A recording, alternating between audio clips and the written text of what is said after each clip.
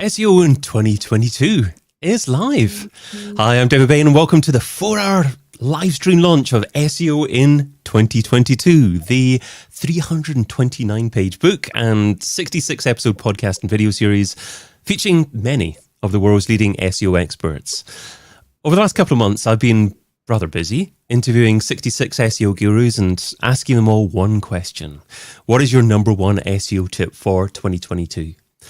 And the answers that I received were incredible, and every single one of the conversations I recorded on video for our YouTube series, and I also produced them in audio-only form for a podcast, and comprehensively edited them for a book that we're launching today, SEO in 2022. So where can you get your hands on a copy of the book? So I just want to share my screen with you just for a second. And there we go. And if you have a look at a small, little-known online retailer called Amazon, and this is the book on there. So that's on Amazon.com, and we're already in the number one new release in search engines, which is amazing. 3 ratings on the USA site so far. So thank you to Dre, Ellie, and Heba. For sharing your tips there. On the UK store, of course, as well. Available in Kindle and paperback there as well. A couple of ratings there on the UK store there. Lazarina Dixon, thank you so much for the ratings there as well. And look at that. Number one in search engines on Amazon Kindle in the UK already. That is absolutely incredible. So simply search SEO in 2022 on Amazon. Whatever Amazon store is your local store, hopefully you've got an Amazon store that you can get your hands on one of them. I mentioned that it's not just a book, of course. It was recorded as a video. So if you go to the Majestic YouTube channel, we've set up a special section just for these SEO in 2022 videos. So we've got the 66 videos in order there. So you can watch them completely free on YouTube, and the audio only is available as a podcast. So that's on Apple and on Spotify, and I'm sure it's on any other platform that you happen to be wanting to watch in. So there we go. That is where you can get your hand on a copy of the book, and you can consume the content in different ways as well. So today, over the next 4 hours, I'm going to be joined by 36 of the SEO experts that took part in this project, and I want to give them as much time as possible today. So, because they're really the ones that have come up with all the tips in this book. But just before I pass over to them, I want to find out a little bit about you watching. So we've got quite a few people watching live. I can't see exactly the numbers at the moment, but share in the chat. Where in the world are you joining us from? And secondly, how do you prefer to consume content like this? So it's always of interest to me. So do you prefer to read the book, watch the video series, listen to the podcast? Are you going to be listening to the podcast on Apple, Spotify, or something else? Kindle, paperback version of the book. If you could share that as well. And thirdly, there are thousands of SEO thought leaders around the world. We couldn't have included everyone in the book, so sorry if you're not there personally. I'm sure you could have added a lot of value as well, but we'd love to read some of your suggestions in the chat. So what's the most important thing in SEO in 2022 for you? What are you prioritizing, and what is going to be having the biggest impact in your SEO success in 2022 personally?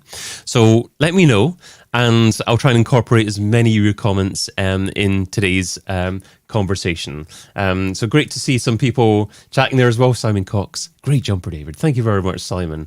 We've got a few people trying the Christmas jumper. Great to see everyone. Andrew's going to come on the chat very soon, live with us as well. So share those comments live. We'll try and incorporate as many of that. Now, SEO in 2022, the book, is split evenly into 4 distinct sections. So firstly, we've got evaluate. Secondly, plan. Thirdly, deliver. And fourthly, CANI, which stands for constant and never-ending improvement. And we're going to be having 4 distinct parts to this live stream, each focusing on a different section of the book. So, without any further ado, let's go to part one. So, the host for the next 50 odd minutes is a lady who is SEO manager for Debenhams. Let me change the screen to that. Her big tip was go big, go bold, go against SEO. Welcome, Alina Ghost. Hiya, thanks so much for having me on the show. Lovely to be here. Yeah, thanks, Alina. Great to have you as part of it. So, Alina's kindly offered to just host this informal discussion about part one of the book. She's going to be joined by 8 of the other book's contributors: Billie, Emily, Izzy, Lidia, Nick, Rejoice, Andrew, and Sante. So I'll leave it with Alina to get everyone to introduce themselves and share their tips and chat about the book. So Alina, over to you. Amazing. Thanks very much, David.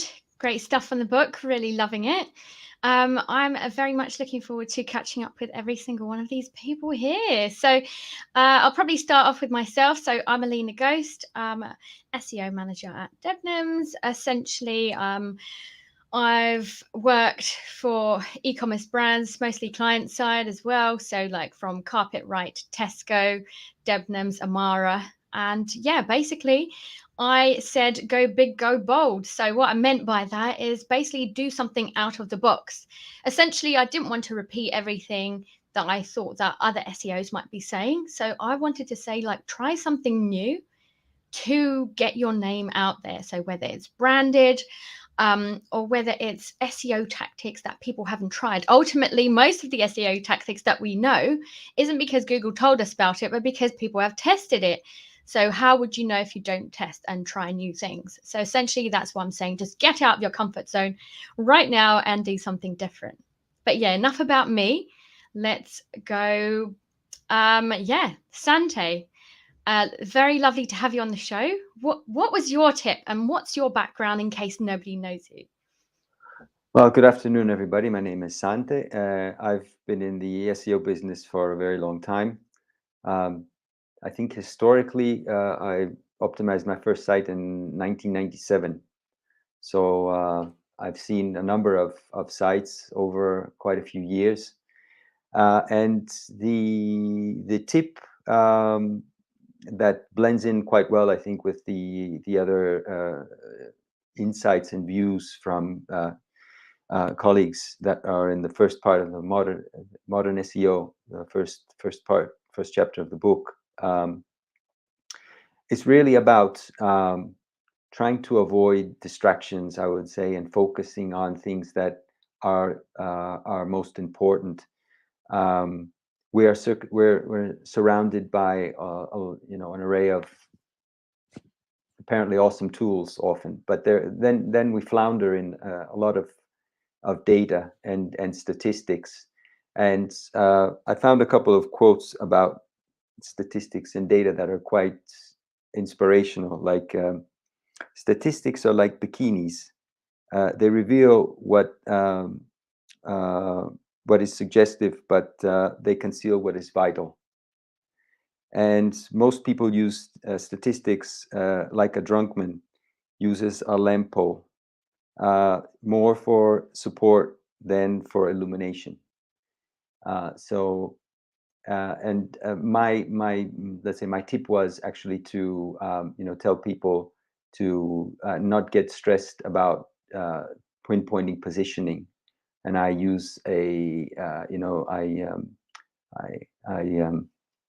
went back to the days of studying chemistry and the Eisenberg principle that says basically that you can never pinpoint what is happening with matter, and that's basically what's happening now. We're living in a very complex era, let's say, for the search engines and all for the rest, for that matter, as well. So I think it's important to concentrate on the bigger picture, looking at the forest.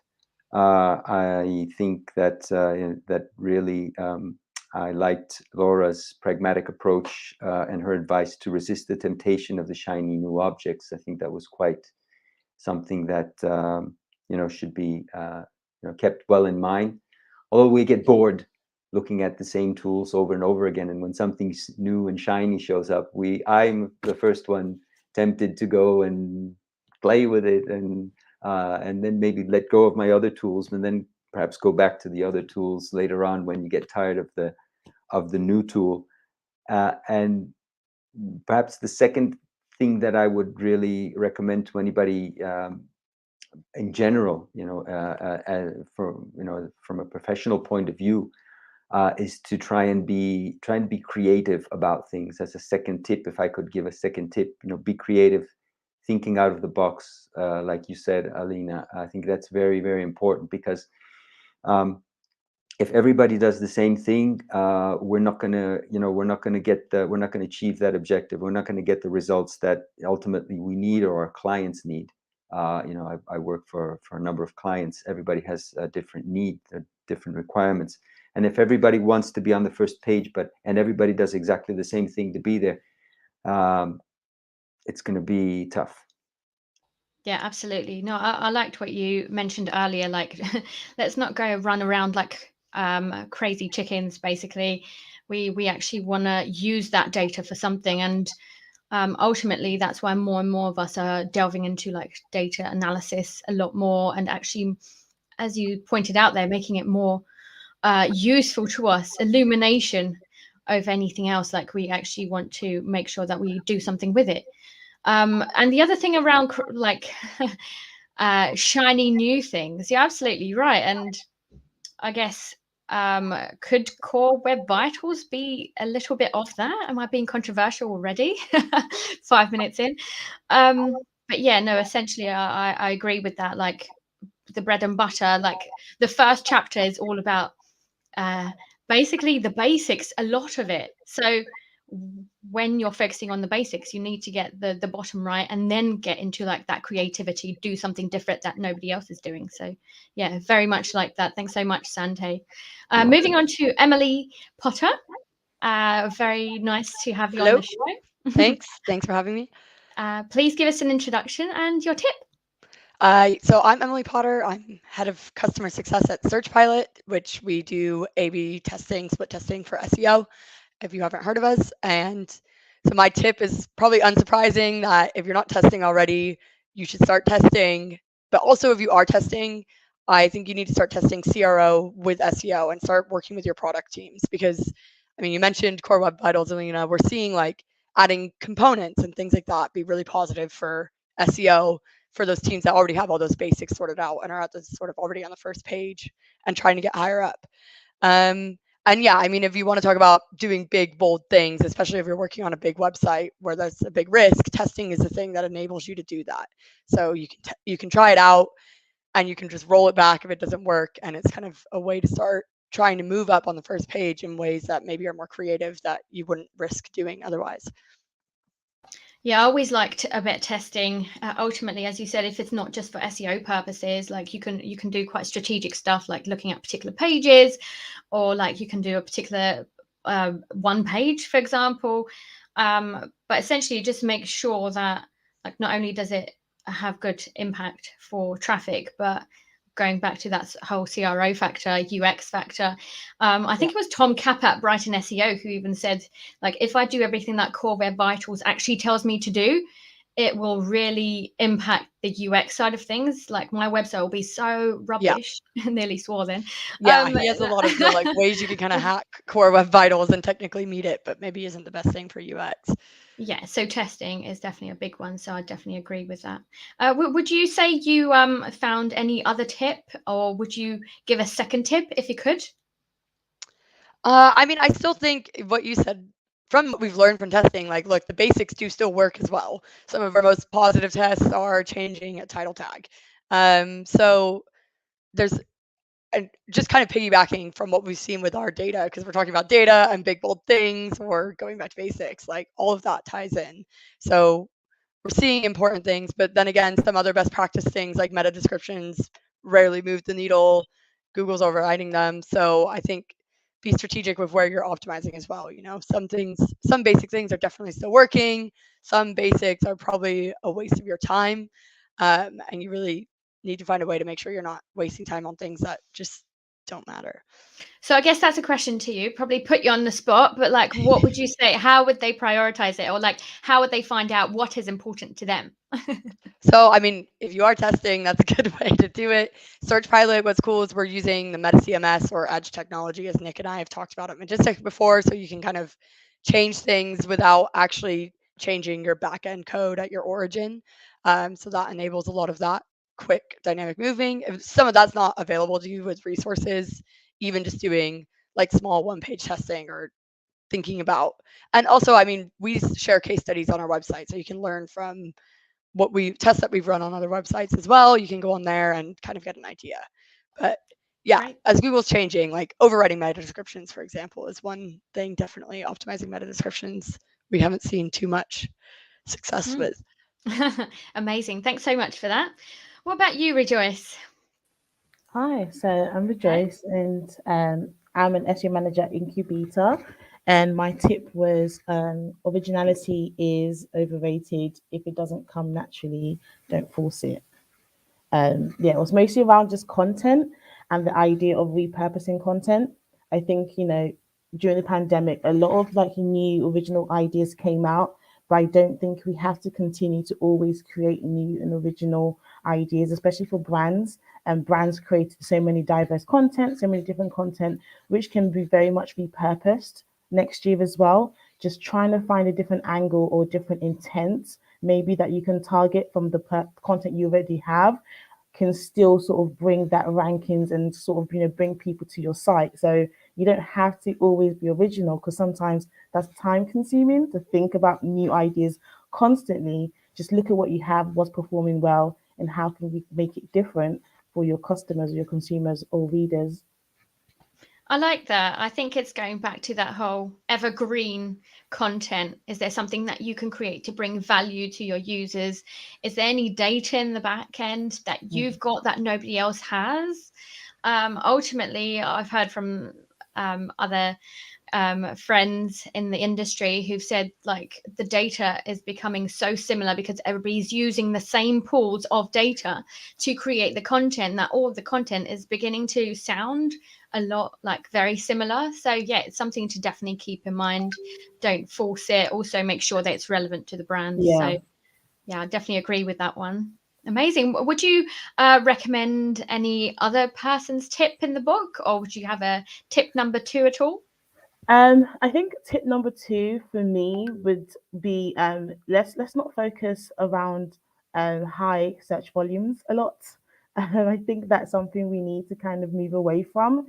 Even though it's great, absolutely, but I think the more we speak about intent and the more we speak about user intent, it kind of is contradictory to always focus about high search volumes, because intent is not obvious with high search volumes.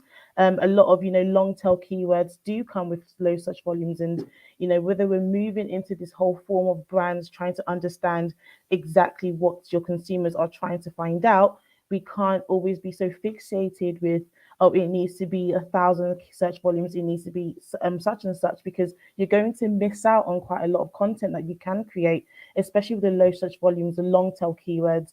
So I think that would be my tip number 2. If you're trying not to be original, you kind of have to be open in accepting very long tail volumes that actually could help you repurpose content moving forward. Absolutely. It also creates like that authority in that particular category as well. Yeah. So like if you're creating clusters of content, it just makes sure that your brand is well known for that particular thing. So I absolutely do agree with that. I think ultimately when it comes to like the long tail keywords anyway, there's always such high conversion rate for those. Yeah. So it seems like a win-win situation. I've seen in the past, like conversion rate went up to like 10% at one point, and that's mad, and that's a real stats, Yeah. that seems really mad to me, but yeah, it does work. So thanks so much for that, Rejoice. Thank you. Amazing. So let's move on to Nick. How are you doing, and what's your tip? I'm very good, Alina. It's great to speak to you. Yeah, I mean, I get really interested in some things. I'm usually involved in kind of quite new gen tech, and I do that for a range of kind of enterprise clients from eBay, Vodafone, Estee Lauder companies. So that tends to be where I kind of play around that enterprise space. And I think what I'm trying to bang the drum for is Edge and the opportunities of Edge that SEOs can use, especially as we start to move from maybe being closer to the marketing side to be closer to the product side. And Edge is something you can do within product to really make a huge monumental difference to a business.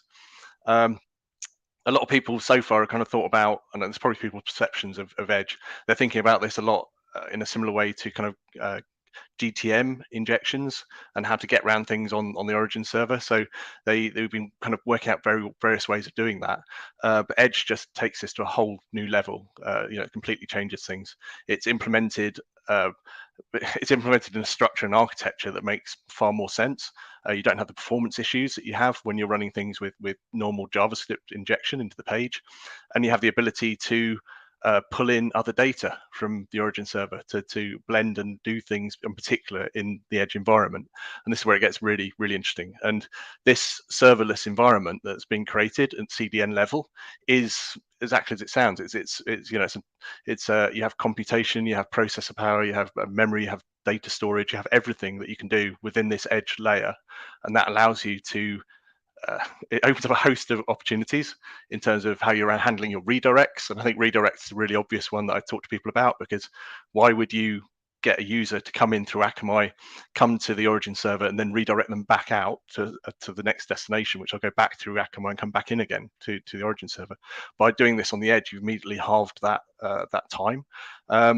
You have things you can do around performance because the Edge gets called first before the origin server. So you can rewrite JavaScript, you can take out, do image compression, change image formats, you can do all of this in that environment. And then in terms of adding kind of small bits of data, maybe schema or titles or other kind of meta you want to add onto the pages, this is the opportunities you have with Edge.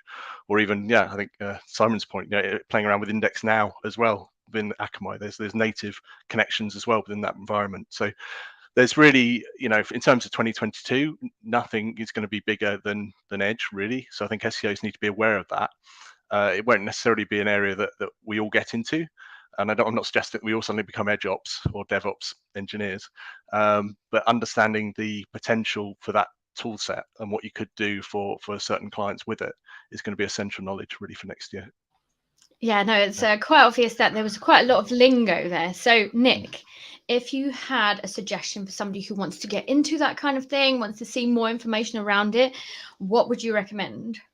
So the easiest way to get into it would be to look at Cloudflare, because Cloudflare is free, so it's very accessible, and you can start to look at simple deployments through Cloudflare that you could do on your site as tests. So maybe you want to kind of add schema in there, or you want to add title tags, you want to change the title tags on a page. You could just start to learn how to do some of these very simple changes. So Akamai is going to be a lot harder because it's a more closed environment, and so Fastly is somewhere in between. But Cloudflare would be where I would suggest people start with. But even if they just have an understanding of the architecture, they're going to know who to speak to within their companies to get this stuff working. So I think really that's read around it, work out who's we write a lot on it in talk, and we've done, and I know Emily does as well. So you're going to get a lot of people who are going to be talking about this a lot over the next year. So try to kind of keep your ears open, understand the architecture and the opportunities within it, and then you'll know the right people to speak to in your organizations. Yeah, it definitely seems to be like the new buzzword or topic that's coming out a lot more. It will, but it won't be because it's an entire environment. It's not going to be, it's not going to be a short-lived thing, because it's like saying Apache. It's going to have that bigger effect on web dev. Literally, you have a whole another environment, another layer within the Edge that you can launch all these different services within. So this is, it's definitely something that's taking off very fast. Amazing. Thank you very much. So tip number 2 from you, Nick. Oh, keep learning is one I always tell people. I've done SEO now for 22 years, and you have to reinvent yourself every sort of 3-4 years, which is, you have to love learning in this industry. So keep learning and enjoy it. And if you're not, if you find that your enthusiasm is kind of waning a little bit, maybe you're not in the right job. You need to look around, find the right position for you to be in, find the right area that you can then get into. But this should be fun. I've loved every single day of the last 22 years. So, this should be fun. So go and enjoy yourself would be my tip for this year. I love that. A positive thing. Like, enjoy what you do, guys. And if you don't, keep learning and hop. Amazing. No, thanks very much, Nick. Moving on to Izzy, if you don't mind giving us an introduction and your tip. Hi, so my name is Izzy. I've been in the industry for 8 years, and I currently run my own agency. Been working mainly in agencies for the past 8 years. And my tip was, which I thought originally is gonna be a bit against what everyone else probably will say, but what I can see what we kind of circulate around it, many of us circulate around it, is the tip was cover your basics first before you start all the shiny new things. So basically, learn to walk before you start to run. I've seen so many, and don't get me wrong, I love all the fancy new things. I love the shiny new stuff. I love thinking outside the box. I love doing new stuff. I honestly think that marketing and SEO is kind of an industry that, it keeps changing so fast. I remember in my first job, we used to say that it's, before they created a course at the university for SEO, it would change 10 times already. So definitely do the new things. But I've seen so many brands and websites and people kind of just forgetting about the basics, the functionality of their website, and just jumping straight away to the new fancy things that we like, and it just usually doesn't work. And then they're really surprised, like, oh, why it doesn't work? It meant to be so superb, and I've heard in so many places. Well, yes, but your performance is so low, and your speed is so far away, and you forgot to add any content whatsoever. You forgot to optimize your title tags, as we've mentioned, and it's just usually that's the reason. And I've seen, honestly, so many websites improving very well with just sometimes just the basics, and then if you add all the new fancy shiny stuff to it, then you're definitely going to win. So that was my tip, and I've got a tip number two. I've got a tip number two. Hold on. Before you move on, though, I'm just gonna agree with that, because actually, reading through the book, you're not the only one who said that. Philly Visa, for example, he suggested he was a Google developer, he knows what he's talking about, right? He's saying, why are people? I think he said something like, "Don't blame the algorithm update," and I completely agree with that. It's, yeah, you might have drops and things like that with an algorithm update, but ultimately you've got to look at what are you providing? We as search optimizers are there exactly to do that, to make it as easy as possible for Google to understand our content, to crawl it, to understand contextually, links wise, etc. But ultimately, that is all the basics.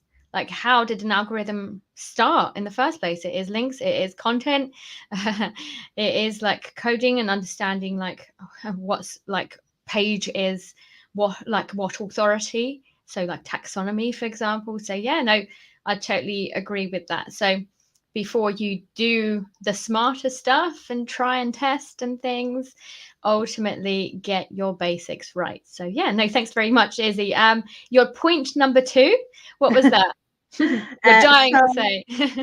Yeah, so after you got all your basics right, and you or majority at least, and you're positive about that, kind of forget you're doing SEO for a minute. Think about, honestly, I know we've been saying that a lot, but think about your audience. Think what you're giving to them, what they're going to benefit from. Just forget about the search engine for a moment, because usually what happens is what they want us to do is what our audience wants to see, what they want to hear, what they want to experience. And sometimes we get into a rabbit hole of trying to please Google so much that we honestly forgetting about our audience, and we let's just please Google.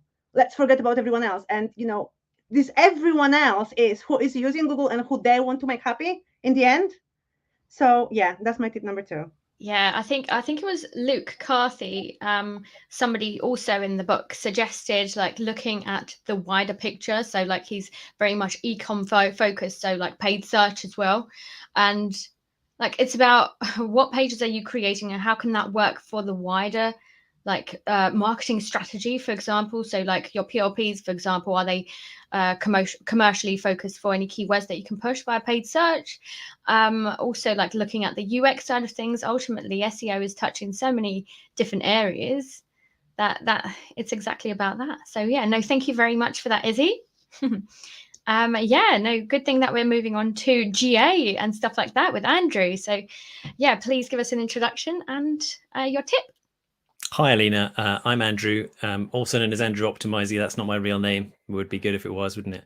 I spend way too much time on Twitter. So if you're looking for me, you can find me on there. I've got my Christmas jumper on as well as a tribute to my kind of favorite game from my childhood, which I lost way too much of my time. So I don't do that anymore. I spend all that time on Twitter instead. I'm an SEO consultant. And yeah, my tip in the book was about Google Analytics. So it was kind of along with some of the things that like Izzy's covered there about just having the basics covered. So the number of sites that I work on, they go, oh yeah, we've got Google Analytics installed. Of course we have, yeah.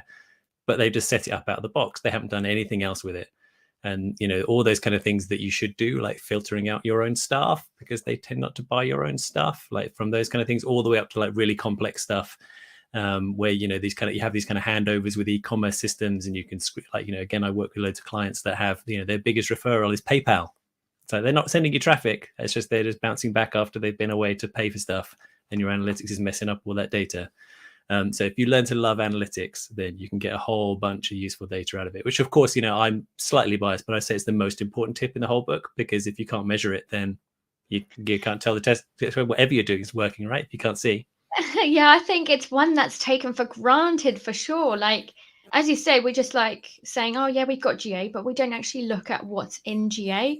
I think it was my other half who was saying he had a meeting with his work where they were telling him how to use GA, and then he turned around and he was just like, you do know there's an easier way to do this, and just pointed out like simple things like segments.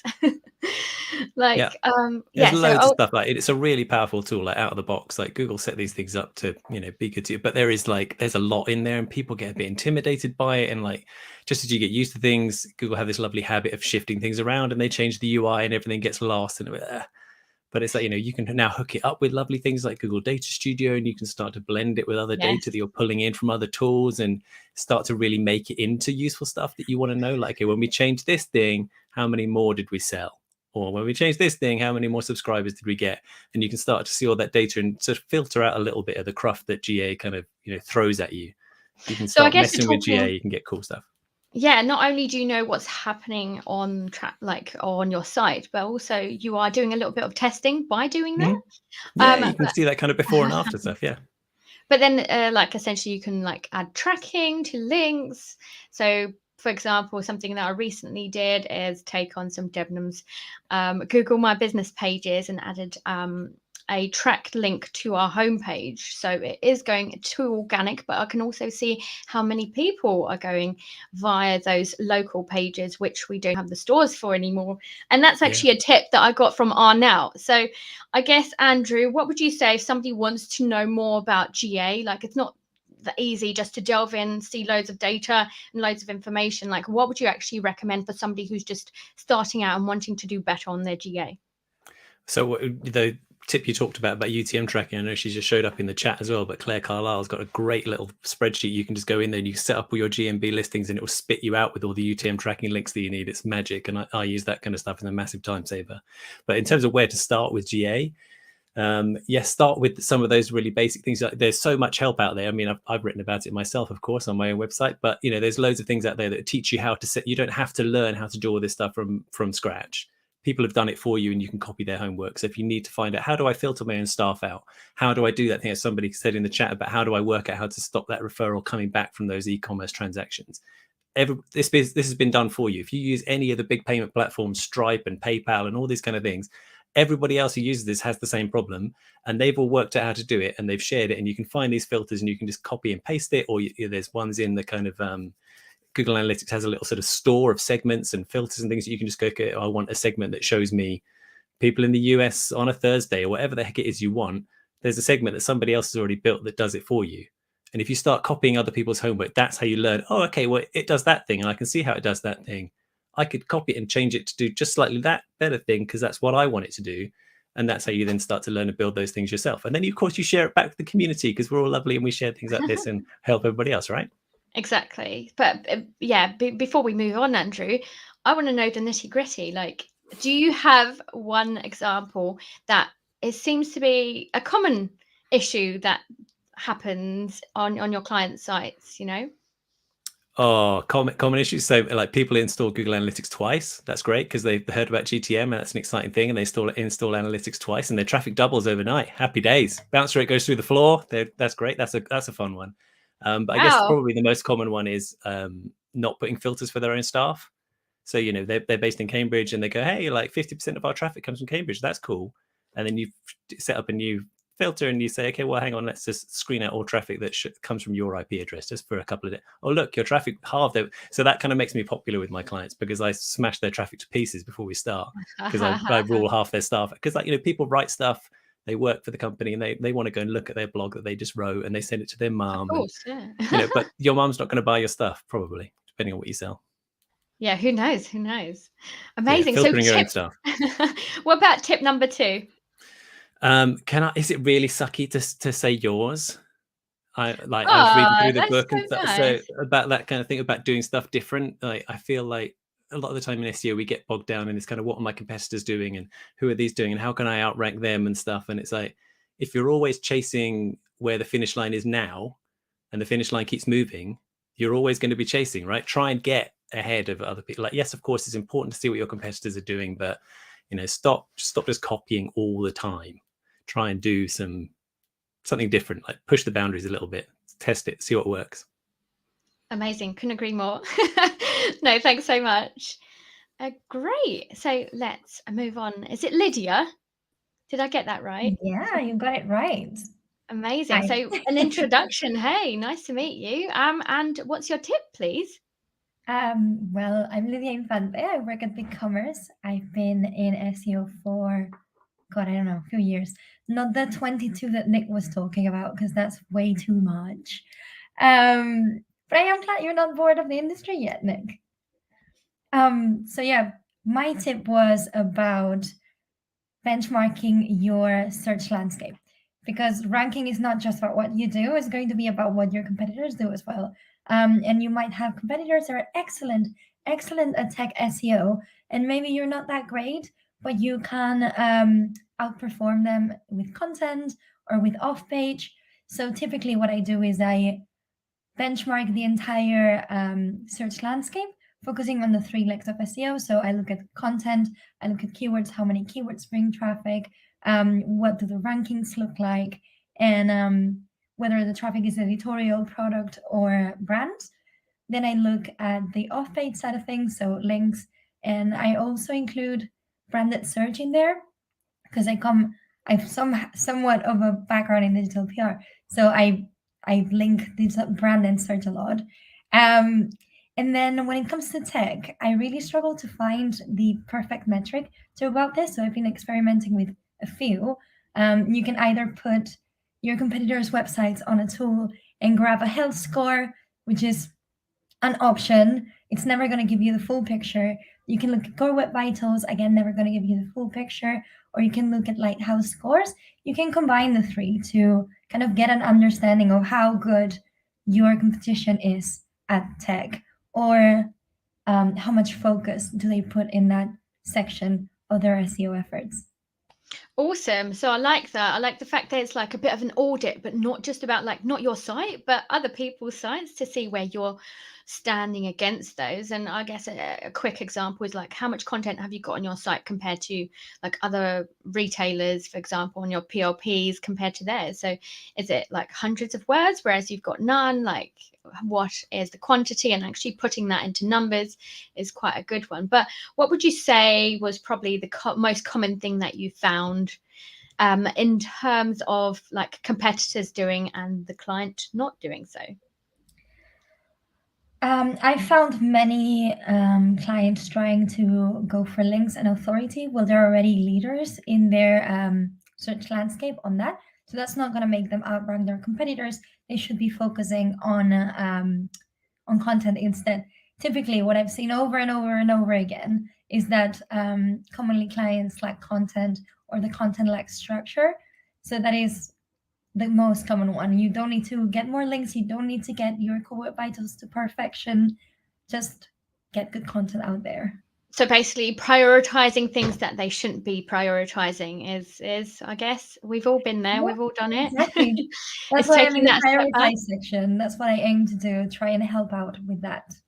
Yeah, it's taking a step back and actually having a look at the wider picture. I like that very much. And as you said, Core Web Vitals is a big part of that. Like, if everybody is really rubbish at those Core Web Vitals, does it actually matter if you're trying to improve it too much too soon? Maybe you should, I don't know. Yeah, priorities. I'm getting Yeah, if controversial you're here. already the best at that, you can keep furthering that, but maybe look at what you're not the best at instead. Yeah, love it. Cool. So what about tip number 2? Oh, for tip number 2, I would definitely recommend a latest tip on the book. It's on SEO testing, and what she recommends is like, stop being like fixing issues and stop being reactive. Just go be proactive, test stuff, combine your SEO testing with your CRO testing, and be brave, be bold, try different things and different technologies, and just advance that way.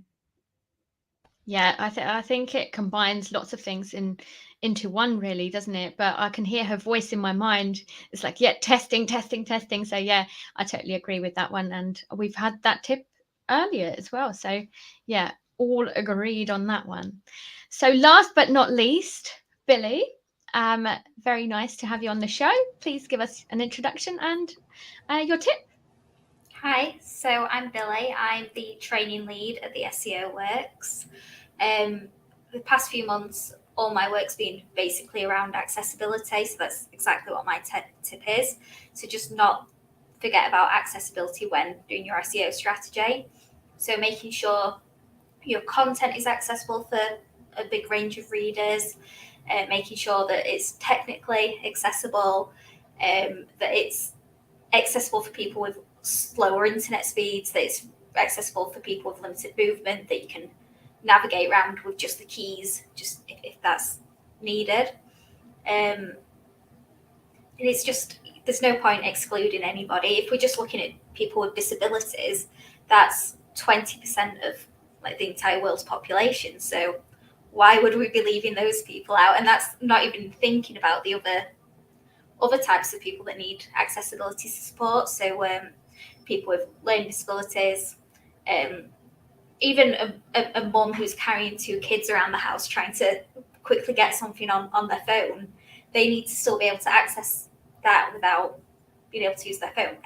Accessibility is everyone and everything, and we need to include them. Why wouldn't we? Sorry, that turned into a rant. No, that's great. There's extra information that Google even provides about accessibility. It's been a focus for many years now, and I think Core Web Vitals is probably just like an extensive way of getting like website owners to develop that even further. So yeah, how would you look at Core Web Vitals in your opinion? So Core Web Vitals, I think, is first off just the start of this, basically. Well, I don't think it's right at the start. We've had mobile usability stuff in the past, but it's just going to keep becoming more and more important. So it's just going to keep evolving. But I feel with the Core Web Vitals, these are just more generic usability fixes at the moment. So it is improving the site speed for people with a limited internet connection.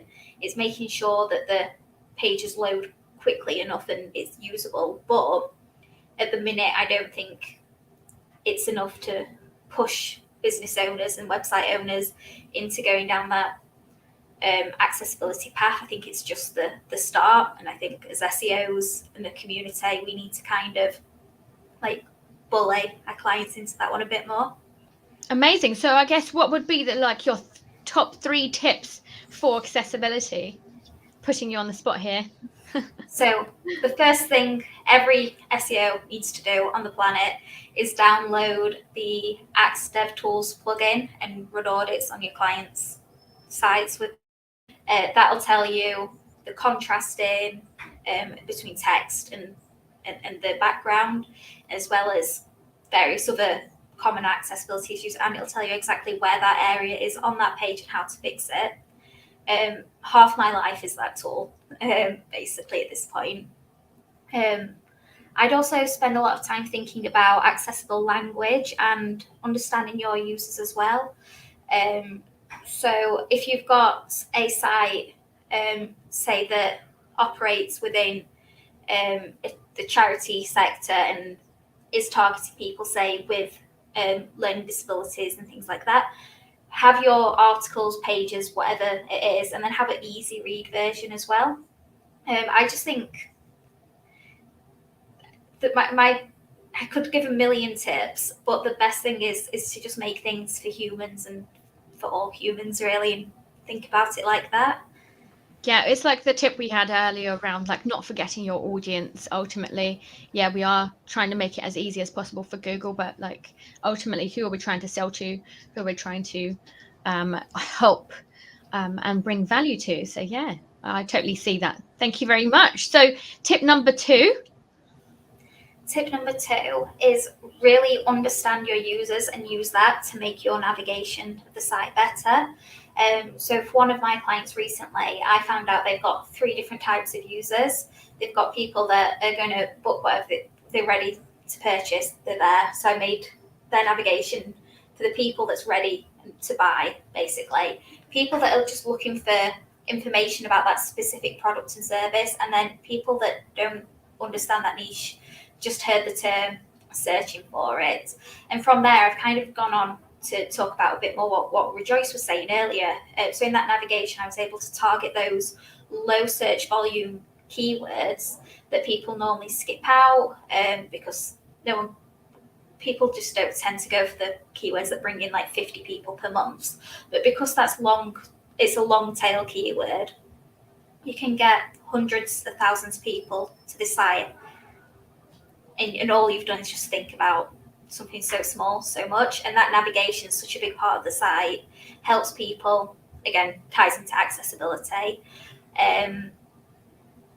Yeah, sorry, I started rambling there. No, amazing. No, thanks so much for that. I think I totally agree. And it's actually a good way to start the next point. So as we have had all of our speakers talk, I thought we'll do a free for all and basically talk about a few topics of our choice. So I know that the basics have come up quite a lot.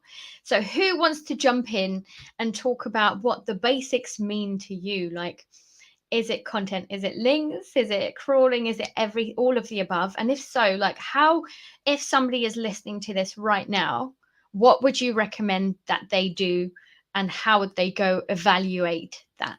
So who wants to jump in? I'll jump in quickly. I think one of the things that I see often neglected that is a basic is a lack of attention around and love around images. Images are a great opportunity to optimize on site and give the content an extra boost. So it can take a lot of time to optimize 3 or 4 images on a page, just by starting giving the image a proper name and not some alphanumeric sequence because it's coming straight from a camera or what have you. Use a title so that you have a tooltip that you can describe. Use that as a long description kind of thing. Use an alt tag to be more straight to the point, more search engine oriented kind of thing. That's a great place to actually seed the content with some second or third tier keywords or even your primary keywords. And if you do that, you'll see your images surface with a bit of luck. You always need a bit of luck in life, folks. With a bit of luck, you'll see your images surface nicely in the Google Images, and that's going to be a second opportunity to have great traffic. Yeah, I've seen that before, from renaming before you upload to optimizing alt tags to compression. There's so much that can be done with images that people just forget about or deprioritize because they don't think it's important. But actually, because the way we consume things is becoming a lot more visual, it's definitely something to think about. And it's definitely a gap in the market there that people aren't using that opportunity for. So yeah, no, thank you very much for that. Anybody else? I'll jump in. Sorry, go ahead, Lidia. Okay. We were talking about the basics, right? And we were talking I was talking about how the legs of SEO are content, tech, and of faith. So we could talk about it as authority. I would say that these are not three equal legs that are just like sitting next to each other. A good understanding of SEO is understanding that the tech SEO enables users and search engines to find the content, and the authority side is there to validate somewhat the content and validate you as a source. So it comes down to content, but it cannot be accessed without tech, and it will not rank without authority. So I think it's something that's worth mentioning. It's not just three separate legs. The three of them are working towards getting content in front of users, and there is a goal to that as well. So I believe, and this is controversial, not everybody agrees, that our jobs as SEOs go beyond when the users click on your site. It's who's clicking, are they finding what they want, and are they having a satisfying experience? So oh yeah, no, so conversion data is definitely being seen, even if it's not been validated as a ranking factor. So yeah, no, I can definitely see where you're coming from. And as you say, it's like the whole area is working together. It's not just about the one area that you need to focus on. Actually, it's just what you're doing by stepping back and evaluating is actually making sure that you're focusing on the things that you're missing out on. Because if you're already strong in the one side, why are you focusing on that still, you know? So that's really cool. Yeah, Izzy, were you going to say something? Yes, I was going to say something, but I just wanted to build up on what Lidia said, because I think it's incredibly important, and I 100% agree. And just to build up on it, I think it's also a basic to do. It's not so much about the website, but it's about your team. So we already know that it all works together, yeah. And we've got digital PR working together with SEO, and we've got tech and development working for it as well. And I just think it's super important to educate your team, especially if you, especially in agencies, but also in-house, if you've got like a wider team, to get them to understand the overall idea and overall picture. Because I've seen so many times that I totally understand it's not everyone, but I've seen so many times that we had, for example, people working in digital PR in agencies that didn't understand completely what do we do with this SEO, and then it created so many issues that could have been it could not have happened. We could prevent it only if everyone understood the bigger picture and the actual goal. How does it all work together? So I'm totally not saying make everyone expert in everything, because that just doesn't happen. But let's say if you're working in an SEO agency and you do digital PR, make sure that your PR team understands the overall context and your SEO team understands the overall context, so they can work together, then can communicate, and they can just take it further altogether. Yeah, so that would be the building up on what Lidia said. And also what you said, Alina, with crawling and content. I think they're both super important. And I think once you crawl enough, then you will see the issues that are coming up. And definitely don't crawl just for crawling. Get to fix the issues that are coming up. And what I've seen is the most neglected these days, and I hope maybe it was just my experience. I really hope it was, but I've seen the absolute basics of the basics of on-page even being, no title tags optimized, everything too long, everything not right in the place. Alt tags, I think, are completely forgotten. Like people just forgot they exist. Titles of images even further, yeah. And these are the great tips that if we did that, then all our new shiny stuff will, I'm sure they would really work a lot better. Amazing. So thanks very much for that. I guess I can see David coming back on. We've got time for one more tip in this section. So if any last one person wants to jump in, who's the last tip? I'll go. Done, so I wanted to tie it back to something that you said at the end of the book, David. So your little final thoughts about just start somewhere. And it can feel quite overwhelming. I know some of the people on this call are super expert and some of them are super novice. And some of the stuff that we were talking about, like Nick talking about things on the edge, and you're thinking, geez, I haven't even got enough used to the normal web yet. I can't get to the edge yet. And then we're talking about some of the basics. It's like, it can feel really overwhelming. So if you just start somewhere, but often the best place to start is to have a bit of a think before you start running off. So there was a topic in the book that Marit covered about having topic clusters. So just having just some kind of strategy rather than just throwing content out there and seeing what sticks. Have a little bit of a think about, okay, where do we want to be authoritative? We want to be authoritative in the shoe space or in the shoelaces or iPads or whatever it is that your kind of niche is. Have a little bit of focus to this kind of, and then just start somewhere, and that'll make a massive difference. Shoelaces sound fun. I don't know who sells shoelaces. That was a terrible example. Please don't use it. No, amazing. No, thanks very much. And just wanted to say thank you to everybody and for having me too. Oh, thank you so much. Alina, Sante, Emily, Andrew, Rejoice, Nick, Izzy, Lydia, Billy, thank you so much for being a part of it. Absolutely wonderful to have your thoughts here. You demonstrated today why you were a part of it. Certainly, among the world's leading SEOs, wonderful content there as well. We're going to have another panel coming up just in a second, so don't go anywhere at all. I just say, Claire asked, is there a write-up summary of the tips? It's in the book. Nick's sharing it there as well. So that's where you can get a summary of the tips of everything. There won't be a verbatim summary of everything shared within the live stream here as well. But all the core tips of everyone is in the book there. So that's the best place to get it. Alina, thanks so much for hosting this panel. Much appreciated. And thanks everyone again. Absolutely superb. So just as we're going to the next section, I'm going to play a tip by Barry Schwartz. That's included in the book as well. This is a section of the video here as well, just while I go and get everyone for the second panel.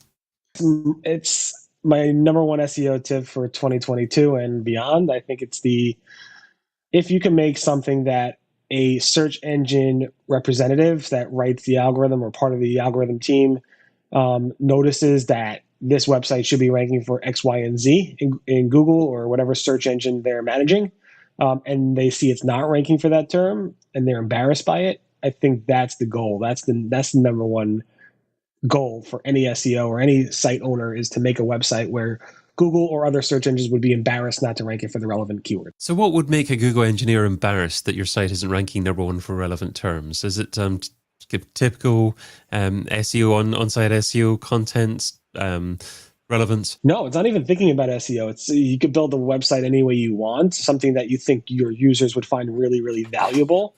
And Google is going to, or search engines are going to want to go ahead and just rank it, even if it's like, back in the old days, a Flash website that couldn't be indexed. I don't think you should really think about, at least the fundamentals when you build your website and you build your business. You should be thinking about, what am I marketing or selling or putting up on my website, on my domain name, that is useful for the user that wants to read it, and more useful than any of my competitors. It's kind of thinking like the way like Apple releases their products. They put it in behind me, all these boxes. They put it in really, really nice boxes because it represents something that is really, really valuable to the company and the brand. And you want to go ahead and make sure to package your website and your content, whatever you're doing, in a way that represents the highest level of quality possible for that, whatever that website is. Okay, so are you saying that in the future, perhaps keywords, perhaps standard optimization of things like titles or headings actually won't be that important, and it's all about thinking about the user? Again, if you look at the progression that Google has been making with MUM and RankBrain and BERT and AW and passage ranking and all these different types of algorithms and AI and machine learning they've been deploying, is about trying to find content that isn't optimized, that SEOs aren't, having their hands on and trying to kind of convince Google that this is the best type of content, because Google wants to find truly what the best type of content is. And not every website that's published every single day is thinking about SEO or even know about search engines. They just want to produce the best type of information for the users. And that's why Google's and other search engines are building all this technology to kind of find that type of content, even if it isn't optimized. Got you. Okay. So you say to stay ahead of the competition. Does that mean that you still do competitor analysis and benchmarking about how you're doing and what you're doing versus the competition? I mean, yeah, you should definitely look at your competitors. I don't think you should be bogged down on what they are doing in an obsessed way, like a daily basis or even a monthly basis. When I build products, I think about the user. I just want to make sure, I don't want what my competitors are doing to kind of say, oh, they're doing it this way, so I need to do it that way also. It's not always the case. You need to kind of think outside the box, think differently, as Apple would say, or whatever it might be, and kind of come up with a new solution in terms of how you could actually help your customers. I've built many software applications, many apps, many different things over the years. And of course, we look at our competitors in terms of, what their customers are and what they're looking for, but really not to kind of replicate what they're doing in any way. It's more about finding a new approach to what they're doing. So you say think of the user. How do you go about defining who the user is? Do you do online research? Do you do some kind of focus group? Do you do identifying of personas? How do you actually build your site for the user? So the way I've been approaching it, and not every business does this, is usually the best businesses, the best products that come out are solving a need for the founder of the company. So if I need something and I don't have it, or I know there's tools out there that do it this way, but I really hate the way they do it, if I could build something for me that I think is really, really great, and then build it for other people would want it, that's how the best products are built. Building a solution that you find there's some type of gap that you could fill, and thinking about it in terms of maybe if I'm the user, I want it this way. And I don't think you need to do much market research. I think you just have to have a passion for it. I know there's books and stuff about different companies being built based off of that. Stripe was one example of a company. Or Square, maybe. Square was a company that was built based off of that. A lot of companies were built based off of that. It's like, I need a credit card machine that I can carry around with me, that I can plug into my phone and swipe it. Like, simple concepts, but things like that. So there we go. That is a small section of Barry's tips from SEO in 2022. If you want to listen to the full tip, the video is available on the Majestic YouTube channel. Don't stop just now to actually go and watch it, because you're watching this live, hopefully, as well. You can, of course, read it in the book. Just search Amazon for that. But let's get on to the Section 2 discussion. So the Section 2 of the book was called Plan, but we're going to have a chat with 8, I think, top SEOs from the book on this particular section. And the host for this is a gentleman who gives every one of his guests a musical introduction. So I'm looking forward to that one. He is the founder of the brand SERP optimization platform Calicube, and his tip for SEO in 2022 was to educate Google about your brand. Welcome, Jason Barnard. Where's Jason gone? Has Jason disappeared? He was here a second ago. Oh, no. Okay, are we going to have to keep with this discussion? I think he's too scared there. Did I kick him off? Maybe I kicked him off. Maybe I'll have to start to have... Crystal's laughing there in the background. How you doing, Crystal? I'm good. How are you? Yeah, I'm very, very good, thank you. Feel free to unmute yourself, everyone. We're having a discussion here, and it looks like you've all got headphones on, which is great. I'm sure Jason will be back in a second here, but we can keep the discussion going anyway. So Jason's... going to hopefully host this if he's back in a second. Maybe he's having meter issues with the internet. Bit of a storm going at the moment. But obviously, there we go. That's him appeared in the background there as well. I didn't want to completely take his place, but hey, Jason, how you doing? I'm fine, thank you very much. I do apologise. Completely my fault, not StreamYard's fault at all. I think you got a little scared because I said in the intro, I don't know if you heard, that you were going to sing an introduction song to everyone. So I was really looking forward to hearing that. Oh, right, yeah, no problem at all. A quick hello and we're good to go. Welcome to the show. Joy, Motoko, Luke, Helen, Crystal, Olga, Natalie, David, and me. Woo! And now we've lost all our viewers. No, Jason's a wonderful presenter of his own podcast and sings an intro to absolutely everyone. So you've got to check that one out as well.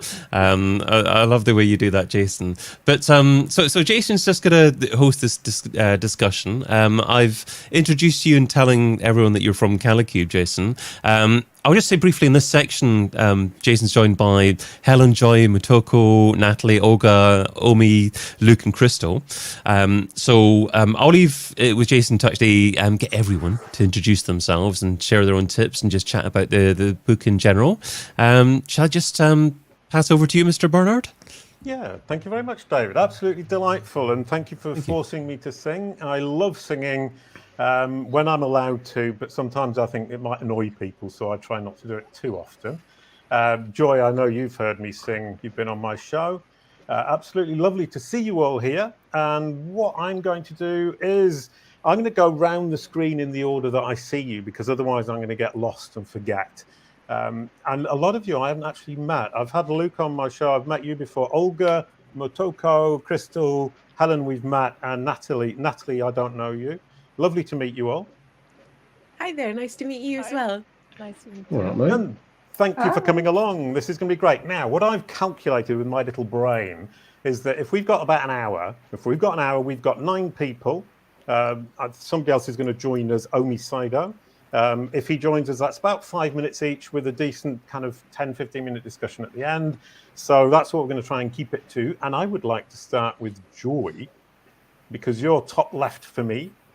So if we can start with you, can you introduce yourself? Oh, David's just moved me. Now I don't know where anybody is anymore. That was rotten, David. Oh no! Right, we'll start with Joy, who's now sitting next to me. Literally, oh, this is cool. No, he's sitting next to me. Can you introduce yourself? I know you, but maybe some people don't. Yeah, so my name's Joy. I live over in Canada, so across the ocean from quite a few of you. I run a local search agency called Sterling Sky. So we specialize in local SEO, help a lot of small business types like lawyers, doctors, realtors, things like that.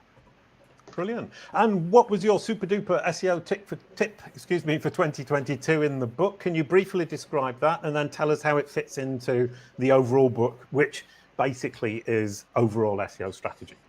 Sure, yeah. My tip was around images. So I think it's common for people in our space, when we're working, we're always looking at computers, right? Like I don't generally pull out my phone and then look to see how things look on my phone. I'm always staring at my computer screen when I'm talking to clients and stuff. So one of the things I think that people miss a lot is how different things look on mobile compared to desktop. And one of those things would be images. So we did a bunch of testing last year, or this year, I should say, around images, and noticed that like a lot of search queries will show images right in the search results along with the website, but some queries show them and some don't. So I think I gave an example of like car accident attorney in a city in Florida would show a photo, but when you removed the Florida off the end and just put like car accident attorney and then the city, there was no photo. So it's kind of interesting to see that like some search results that look very similar, some show photos and some don't. So we were kind of like looking to see how do you get these photos and what do you do? And it turns out it's actually a lot simpler than originally we thought. Like we thought it was going to be some like, schema markup maybe or something like that. It's really to do with just placement of your photos and the size of them. So essentially you want to have a square photo on all the major pages of your site, the pages that are what we call the money pages, the ones that actually bring in conversions. So that you're eligible to show a photo, it needs to be square and it needs to be close to the top of the page. So usually when Google's kind of picking them, they scan, top to bottom, left to right. So any photo that you have higher up on the page will get precedence. So we had clients where we did that. We like moved around photos just to see if we could manipulate which one Google picked, and that worked. And then I tweeted something yesterday. It's really timely, actually. I've been seeing more and more of these on desktop. So Google is testing that right now. Like not everybody can see it, but a couple people responded to me on Twitter and they were actually able to replicate what I was seeing on desktop. So I kind of hope it rolls out on desktop because it's going to make even more of a push or reason for people to kind of want to pay attention to it. But huge missed opportunity that I see a lot of big brands not even doing, which is kind of interesting. Yeah, no, and I think multiple points there. The great point is we don't look at mobile enough. Every time I do it, I'm always surprised. You've helped me to do that with your kind of feedback that you gave me on on the show. Also, the fact that we don't need technical implementation for these images to appear. I love that. I love the way that you guys come up with these great tips and tricks that are simple for everybody, which is, I think, part and parcel of your job as a local SEO consultant. Is a lot of your clients don't really know the technical stuff. And the third point is the desktop. I'm seeing it more and more in brand search, and I think that's really exciting. And if people aren't doing the images now, they should certainly start.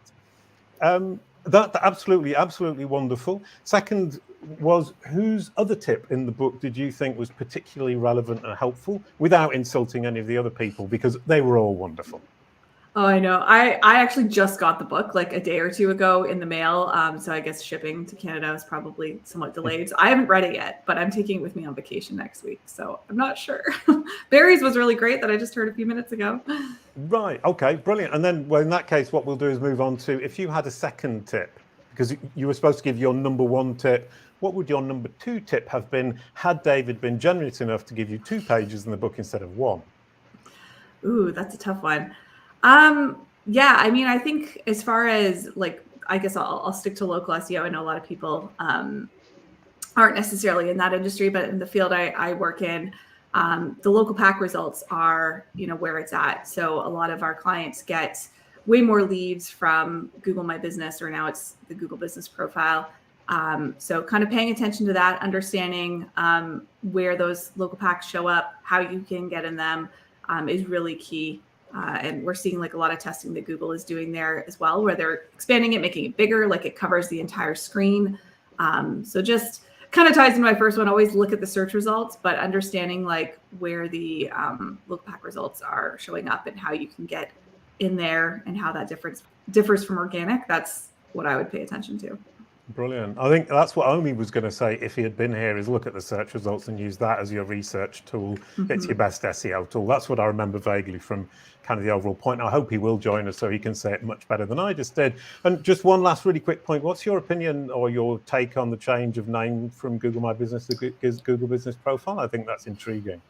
Yeah, like it's really not a big deal. I know like it was kind of talked about a lot because it's like, ooh, news. I'm like, really? They change their name every like 5 years or so. So like if you've been in the space for a long time, you'll know like it used to be Google Maps, then Google Places, then Google Plus Local, and then it went to GMB, and now it's GBP, which is a horrible acronym. So yeah, like it's really, there's nothing different. It's just Google thinks it's a better name, and now I have about 500 blog posts to update, so that's annoying. Very, very annoying. Yeah, I mean, so what you're telling me at least is I've been overthinking this and over educating myself and over intellectualizing about it. And I think that's certainly a failure that I have a lot, is I overthink and probably isn't worth a lot of the effort I put into it. Thank you very much, Joy. That was absolutely delightful. As always, incredibly informative. We're going to move on to Crystal, who I have never met, I believe. And if I have, I apologize, because that would be very rude. If you could unmute yourself, then you can introduce yourself, because I can't, shamefully. I'm so surprised that you don't remember that amazing weekend we had in Saint-Tropez. It was fantastic. And it meant a lot to me. And it seems like, no, I'm kidding. Yes, I'm Crystal. I am a senior digital strategist at Optic Solutions. I've never been to Saint-Tropez. In my section, I talked a lot about schema markup because I love schema markup. It's my favorite thing, which says a lot about my my spare time. But there we go. And yeah, I really enjoyed speaking to David about all of it, and about why it's important now and important in the future. Right. So what was your tip in more detail? And that weekend in Saint-Tropez will probably never happen, but we might meet up someday in Saint-Tropez for other reasons. Okay. So yeah, I think what I was talking about mostly was how investing in schema markup gives you an opportunity to sort of build resilience for changes that happen in Google. So a lot of the changes to the SERP results in order to be more applicable for or more useful for mobile users are based or influenced or supported by schema markup and structured data on websites. And so my tip is that it's worth, if you have some schema markup or some structured data on your site, and I've been doing this for a few people who have a lot of microdata already in place for a lot of their elements on the site and a lot of their core pages, is to go back in and double check them. So one thing that happened, I think between the time that we filmed it and now, Google, they refined a few of their definitions. So I think brand changed slightly, and for reviews, they changed it slightly from it being, from it being name to sort of being person. And there's a few different things that have been refined and tweaked. So things that were perfectly valid, a few months ago are now things that are are getting a little warning and things. So if you're able to get yourself, so even if you have stuff already, it allows you to sort of get more ahead if you're keeping up to date with all of that stuff. Also, it's sometimes the case that existing schema will suddenly become part of rich results. So to my mind, it's worth investing, templatizing structured data schema markup into your pages where possible, and so that when those rich results show up on the SERP, you're already ready and you don't have to catch up. Right. And one thing that stands out from what you just said is that the rich results aren't the main reason you do schema markup. And yet a lot of people are saying, oh, I'm doing schema markup because I want the rich results and that's my reward. But in fact, can you just really quickly go into more detail about the approach shouldn't so much be rich results, as I understand it should be more foundational? I think it should be. I think it should be a bit of both. Is what I would say. So I think that I think rich results can definitely drive the prioritization of schema markup. So if there are certain verticals where you absolutely need to have structured data in order to be visible. If you're in the recruitment sector and you don't have structured data built into your job templates, then you're just not going to show on Google for Jobs. And what are you doing? So there's a few verticals where you have to do that. And if you don't do that, then you won't show on page 1 or even page 2, because page 2 is taken up with people also ask. So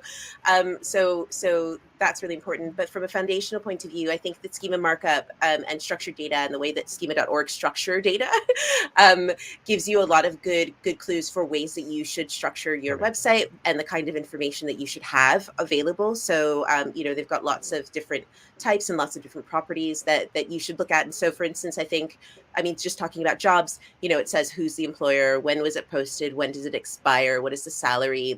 There's lots of information that's really, really useful that's required for a certain schema, and that's good practice on your website anyway. It's good practice to have an author for your blogs. It's good practice to have a description for your videos. These are all good things that can lead your SEO now and in the future. Brilliant stuff. Okay, and what was your favorite second tip that isn't yours in the book? I've just got the book last night. It's just very, very exciting. And I think that there's a lot of good tips across the board. So I'm quite keen to hear more from Luke on what he's been talking about with regards to taxonomy, because I'm a big fan of that. And I'm quite interested to hear, and I was interested to hear more about what Barry was saying about user intent and user focus and that sort of thing. But the book looks fantastic, and I'm really looking forward to getting into it in a bit more detail. Absolutely brilliant. So Luke gets the voting from what I understood there. And if you could have a second tip really quickly, what would your second tip be? Because David only let us have one each. Second tip outside schema? Oh, outside of schema, I would say the dark horse that people tend to overlook is security. I'm talking about this in a talk coming forward, but a lot of times people think that security is just getting an SSL and we're done, well done. And that's good. But there's a lot of other things that you can do to sort of streamline your security. And Google, that's an established ranking factor. That's not a sort of, isn't it? Oh, maybe. Oh, I'm not sure. It absolutely is a ranking factor. And also it speeds up your site. So having really good security also makes your site really, really fast, because they don't have to check your, all the different servers don't have to sort of check their paperwork and who are you and what's all this. You just go straight through. It's like the express pass at the border check-in or whatever it is. And so I think that anyone who's overlooking that and isn't going back over, especially with things like HTTP2 and that sort of thing being better crawled by Google within the sort of recent months, and lots of other things about page speed. There's a load of Core Web Vitals elements that you can address via updating your server security. So security, but good for you, good for your clients, good for Google. A win all round. Everybody's happy. Thank you very much, Crystal. That was absolutely brilliant. I love schema markup too, so I'm your #1 new best fan of today. Let's move on to Olga. I thought you had horns on your head when I first looked at you, but it's not, is it? It's your chair. Yeah. Right, lovely chair. Thanks. Oh, it's a throne. I'm sorry. Could you introduce yourself, Olga? Lovely to meet you. Sure, lovely to meet you. So my name is Olga. I come from Poland. I have my own small SEO consulting agency called SEO Sly. In addition to that, I am an SEO director at MarketJD, and a Chicago-based company where we mostly work with lawyers in the US. So this is a very interesting piece of SEO cake. So my number one tip for 2022 was to always start any SEO analysis, any SEO, technical SEO audit with diving deep into what's in Google Search Console, analyzing all the reports you have there, because sometimes sometimes what you find there will completely change the direction in which you want to kind of go, what you want to do with the site, and with that information, like right away, you can really, your analysis and the things you can recommend doing will be way more powerful. And I even have a recent example. For example, if you want to do a migration, you always have to fight for access to GSC, because, for example, in the case of a very huge website store that has millions of pages or like thousands of pages, before you even start to create this migration kind of map, you may, for example, discover that 50% of those pages aren't even indexed, which you can see exactly in GSC, and this will like totally change how you will go about the migration in that case, for example. So that's my tip. Brilliant, wonderful stuff. That's amazing. That's a really good tip. I think Search Console, like the SERP, is overlooked as an SEO tool. I'm a big fan of Search Console. I'm a big fan of local business and a big fan of schema markup. I'm a big fan of everything. So this is really easy. What was your favorite other tip in the book?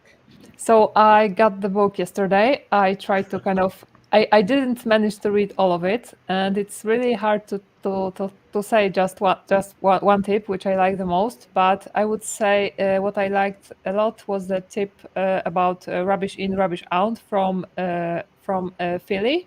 It was about paying attention to what you feed into Google algorithms if you kind of want to care about the outcome, what Google kind of where Google will be showing your site.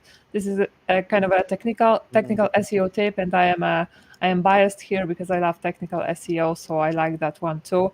But I haven't read the entire book, so it's hard to say just that other tips aren't that important. I think all of them are equally important. And kind of my second tip, if I can share it here, would be that everyone should make it their kind of target goal to read the entire book from cover to cover by end of 2021. Right.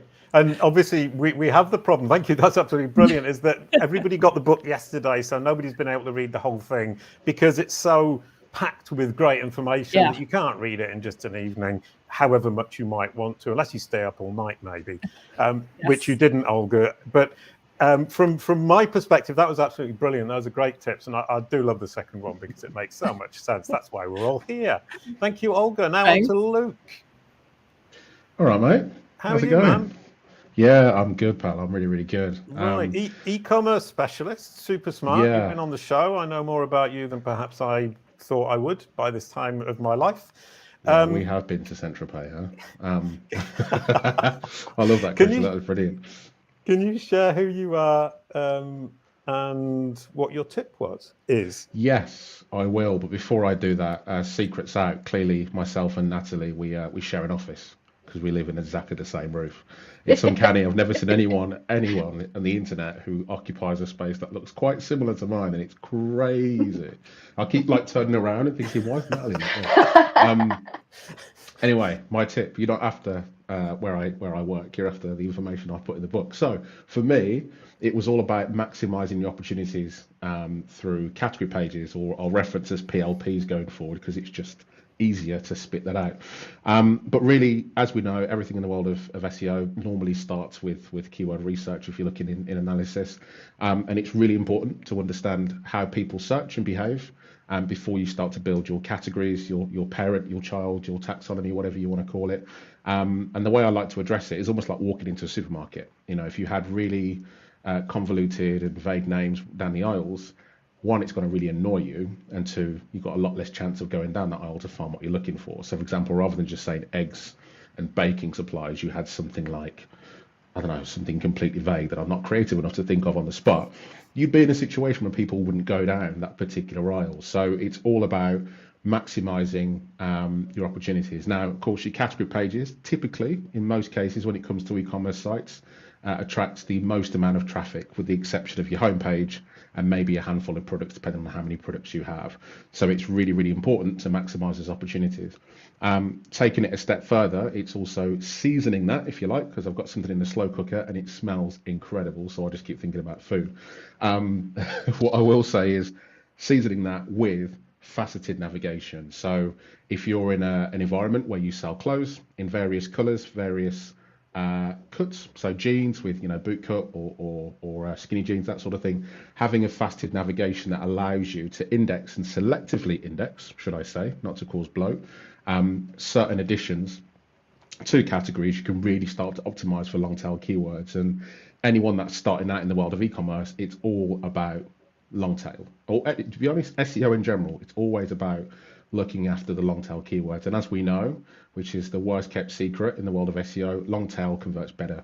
And never listen to zero queries that you find in your research. Even queries with 0 searches normally have traffic somewhere along the lines. So that was my tip, is really jumping into the meat of your category structure in e-commerce and optimizing that experience. Oh, absolutely brilliant. Categorization and ontologies, that's delightful and wonderful, and fits well into schema markup as well, because that's a great way to express the ontologies and the categorization. So, Luke, have you had time to read the book? I'm going to stop asking the question until somebody tells me I've read the book, analysed it, here's my best favourite second tip. A bit I have. Brilliant. But what I will say is my kids fangirled a little bit because they saw my name on the back of the book. I'm like, oh, Dad, look at you, you're famous. I'm like, hold on, kids. Q, get my signature in a minute. But it was great. I think for me, the number one tip that I took away from it was Izabela's. Izabela's actually, I'm slightly biased, but she's a good friend of mine. We used to work together some years back, but it was all about the basics. And I think, you know, we all go after the new and shiny, whether it's SEO, whether it's technology, whatever it is, relationships, whatever it is. We always think about the new and shiny stuff, but if you get your foundations wrong, just like if you're building something out of Lego, it's gonna be a problem. You're gonna come up against it at some point. So I think, you know, whether we are talking about categories, whether we're talking about, you know, Crystal and Schema and what she's up to, GSC, it really is important to just focus on the core foundations, build it properly first time if you can. And I understand it's very easy to say, and then you bring in context of platforms and CMSs and politics and bureaucracy and all that sort of good stuff. But really, if you focus on the basics, you'll be rewarded and it will pay its dividends later on down the line. And I think that's quite often missed and really underappreciated. So I think Izabela nailed that. And I'm really happy you put that at the front of the book, because it meant that was the first tip I read. And I think it's probably one of the most profound in the book. So yeah, I love it. Brilliant, wonderful. And what would your second tip be? What was the tip you almost put in the book, but you didn't? It's actually not really an SEO one, to be honest, which probably would have meant I wouldn't have made the book anyway, to be honest. But what I will say is it's about payments and just making it as easy as possible for customers to pay, whether it's e-commerce or not. So, you know, if you're a globally renowned brand who sells products or services or digital downloads all over the world, then surely offer their native, you know, payment options in their currencies. Not everyone pays around the world with Visa and MasterCard, right? I mean, yes, they're massively popular in Europe and the Western world, but in China, other parts of the world, in South Africa, there's many different ways to pay. So just make it easy. Just imagine going to a supermarket again. I know I keep using that as an analogy, but I really do need to go shopping later on. But imagine a situation where you walked into a supermarket and the only thing you can do is pay by cash. It would be infuriating. You just wouldn't go. So self-checkout, I guess there's other ways in which you can pay. There's tills, there's happy people who are happy to serve you, cash card, blah, blah, blah, contactless, Apple Pay. Make it as easy as possible for people to hand over their bloody money. And I'll be honest with you, so many clients make the mistake. Goes back to fundamentals again, really. But yeah, that would have been my second tip, which isn't really SEO at all. But it helps every business, and businesses do SEOs to drive sales, and that helps sales. Wonderful. Thank you very much, Luke. Helen, delightful to see you again. Hello. I know you, but maybe people in the audience don't. Can you introduce yourself? I can indeed. I just want to point out that my relationship with Jason actually crosses different countries. I think we met first in London and then again in Paris. So I think I'm winning so far. But other than that, my name is Helen. I'm an SEO manager at iTech Media. Wonderful. And you love your job in SEO, and you had a great tip, and I read your tip, so I actually know what you're going to say. Oh, good. Do you want to summarize it, or shall I? It I'll would go be for it. taking the glory away from you, wouldn't it? Indeed. So my tip was all around intent mapping, specifically about being really, really granular with your intent mapping for your core pages on your website. And by intent mapping, I mean making sure you really, really understand what a user is looking to do when they land on your landing page. For me, the user journey starts at the SERPs. So you want to make sure that you are understanding why someone is searching for something, what they intend to get as an output of that search, and making sure that when they land on your web page, that's exactly what they get. And for me, I feel like as SEOs, we often do this the wrong way around. So we're looking very much for chasing the keyword and making sure that we're ranking, whereas actually we want to make sure that we are fulfilling a user's needs. And off the back of that, because Google is getting ever so smart, we should be ranking for those keywords anyway. But really, we need to be focusing on how are we fulfilling a user's needs when they land on our landing pages. So that could be, what type of content are we presenting them with? How is that content displayed? What else are we signposting from that content that will actually drive them deeper into the website? And intent mapping really should dictate everything about a page. We need to stop trying to silo SEO off as this kind of traffic generating marketing channel only, and start looking at it as a more holistic piece of the user journey. Brilliant. So I'm kind of mapping into Luke as well, is that SEO plays into everything else, and everything else presumably plays into SEO. That's absolutely wonderful. Did you have time to read the book? I absolutely did. Oh, I read some of it, I promise. I read you're quite a a very bit of it. good liar. I actually thought you had. Sorry. No, I did read quite a bit of it. My favourite tip is one that actually I wish I'd have come up with, but it was Sai from Word Remit talking about training up the next generation. And I think that's really key, because we need more people to understand what SEO is. We need more people to be coming through the ranks, because we need fresh perspectives. I think as people that have been in the industry for quite a while, we can get a bit fixed in our ways, and we stop looking at actually ways to innovate. So training up that next generation is really key. So I was really pleased to see that tip from Sai in there. That's absolutely brilliant. Yeah. Okay. And what was the secret tip you didn't put in that you can now share, or perhaps it's not so secret? It's quite similar to Sai's, actually. It's not necessarily strictly about SEO, but it's more about making your life easier by training up other people. So for whatever type of organization that you're in, or whether you're a consultant who actually goes into different organizations, it's about training up people in SEO so that they understand more about what you're getting at and why you're getting at it. So if you need to be speaking to content writers about SEO so that they are writing content SEO first with that mindset, or you're talking to your product managers and making sure that they are really promoting their products with an SEO first mindset. Train up your developers so that when you ask them about canonical tags, they know what you're talking about, and you don't have to go through that every single time. It's about making sure that you are positioning SEO as being so crucial and so important to a company that everyone is asking you for an opinion on SEO so that they can get better at their jobs. So it's that training people up, making sure that you are an advocate and a champion of SEO, and trying to get your business to think SEO first. Oh, absolutely brilliant. That was genius, Helen. Thank you very much. Now, I'm going to be really rude, Natalie and Motoko. I'm going to cut in and give my part to the book, because it segues nicely from what Helen just said, all about education. But I'm saying educate Google. Google is a child. It wants to understand the world. It doesn't have the information, or at least it doesn't have the information in a way, organized in a way that it can actually truly understand and be confident in that understanding. And our role as responsible adults in the room is to educate Google about who we are, what we do, and who our audience is. Because once it's understood that, it can start mapping its users' needs, its users' intent to what we actually have to offer, genuinely have to offer. And then I can move into my favorite tip from the book was Lily Ray, because she talks about EAT. Because from an EAT perspective, if Google cannot understand who you are, it cannot start to apply the signals of EAT to you, so you will not benefit from them. So you really need to educate Google. And educating Google, it's a child, and it's got a plate, and it's a broken plate, and it's trying to put it all back together again from the fragmented information it finds around the web. Now, what it does is it puts it together and it thinks, okay, that's probably true, like a child, but it's not sure. On your entity home, which is the about page on your own website, you provide it with the complete puzzle, with the plate all put back together again. And then the child can compare its version to your version and say, yes, I was right. And I can be confident in that understanding, because it's not just understanding, it's confidence in that understanding for this child that is Google. And the other aspect is sometimes the pieces of the plate don't fit in because they're the wrong shape. You need to go and fit them together, file them down to make them all fit together so the child has the perfect plate.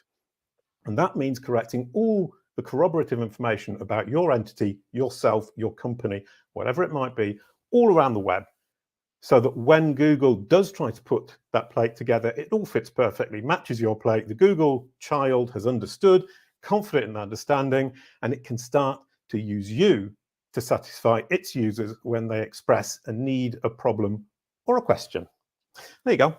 That was really simple. Now on to Natalie, who I haven't met either. I do love your rooftop room. I like it more than Luke's, even though they're exactly the same. Thank you. Yeah, I'm not unfortunately in the same room as Luke. I'm down here in stormy Brighton. I'm Natalie Arney. or Nat, most people know me as. I am an SEO consultant. Yeah, based here in Brighton. I work with a lot of kind of purpose-driven brands, and do a lot of kind of interesting and fun things with them. My tip was to don't forget the basics, but also make sure that you're aware of the kind of the dangers, the lurking dangers of the growth and the growth of the passion of JavaScript. That more and more site owners, more and more developers get more and more excited about JavaScript as the years go on. And as SEOs, what we seem to find is that it builds more and more barriers. And it's just making sure that we work together with developers so that they know and understand the implications that things like JavaScript can offer us. We don't need to obviously know and understand how to program it ourselves, but what we need to know is what is the impact of a certain piece of script. Is it blocking rendering? Is it stopping a certain piece of content from actually being crawled, indexed, ranked?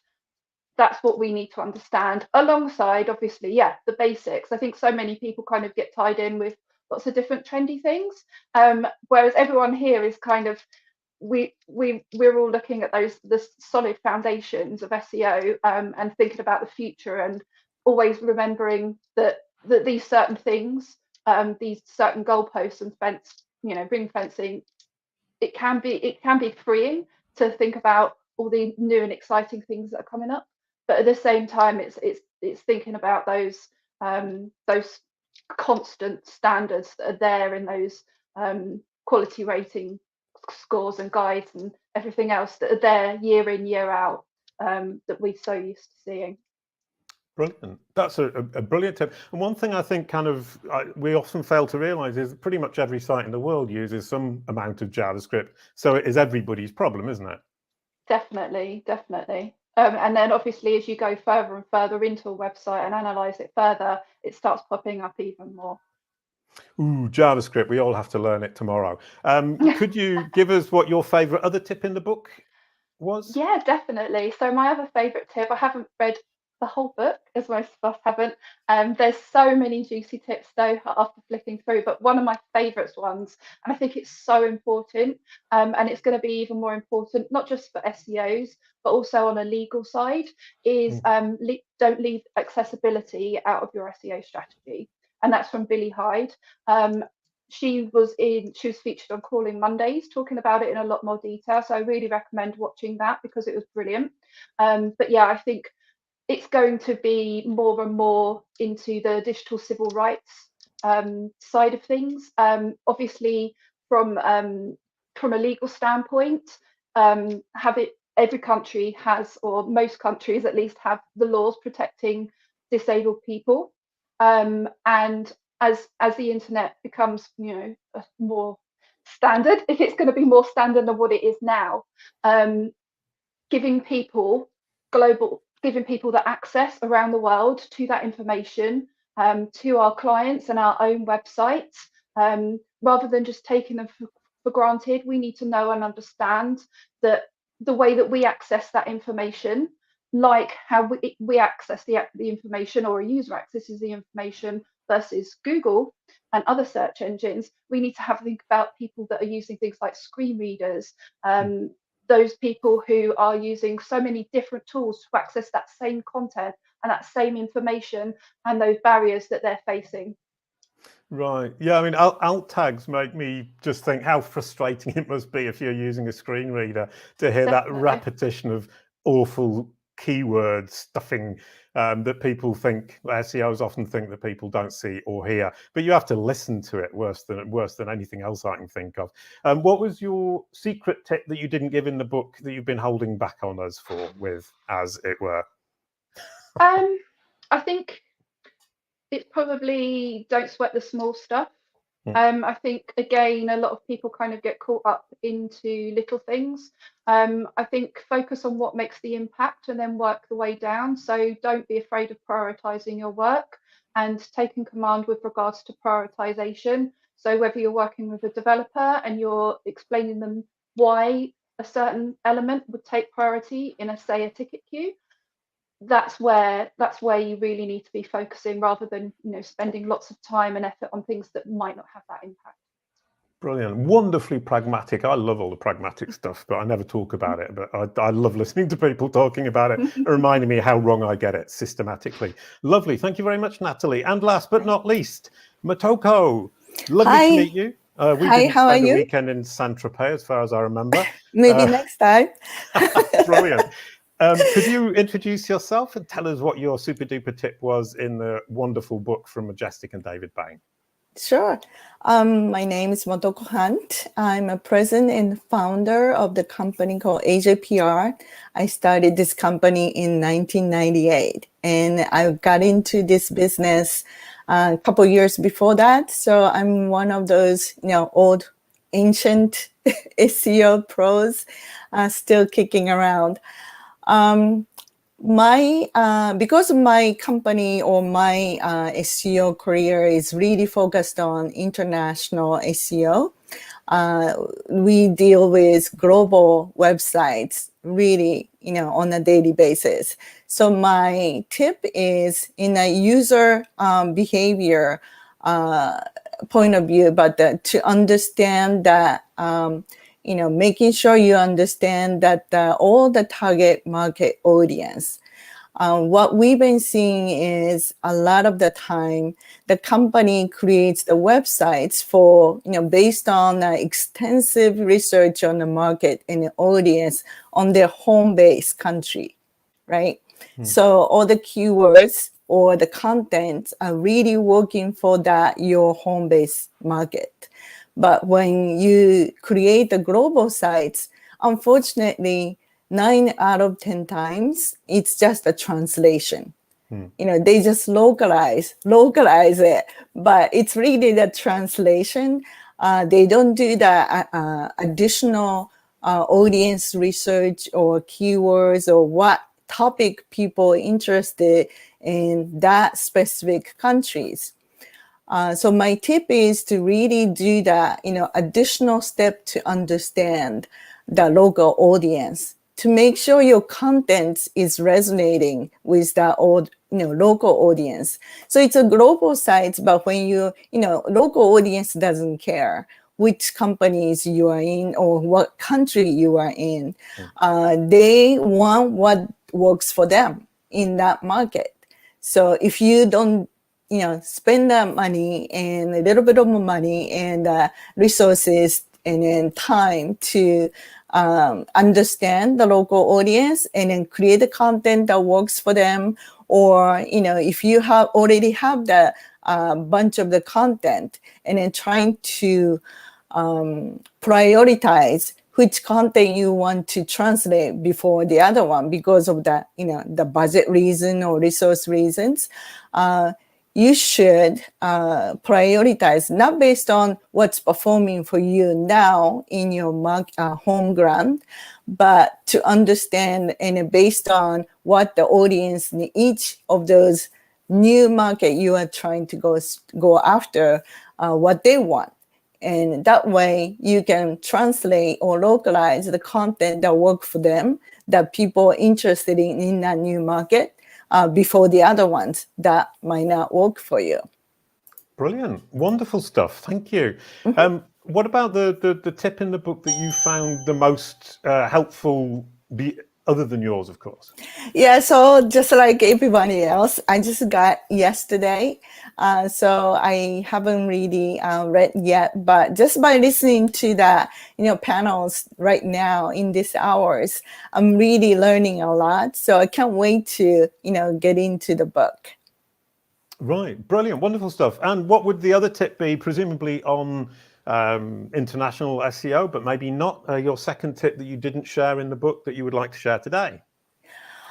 So, the tip in the book is more on understanding the audience, but I want, if you are going after, especially in the market that people might be using something other than Google, like Yandex, Baidu, Naver, Yahoo Japan, you want to understand what those engines are and how their algorithm works for your website in order to rank the content in their search engines. So what we've been seeing is that sometimes that company optimize the website super cater to Google's algorithm and they do really well. But some of the things that work for Google doesn't work for the other search engines. So by going after or optimizing way to finding tuning for Google, your website doesn't rank at all in other search engines sometimes, especially in the Baidu. We see a lot of the time, like you put the important content in the JavaScript because Google might see it, but Baidu doesn't. So those are the things that you need to understand when you are, really want to go after those markets that people are using something other than Google. Make sure that your website is optimized or at least, crawlable and indexable by those search engines too. Wonderful. Yeah, and let's not forget about Bing. I mean, Bing is obviously smaller than Google, but sorry, I'm not criticizing what you just said. I was just thinking, wow, yeah, Bing. And that applies to all of us, even if we're not on the Chinese market. Bing is, 10% of the market? I think they're vastly underestimated as a source of traffic for us all. And their algorithms obviously work in a similar manner to Google, but not exactly the same. So I would add to that, if I may, let's all pay attention to Bing, even if we're not particularly focusing on it. Bing, I like Bing. So that's absolutely brilliant. We've gone through this entire discussion. We managed to keep it well under the time I was planning for. So we have 10 minutes for a friendly chat. And the question now is, what topic should we chat about? Has anybody got an idea they want to throw into the ring that somebody who has just spoken inspired them to think during this conversation? You really want to share it? Who's going for it? That was a very, very, very embarrassing silence. Crystal, off you go. You're going to save the day again. Yeah, I think there's been a lot of discussion about making sure that people are looking after the fundamentals in lots of different ways. And I think that is absolutely the case. I think sometimes clients get a little bit bored when you're going over like they're indexing over and over and over again. But and when you do them like a new Wizzy blog or you add a new section to the website, that's lovely. But if Google can't see it, then what are we doing? And so, me going over, like, we've got to sort out these links. We have to sort out this thing. We have to sort out this, this in the robots.txt or whatever it is. Like, it's not always very exciting, but it's really important. And that's what they pay us for, is to do stuff that they're not that interested in.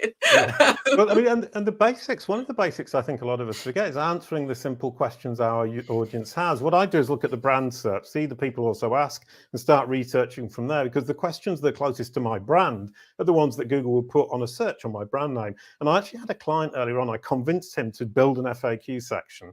And he was complaining that not complaining, but obviously he was frustrated, excuse me, that we weren't making as much traffic progress as he'd wanted. And I isolated the FAQ, and in 4 months he's gone from 0 to 250 visits a day.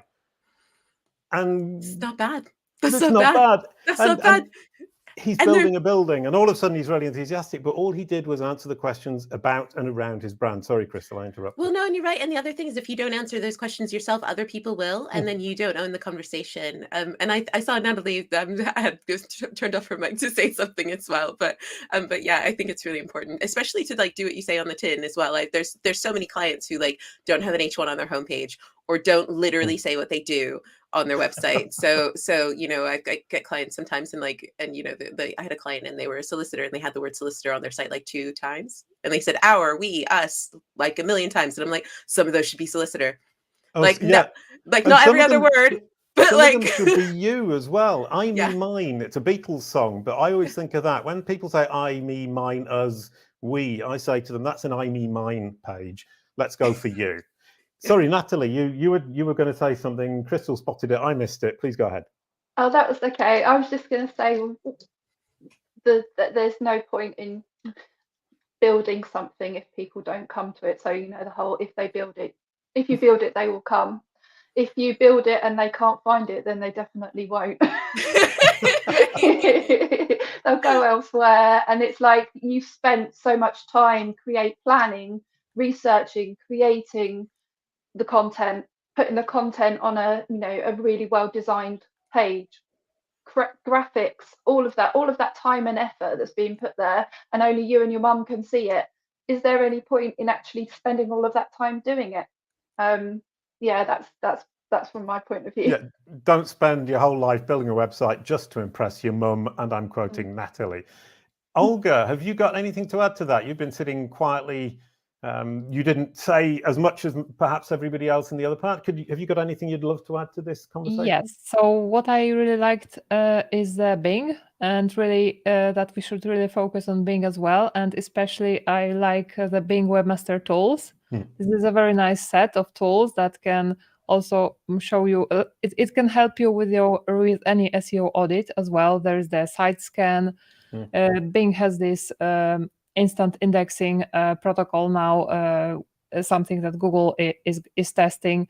So it is really also nice to kind of always see what's there in Bing Webmaster Tools, even if your traffic from Bing is usually like 10 times less than in Google. And one tip as well that just came to my mind, if for example you are auditing the site in terms of traffic loss, it is always a nice thing to compare your traffic trajectory in Bing versus in Google, and usually you can see whether this is a Google kind of thing or whether it is a technical thing on your site. I thought you were going to say whether it's a Google thing or a Bing thing, because that would have been fun, but or a it doesn't make sense. Thing or a technical issue on both. Brilliant. Yeah, we were talking on a Duda webinar with Fabrice Canel about Index Now. He's the guy who runs BingBot, and he's phenomenally helpful, phenomenally kind, phenomenally intelligent. And talking to him and listening to what he's got to say about crawling and indexing, or in fact, discoverability, crawlability, and indexability, it's incredibly interesting. And he lets a lot of cats out of the bag because Bing have got nothing to lose, and he's incredibly open about what it is they're doing and how they're doing it. I love that stuff. So who else has got something to throw in the ring so I stop going on?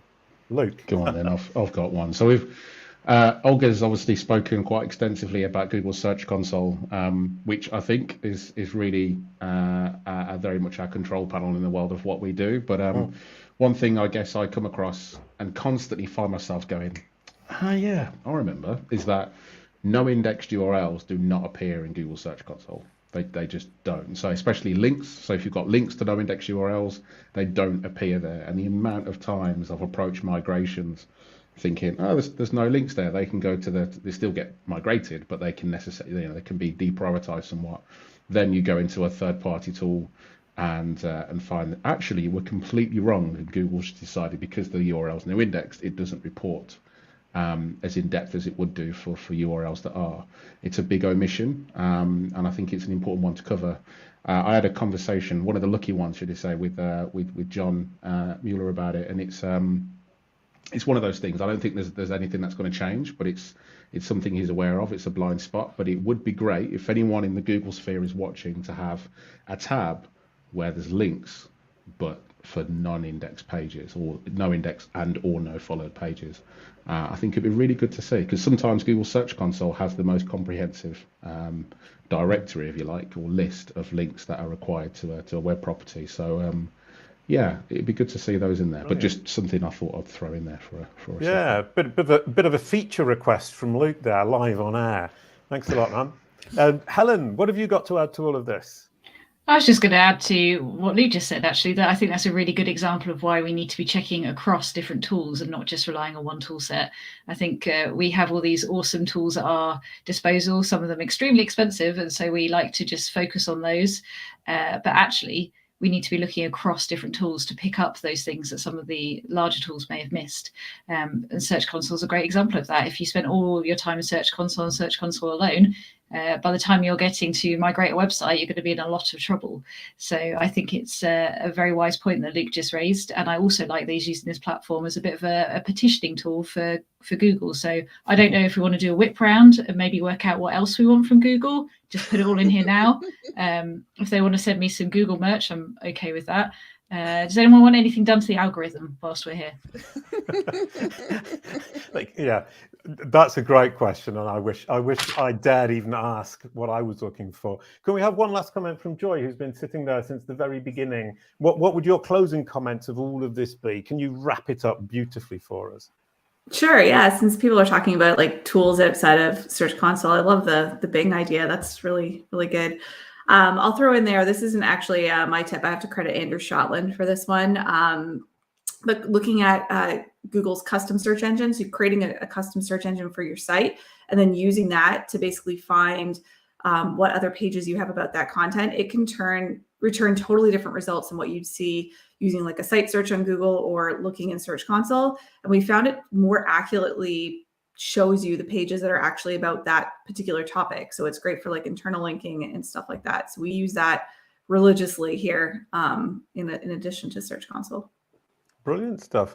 Well, thank you very much to everybody. That was the most delightful discussion and some amazing tips, and lots of people who got the book yesterday, unfortunately. And I do apologize, Joy, for asking you to wrap it up, because that's that way David's job.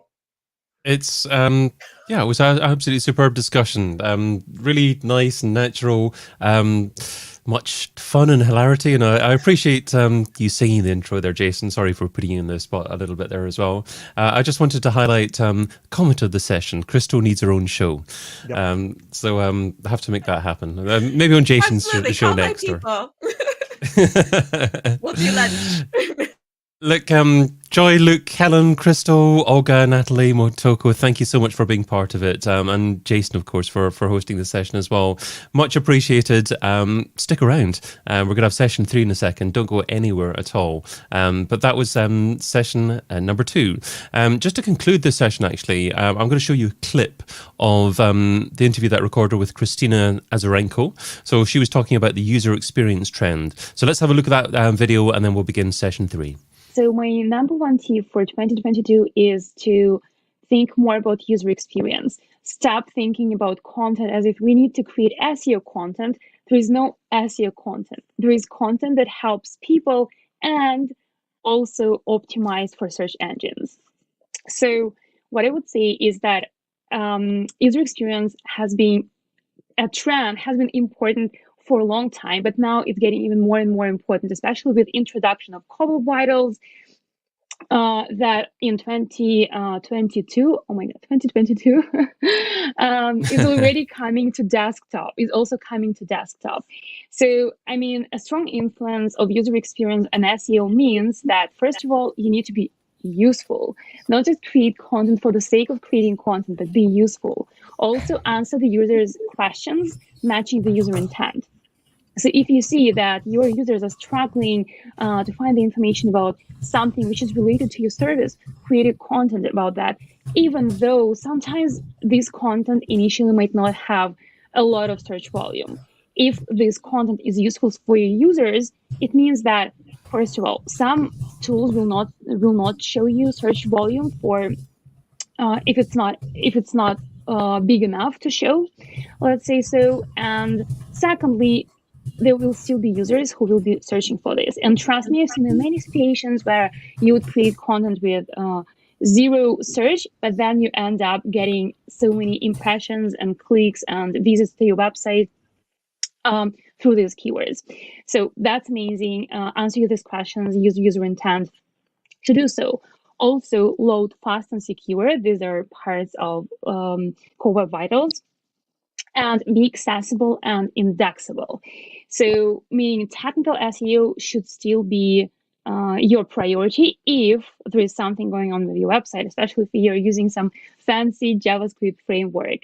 And as I said, just stop thinking about content as SEO content. Just think about content as the way to help your users and also drive users to your website and to your products, to services that you provide through good user experience and optimizing content. So how do search engines actually measure user experience? I mean, it's one thing to deliver great user experience, and you can understand from a usability perspective why you want to ensure that your users are happy, but it must be quite tricky for search engines to determine what's a better user experience than something else. So what are your thoughts on that? Yeah, exactly. I would take a holistic approach, a holistic view of the user experience. So first of all, matching user intent with your content. In terms of SEO, for me, it's part of user experience. User experience in this case is not like a designer. A designer would think of it, right? Just like have the right colors, typography, and all this kind of stuff, which is good. But the user experience, what I'm talking about, is more like is a more holistic view of it. Then user experience is making sure that the content is accessible, is making sure that using your website is not hard. You don't have interstitial. So basically, qualitative ways for Google to estimate how good your user experience is through Core Web Vitals and through looking at the content, like those interstitials, pop-ups that can be sometimes annoying. That's something that Google looks at, and also obviously user intent. And plus, there is also semantic SEO layer, where you don't want to just if you can answer a question with in using like 50 words, and this will be exact answer to the question, you don't need to go to beat around the bush and write 500 words to answer these questions just to get optimized. So that's what I would consider as user experience, and Google has direct and indirect ways to measure this. So that was Christina sharing her thoughts there for the book SEO in 2022. You can see the whole video on the Majestic YouTube video channel. Listen to the podcast, of course, as well. Just go to SEO in2022.com if you want to get links to the book, the podcast, the video, however you want to consume the content. So next up, it's time for section 3 of the book, and that's Deliver. And the host for this section is a gentleman who is a Majestic brand ambassador as well as CEO of InLinks. His tip in the book was not to ignore passage indexing. Welcome, Dixon Jones. Hi, David. Thanks very much for and this has been great. By the way, if you haven't got the book, so as you can see, I've prepared for this this meeting here. Wow. And all these sticky things are where you guys are all in the book. So I thought what I'd do is it feels like a pop concert, doesn't it? Everyone. Yeah. I didn't put myself in there. I did read and remind myself that I was talking about passage indexing, but if we get onto that, then fine. But what I was going to do is going to go through the sections in order, so we sort of go from the start of the book. Right, we're well and truly into the book now anyway, through to I think about the page, it's 320 pages, this book. It's incredible. But before I do that, hi to Bibi, hi to Antonella, hi Paige, hey Corey, hi Roxana, hi Gus, hi Maria, and unfortunately Dre can't make it, so he's not feeling well. Gus, maybe you'll jump in on his one. I'll try and maybe bring you in twice so that Dre still gets his say, his day on stage. And I think I'm the only one with one of these T-shirts as well. So I've last year COVID, all the stuff from Majestic that was going to be on shows and things sort of got lost, and I went up to the offices the other week and saw it and stole it. So I think I'm the only one with one of these T-shirts. So guys, okay. So anyway, thank you ever so much for coming on. Paige, you're the first one in my order in the book. Just in case there's anyone out there that has got the book and has got the printed copy, the one thing I have noticed is there is no index of where you are in the book in the printed copy. So we're going to go. Paige is on 111. Bibby's on page 212. Paul is on 234. Corey's on 204. Roxana's on 251. Gus is on 225. And Tanella is on 287. And Maria is on 248. So if you want to look up your favorite author there, then I've thrown out the number. But Paige, you're on page 111. How are you? Just tell us a little bit about Paige and Roast. What a great number to get, 111, like all the ones. So I'm Paige. I am head of SEO at an agency called Roast, based in London.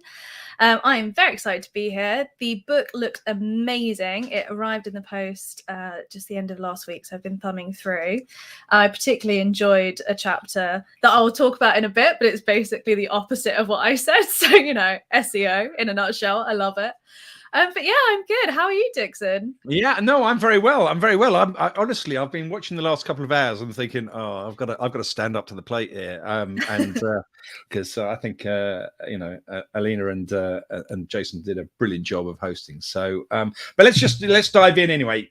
Paige, you went into keyword research and said don't lose focus on keyword research. It's going to be as important as it's ever been, and SEOs need to make sure they are not just automating it.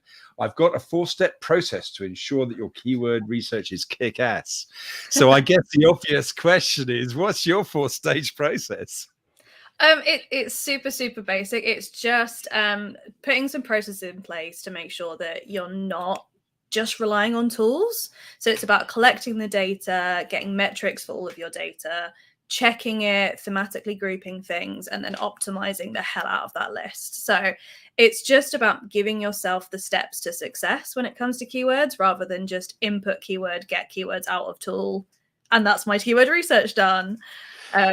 So you're thematically grouping. How do you go about thematically grouping keywords? And what's your thought process?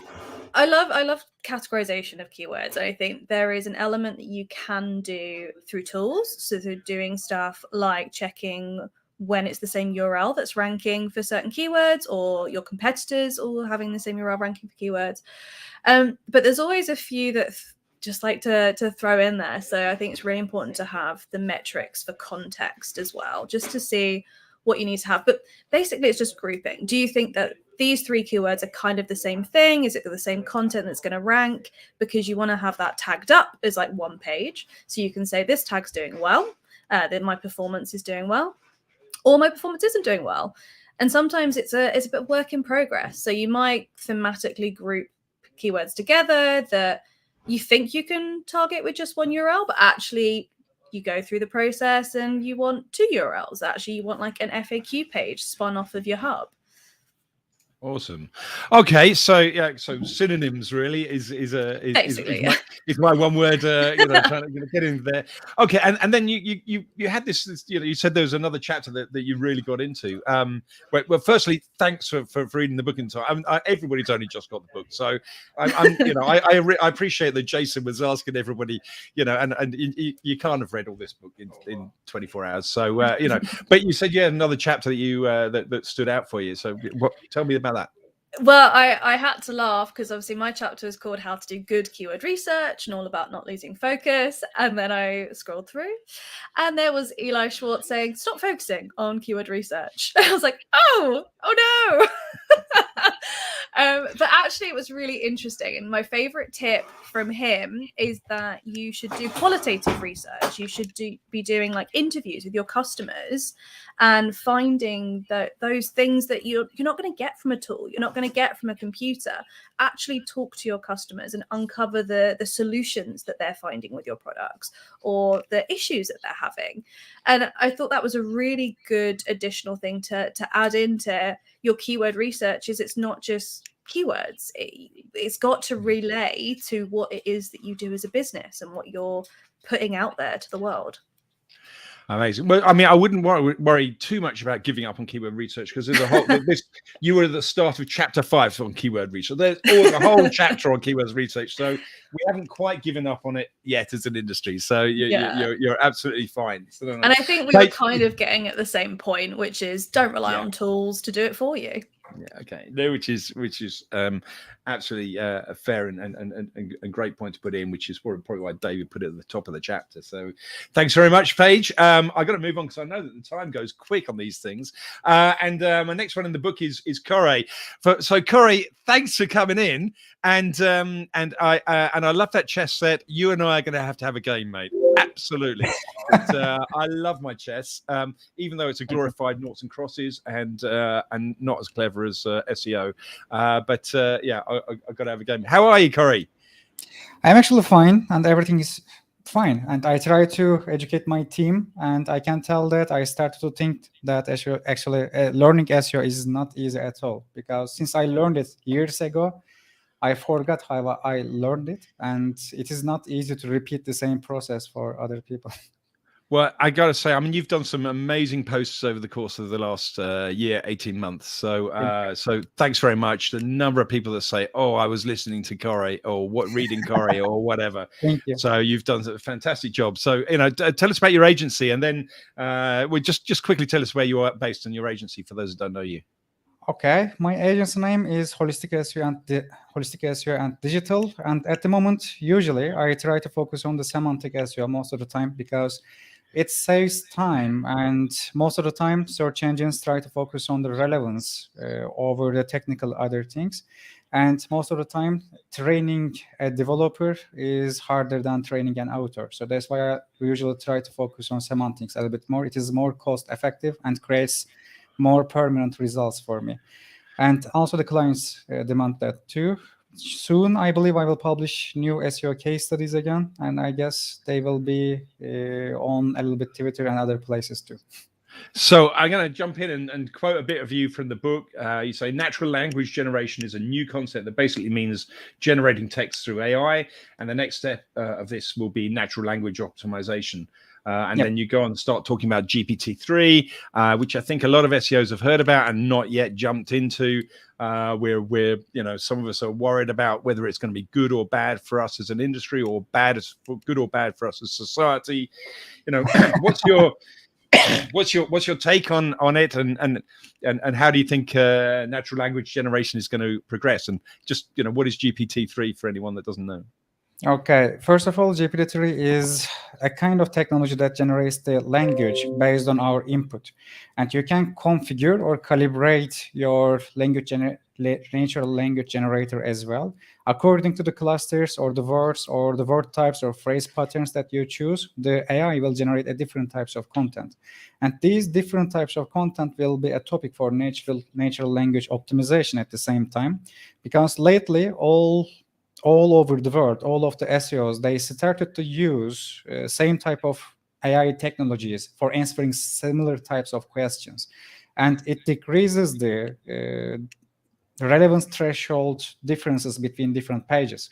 So it might force search engine to de-index some of the pages, or they can actually decrease the threshold for being counted as a duplicate page as well. So that's why natural language optimization will be a kind of technical advantage. That's why I also try to learn transformers so that I can also generate more content in a cheaper way and also in a more unique way as well. Do you think Google's going to try and fight natural language automation, or do you think it's going to try and work with natural language automation? To be honest, fighting against it is like fighting against the crypto coins. So there is no victory there. So in this context, they will need to adapt it. And the other thing is that, according to Sergey Brin, the Google, it is not created for websites. It is created for users, and natural language generation, it is useful for users. So in this context, as long as the content is unique, beneficial, and also in a way, as long as it is useful, the Google will adapt it. But web is bloating and it is increasing their costs. So because of that, they can improve some other signals weight on their algorithm to decrease this type of side effects of the NLP and NLG. So, okay, which I mean, I think this is all really fascinating because I did speak to a Googler about that question, and they put together an interesting point back to me. Is Grammarly good or bad for SEO? And it's really, in a way, there's an extension of this. Grammarly is already machine learning. It's checking our errors, it's finding our errors, and most of us will use it or something like it, or a spell checker at least, hopefully. Not me, if you've seen me in type. So it's going to be an interesting philosophical comment going down as this AI stuff. So, okay, Corey, I've got to move on because I haven't got time to ask your other tip on the thing, but not least because I've just seen what Bibi is wearing on her face, and and I think it's brilliant. You're in the spirit of it. Christmas is here, and New Year is coming. Bibi, how are you? I'm good. I got into a little bit of panic because I was like, oh no, I gotta read the book, and I just got the book I think yesterday. Don't worry. So Don't worry. You're all good. Honest, I felt like that kid that has to do a paper and they cram everything to the last minute.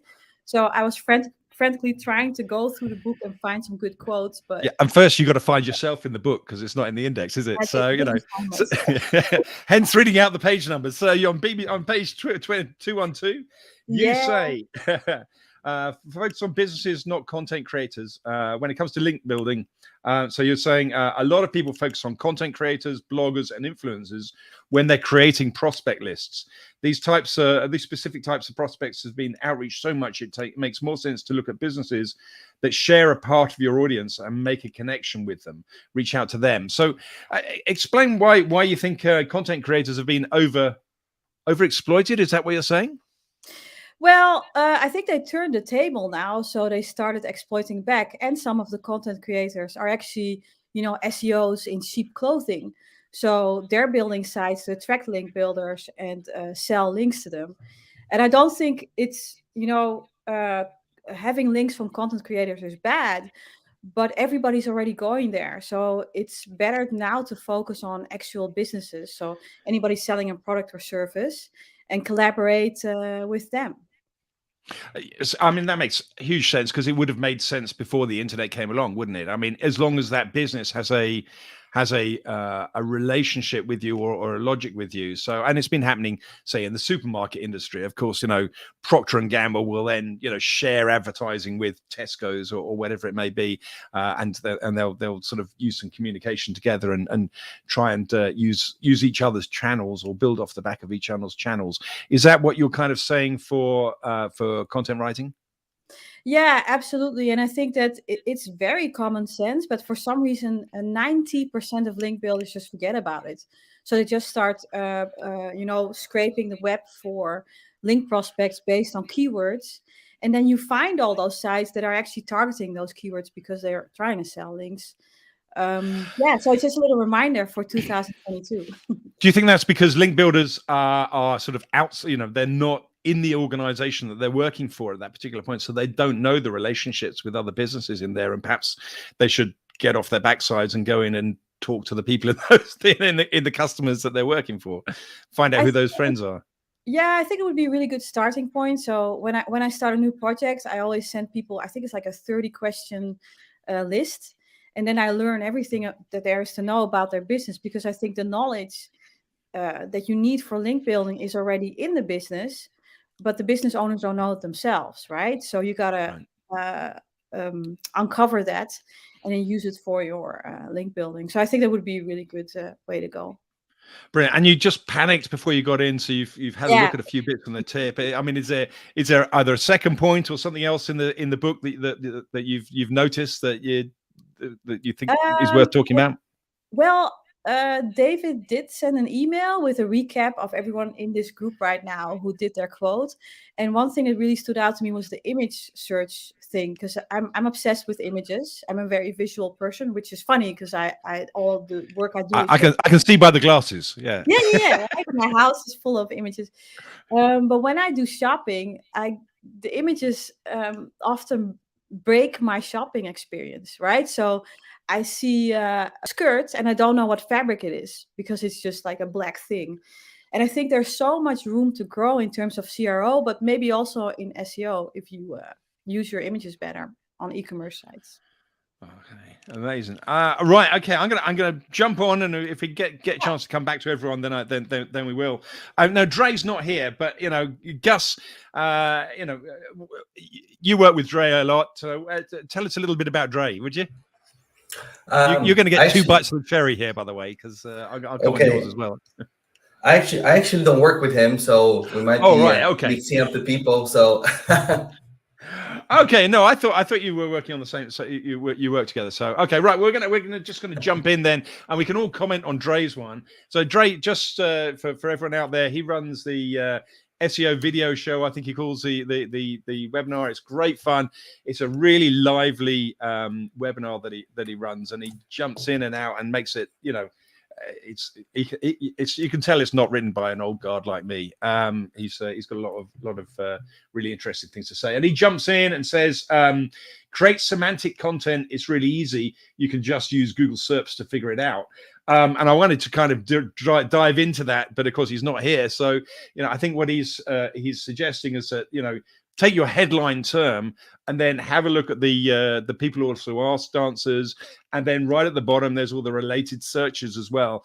And he was suggesting that you use that to try and build up your content plan, if you like. And if I'm misquoting him, I really apologize. But is that something that anyone out there in the team have used, have tried, have worked with? Paige, tell us, you find that useful?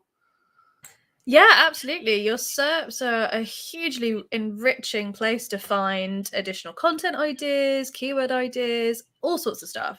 I don't know if I mentioned it in the book, but Googling it is probably one of my best tips for anyone, any SEO ever. It's because they're always getting even richer every day as well. All these new SERP features are so exciting. So yeah, I think so. And I think the rich snippets also brings out a huge amount of extra opportunities for SEOs to engage with Google.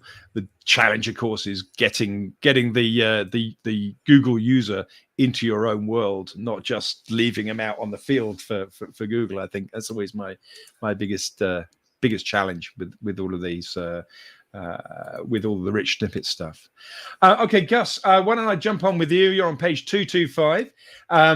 Tell us about yourself and where do you come from, since I completely misread you there. Yeah, no problem. Hi, everybody. I'm Gus from Teamwork. We are a project management software, and I'm based in Ireland. I'm from Brazil, but I'm based in Ireland. I do have a point about Dre, though, because I was reading his chapter. And something very simple that he talks about is just, using the people also ask as your headings on certain pages if you're answering the question. And, it's kind of obvious, but I don't think I ever did that.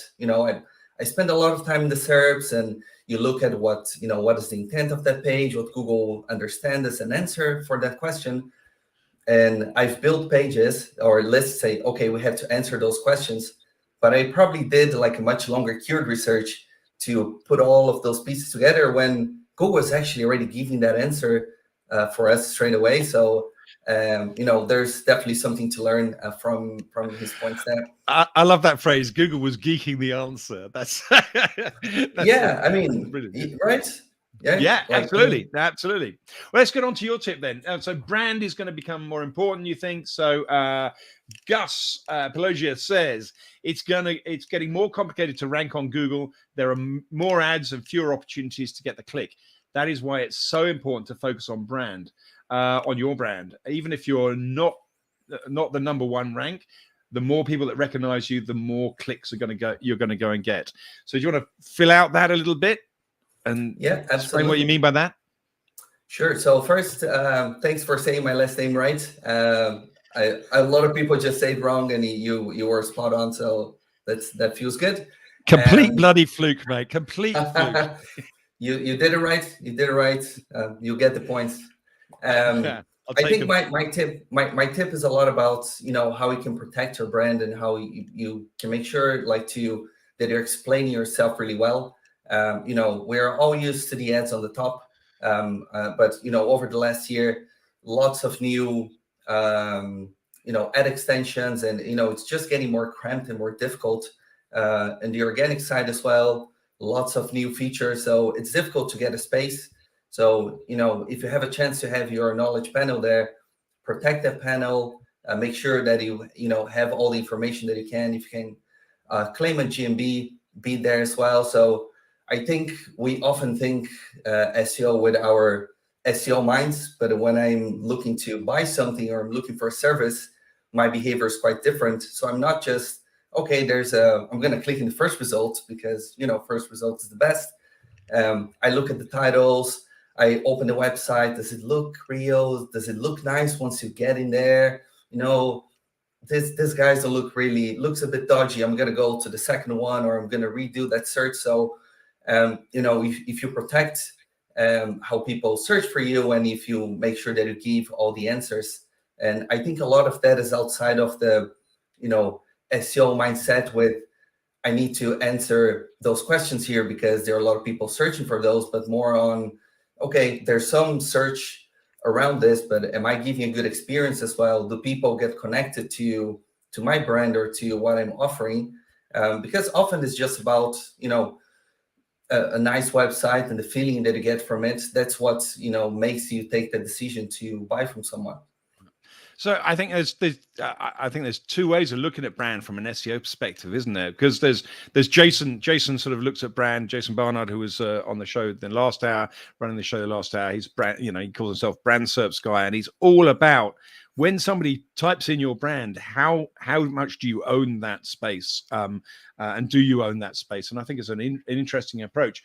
And the other approach though is aligning your brand with your vertical really, really clearly. And I think that this is something that's easier for smaller businesses than it is for larger businesses, or rather, it's hard for a business who starts to lack focus. So I feel I apologize to Keith, who's going to come on next time round. He was IBM, but a behemoth like IBM has so many different angles. General Motors has so many different things, from credit cards to cars to all sorts of machinery and stuff like that, that it becomes very difficult for GM to be aligned with an individual sort of a set topic. So I think that's a real advantage possibly for us as for smaller businesses or for niche businesses to get this semantic alignment, if you like, as long as we don't try and do too many things at one time. I think if we're trying to go to two products to do two different markets, that's going to make things 4 times as difficult for SEO. I mean, would you say that's fair, Gus? Yeah, I think that's fair. I think you need to find how people are searching for you, and which are the places that you want to tackle. Maybe some of your divisions are not really searched too much, so maybe you don't need to put all that attention on that, or maybe you can look for a view that covers a bit of everything. I really love all the stuff that Jason talks about. I do spend some time on Wikipedia, even just to make sure that the information has to be factual, but at least is explaining what my business does on a fair way. I know Google takes a lot of information from there. I spent quite a bit of time over the last months playing with Wikidata. I don't see a lot of people talking about it. I think it might be one of the things that Jason works on, and it takes a while to work. But I got myself a knowledge panel just by following some of those steps. Filling my profile and creating those those connections as well. I don't see a lot of people talking about it. I don't know if it's a place that I should be touching too much. But I'm just getting myself anymore. deleted off of Wikidata just as we speak. So once again, my world goes wrong. But I think you're right. Wikidata is a pretty valuable source, but one that you could SEOs enter with or manipulate with at their own peril, because it's going to come back and haunt them. Which is I think you need to be it's difficult because SEOs, a lot of people tend to spam things. If they find a thing, they're gonna use to exhaustion. But my rule was, take it slow, build the little things. Don't touch your competitors. If they want to do it, just and the big fair things will to come. be well treated. Yeah, exactly. Yeah. Okay, I got to move on because we're running through the hour rapidly, and I've got I'm now on page, where am I? 248, I think it is. Maria Amelie White, how are you? And tell us a little bit about yourself before I jump into your quote. I'm good, thank you. Can you hear me? Yes, we can. Brilliant. Well, hi, everyone. Thank you so much, Majestic, for having me. My name is Maria Amelie White, and I work as a head of SEO at Kurt Geiger. I started just a few weeks ago, so I'm fairly new. But before, my tips included on the book are on the back of my previous job, which was with small businesses and with e-commerce SEO. So my background is on all kind of SEO. I've been on SEO for 12 years. So it's been. So I have to say, I don't know whether there was some quick editing before the book went to press, but it talks about Google Business Profile instead of Google My Business, which is great. You got a little one. Do you want me to jump back with the chart? Another one? Sophie, come here, baby. I'll tell you what, Maria. It's live. okay. We've only got 200 people on the call. Not to worry. It's okay. Do you want me to jump back in 10 minutes? No, 5 it's minutes? fine. She just always just comes like that. I just came, but it's all right. Sorry. Excellent. Oh, brilliant. Okay. So Maria, you said anyway, I was just saying that the book the book seemed to manage to talk about Google Business Profile instead of Google My Business. So someone's done a great job. Exactly. When the interview was made, it was just about a week or so before the change. So there is that mistake. Well, no. It's all been updated for you. So you say include alternative content strategies in your SEO that can be Google Business Profile, formerly GMB, SERP features, image optimization, feature snippets, and much more. It's not possible to add them all into an SEO search strategy, but try to include the SERP features that are aligned with the search intent for your users. So I guess my question there is, how do you see the search intent of your users and choose what kind of rich snippets or what kind of stuff to start putting into your site? Well, all of these ideas came on the back of having worked with small businesses and working on what it was with conventional or traditional SEO strategies like link building, not saying anything against link building, working with influencers, content, heavily obsessing over technical SEO. And when clients realize, I have good visibility, but my clients are not buying. So then after a lot of trial and error and testing, one of the things that has worked for me so far very, very well is getting to know your audience and understand your consumers, understand how they shop, how they behave, where the shopping journey start for your consumers. How is the shopping journey starting? Is it on kind of Amazon? Then maybe emulate the results or your content strategy according to that kind of result. Is it on Google My Business? Google My Business works a great deal because it kind of aligns with the search intent of my consumers, the consumers of my clients at the time. So it was getting to know your consumer via keyword research, via the intent of your keyword research, via data and all other things, and find out what is number one for the consumers of your clients.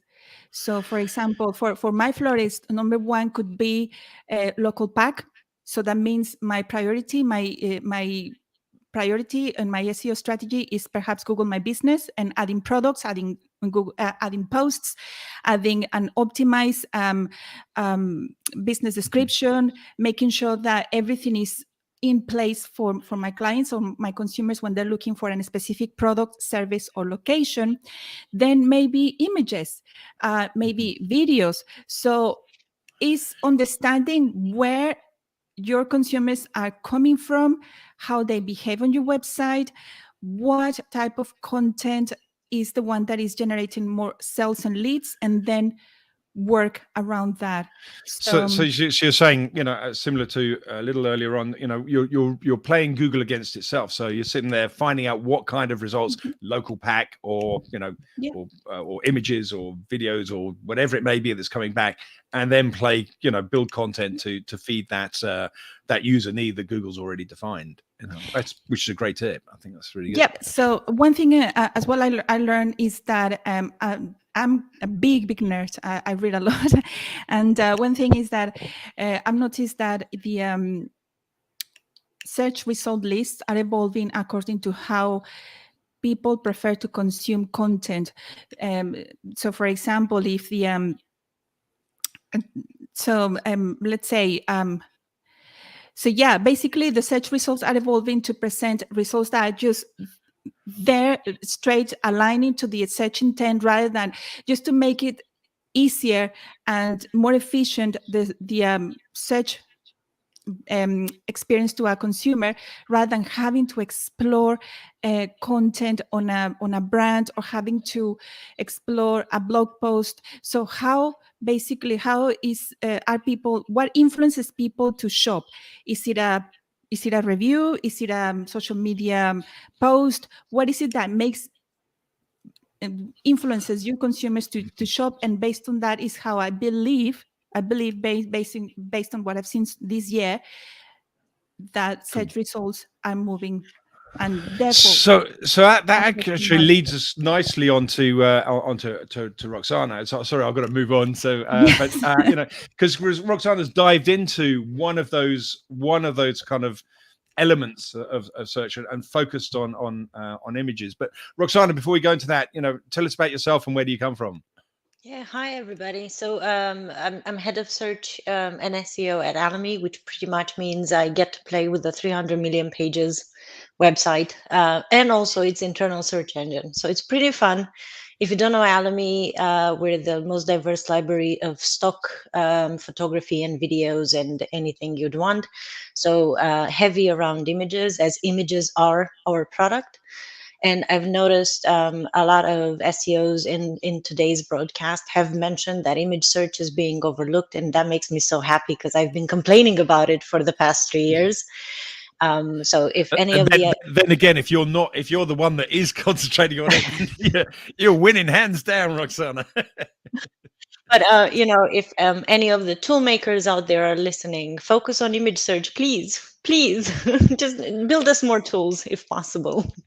Good, cool. Okay, so Roxana, you obviously you're in image search, and you say that images. You're on page 251 of the book, by the way. Images now playing a bigger role in product search. If you go onto Google and search for one of your best-selling non-branded product search, you might see some of the bigger brands competing against you. If you go to the same search on image search, you might be surprised to see that some of the names appearing are not the big brands you're expecting. Some of the big brands are not optimizing their images as well as they could. So I guess that's an opportunity for the rest of us, I suppose, if we're not sort of big brand co limited or PLC. So what are the tips then for optimizing image search? So that's the thing. It's not even a secret or anything. It's all common sense. You build a fast website, you focus on images so they do load fast, you focus on page speed everywhere and on UX, and you make a mobile friendly website, and everything also benefits in image search as well. And then you do have image-specific optimizations from file name to alt attributes and what values you use for them. But again, it's common sense, because that text is going to be picked up by, let's say, screen readers for accessibility. So you want to put in something descriptive that actually talks about the image itself. So, you know, I wouldn't call it necessarily SEO. I would just call it common sense around image optimization. Can I ask? I don't know. You may not know the answer to this question. Please don't feel the need to answer if I'm, you know, and you may know the answer and think I'm really stupid for asking. But if somebody uses alt text and a caption underneath the image that are contradictory, which one do you think Google is likely to pay more attention to? I like this question. I think the caption, because that would be visible text on the page, so it becomes part of the context around the image. So I think that would get a greater weighting in this case. And Google is smart enough to know that SEOs have been messing around with alt text since, you know, the internet was born, pretty much. So I would think it would care more about what we're showing users and trust that more than what we're hiding in the code just for search engines. Cool. And just because we've got just about got time, I don't know if you had a chance to have a look at any of the rest of the book. Is there another tip that you saw that's worth talking about, or is there something else that you have as a second tip? I did manage just to kind of skim, but there was something that caught my eye, and then I felt the need to read the entire chapter on the spot. So that was Kevin Gibbons' tip, and sorry, I wrote it down somewhere because it's a bit of a long name. So his tip was forecast your projected SEO success based upon business metrics, and I think it's such an important one because SEOs traditionally, we use traffic and keyword ranking as KPIs, but these don't always revolve around a business's goals, which is usually revenue. So I think that's an amazingly logical tip for SEOs, not just doing the business, but also getting the business in the first place, trying to get the budgets that we would want. You know, I think SEOs have been the underdog on budgets, and you know, business owners are happy to throw the money at Google Ads, and not so happy to throw the money at SEO. And probably it's because we're bad at framing our mission in terms of business metrics. Would you agree? yeah, because Google Ads comes back with ROI as a KPI, right? They say this is how much money you put in, this is how much we get out, which is perfect for a business. That's exactly what they want to see. With SEO, we say this is how much money you put in, this is how many people we bring to the website, but what happens then? Yeah. So usually not our business. So we should start with, well, how much Google not provided traffic have we converted, and that should be our starting point for our budgets, and then let the PPC people try and claw it back rather than the other way around, which seems to have been what's happened. So, Roxana, thanks very much for coming in, and last but not least, I hope I've got everybody. Antonella is way down on the bottom, back of the book, so you're obviously getting into some real nitty gritty on page 287. And Antonella, how are you? And who are you? And where do you come from? Yeah, I'm well. Good to see everyone. First, I want to say something a little bit unrelated, but I'm very happy to see the sort of panels being way different from when I started in SEO years back. So thanks. Everyone for organizing this. I think it's very important to see different voices within SEO. So very well recognized. So yeah, I'm Antonella. I work in SEO, been working in SEO for about 10 years. I am an associate director of organic performance at Assembly, X-Forward, PMX. And love SEO. And yeah. And so you've been talking about measuring beyond the click. So just so you're on page 287, and here's a quote from you. In the past few years, we've seen Google giving more and more space to paid features and all sorts of other SERPs, features in the SERPs. Even if you're in position 1, it probably means your click-through rate will be much lower than it used to be. And this means it's very important that you talk about the other work that you do that might not be so visible. So talk about that a little bit, because that may be, to a lot of SEOs, may take a little bit of getting their head around. No, yeah, sure. I think it's way simpler than it sounds, but basically, I like connecting a bit as well from what Roxana was saying from the other quotes as well. Basically, measuring our success just by looking at clicks might not be the right thing to do. There is much more that we do as SEOs, and connecting the dots between various parts of the businesses, moving.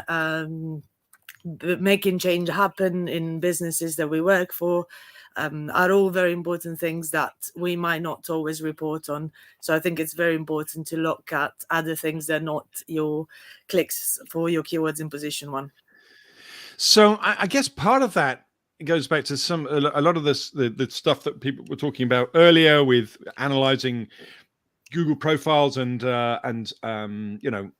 image search and other types of search and seeing how your brand aligns with those kinds of indexes within Google.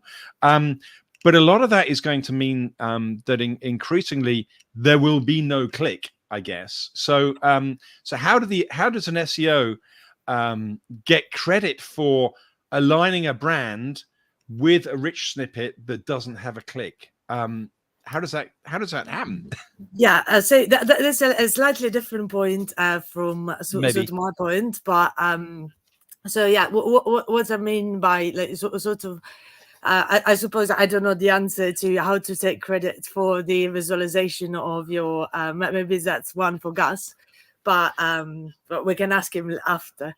But what my point was is, for instance, is I don't know, you work on speed improvements to your client's website or to your website, so you need to look at things like conversion rates improvements as well as, for instance, decreases in CPCs because you got better quality scores and things like that. But then I apologize for getting your point wrong, and seeing that you're talking about the technical side of of Core Web Vitals and these kinds of areas, which I can imagine that plenty of bosses just don't even know where you're going. So I guess I'm going to ask the same question, but for that. So how does an SEO make the point that, there is real important work to do that the user, the end user doesn't see, the speeds issue, the UX issue, the, conversion rate issues. Is there, are there any good tips for, or metrics or KPIs that, we can start to highlight to the people that give the budgets to help them realize that they need to focus on these things or need to let SEOs focus on these things? Yes, absolutely. I think there is sort of loads of reporting that you can do, for instance, on conversion rates by when we're talking specifically about speed. You can overlay your landing pages to start with sessions, but also your load times, as well as your conversion rates, for instance, in the specific case. But also you might be looking at other type of work that you do as SEO, for instance, I don't know, content optimization, and overlay that with PPC, I don't know, quality scores and CPCs as well. So there is basically, my tip is look at other things that you influence as an SEO that you can report on to show your value within the business. Brilliant. Antonella, thank you very much. Was there anything else in the book that you saw, or a second tip that you'd like to throw into the mix? No, I think I've been a bad student of the back of the book, and I'm gonna read it during the Christmas holidays. It's been quite busy period, end of the year. You're not alone. There's a lot in there. There is, But what about everybody else? We've got another 10 minutes or so to throw in some other ideas. Is there anything in there that somebody would like to point out that they've seen that one of the other authors in the book or participants in the book put out? Anyone want to share something? Gus? Sure. I think Orit Mutznik, not sure if I pronounced her name correctly, but she talks about keyword clusters, and that's something that I thought about covering as well. But then I thought everybody's going to talk about this. I'm going to talk about something else. I find it just fascinating that seeing the evolution of search and SEOs, just thinking that way, looking at all the ways that someone is searching for something, and you give the value based on a topic, not on a keyword anymore. So her topic, the way she presented it was very interesting, and the topic itself, I think, is going to be very hot next year. So yeah, I also forgot to talk about mine a little bit, which was passage indexing, which is something that I thought Google was talking about quite a bit about a year ago, and then they went really quiet. But it certainly hasn't gone away. And I think the reason I kind of think it's interesting, one of the reasons I think it's interesting is because, if you structure your paragraphs as properly as we should have done when we were taught at school, then we're going to have nicely rounded paragraphs that make sense from start to end. And then it means that a search engine, Google or any other, can go through and start to see concepts within a page rather than suggesting that this page is all about this one thing. And I think that what's interesting about the idea of building up things in topics sort of is that if you're going to write a story, whether it's a business story or whether it's a fictional story, you're going to talk about different things. So my local village may have a wood, it may have a lake, it may have a few shops, and I'll be talking about different ideas within there. And that fingerprint is what makes it unique and authoritative about the topic that I'm talking about. But within there, it's going to be talking about different topics and entities. And I think that we've kind of lost that along the way, maybe because we haven't got that many tools. But one thing that I think is interesting is that Majestic has got a tool, because it divides every single one of the pages that it looks at into 40 different chunks, I think. And so of course it's link focused on Majestic, but all the different sections then show the links independently around and show the snippets around the side.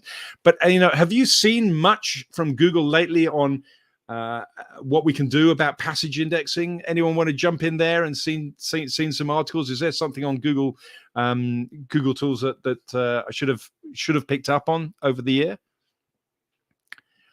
We got the silence. No. Okay. Well, they were talking about it and they ain't now. So that's always a good sign for SEOs to start investigating.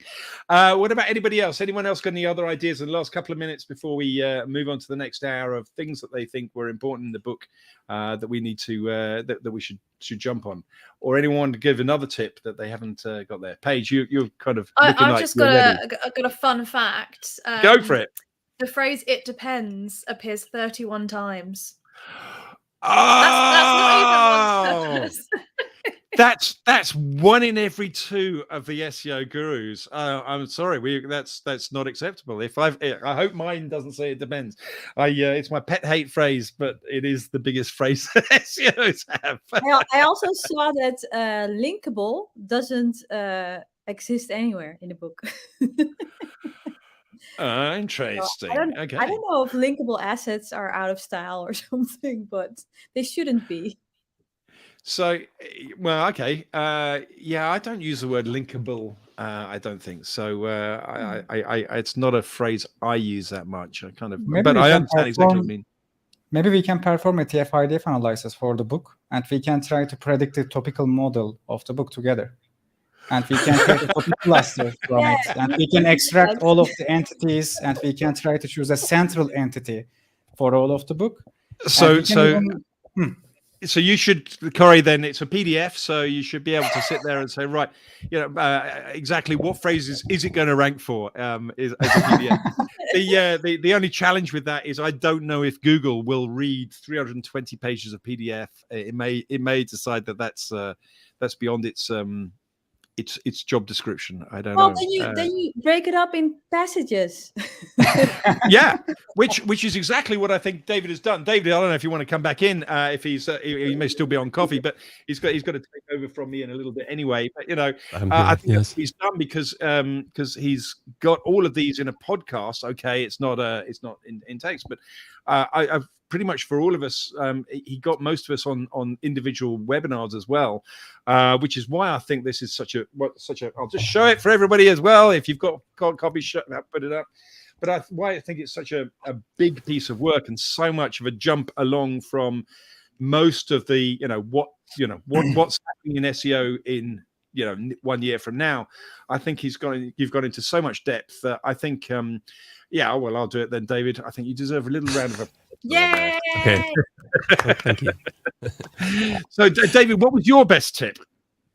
Ooh, I'm going to pick someone here. Say Dixon's. Say Dixon's. No, don't say mine. No. I was surprised that only Shangossi talked about training and the importance of passing on what you know to the next generation, and that there's certainly a wonderful next generation of SEOs coming along. And sorry, I started about 18 years ago. Dixon, you started a little further ago than that. We had further. we had Motoko on that started at 1998 as well. And it's important that even though SEO has changed, that obviously some of the knowledge gets shared on as well. The baton needs to be passed on. And I thought that was a wonderful way to finish it. It wasn't necessarily a strategic SEO tip for the coming year, but I think that was a wonderful thought to finish the book with. Well, and thank you, Antonella, for saying. Sorry, Bibi, I'll let you in a sec. But thank you, Antonella, for saying that we've hopefully moved on from just having the old. I know I'm the old guard here, but I think it is really important. Every time I do the Old Guard New Blood, which is Majestic sort of monthly podcast, there is so much new stuff coming down that the old guard just don't see it anymore. And so we need that diversity in the industry, not just for woke reasons, but for practical reasons of being able to understand all this stuff and enhancing it. Sorry, Bibi, I jumped in on you like an old man. It wasn't like a mind-blowing thing, but I actually got offered services by a kid from my kids' class, and he's 12. He offered to build my website on WordPress. So I was like, oh, holy shit, it's already starting, right? Amazing. And then I asked him for his prices, and then he ghosted me. So typical Jason. Just wait till you ask to say, what bank account should I put it into? That'll horribly go wrong. Yeah. Okay.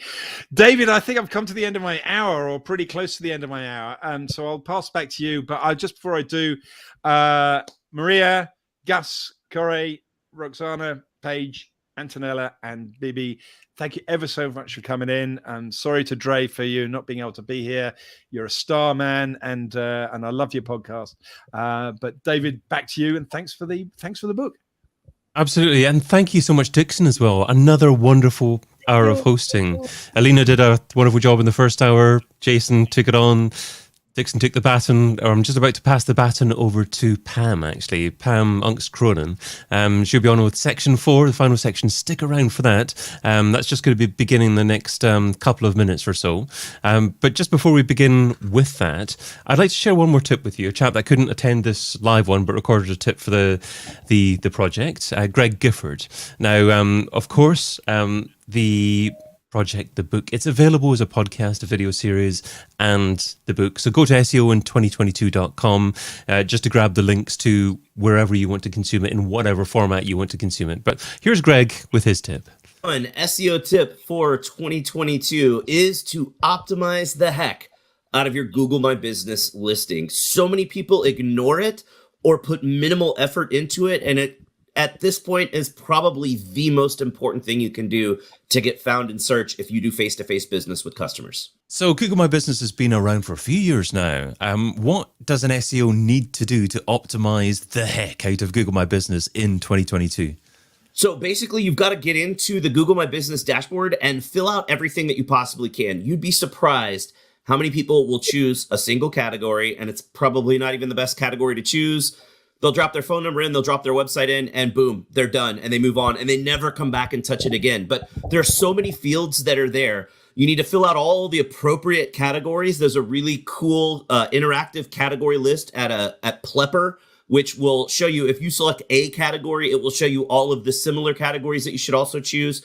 You should put in your phone number. You got to put in your website address and make sure that you've got UTM tracking on that website link, because mobile traffic doesn't get attributed correctly in analytics. And so it gets sent over as direct traffic, and you want to make sure you're getting credit for all the organic visibility that you're getting as a boost. So you got to do that. You got to put in photos and change your photos out often and have awesome photos of your business. You've got to preload questions into the Q&A section, and that part's not in the Google My Business dashboard because it's actually a community discussion feature of Google Maps. So a lot of people don't realize that the Q&A is there. So you've got to go in and just interact with it on your profile. Preload your questions, monitor it, and answer new questions that come in.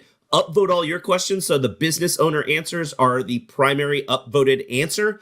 You've got to have Google Posts going because Google Posts are basically free advertising. There's so much to it that so many people don't do, and it makes a massive difference in A, how well you show up in searches, and B, how well you convert people that see you when you show up in searches. Wow, so many things to do. And I'm sure that if an SEO does all of those things, then their profile in the SERP is just going to be so much better than any other competing business in their niche. Something else though I've noticed, by the way, I love your UTM tracking URL advice there. Great tip there just for tracking the success of the traffic directly from the listing. But I've also seen that you can be a service area business, which means you don't actually need to have a physical address anymore. So that's something relatively new. So what does that really mean for businesses? So it's actually been around for a while. So local search and Google My Business, it used to be called Google Places, has been around for a long time. It's just that local was always this kind of niche thing. We say niche in the States, niche thing that not a lot of people knew about. But in reality, it's what most businesses need. So anybody that does face-to-face business with customers. So if that's at a brick and mortar location, then you're going to have your address shown and everything is standard. But if you're a service business like a plumber or an electrician where you still do face-to-face business, but not at your location, but at the customer's location, then that's a service area business. And typically you're going to tick the little box that says hide your address. So you still have to have the address in there to get verified. It's just not going to display your address in search results, because if you're a plumber or an electrician or a massage therapist or whatever it might be, where you're going out to people, you probably don't want your home address displayed as your location on Google and have random people showing up at your house in the middle of the day when you're not there. Who knows? So when you're the service area business, you tick the little box that says hide my address, and then you can enter in service areas. Now, entering the service areas, a lot of people think that's going to affect how you show up. Like I've seen stuff where service businesses in the UK have set like the entire area of the island, and you actually go out and they'll even include Ireland and just go way out where it's out in the ocean. That doesn't mean you're going to rank everywhere. It's still going to be based on the address and where you are. But what it does is it draws that little line around your service area. So, if you're in the suburbs of London and you serve the entire metro area and surrounding areas of London, you see that little red line around that shows this is the area that you serve. So if somebody's way up north, they know, okay, cool, these guys don't serve me. I don't need to call them. I find something local. So it's important to understand that distinction, that filling out as much as you can there doesn't necessarily mean you're going to rank in those places. It's more about conversion and letting people know where you actually serve customers. There we go. And that was Greg Gifford there sharing his tip there. You can listen to the whole tip, watch the whole tip, read the whole tip. Just go to SEOin2022.com, consume the content as your preferred medium. We've got some wonderful more SEOs just arriving in here for session 4, the final session, by no means least. This is going to be the best ever session, I'm sure. The previous sessions were wonderful. We've got some great names arriving here as well. Now, the host for this section is a lady who's recently celebrated 10 years of running her own agency, Pam and Marketing.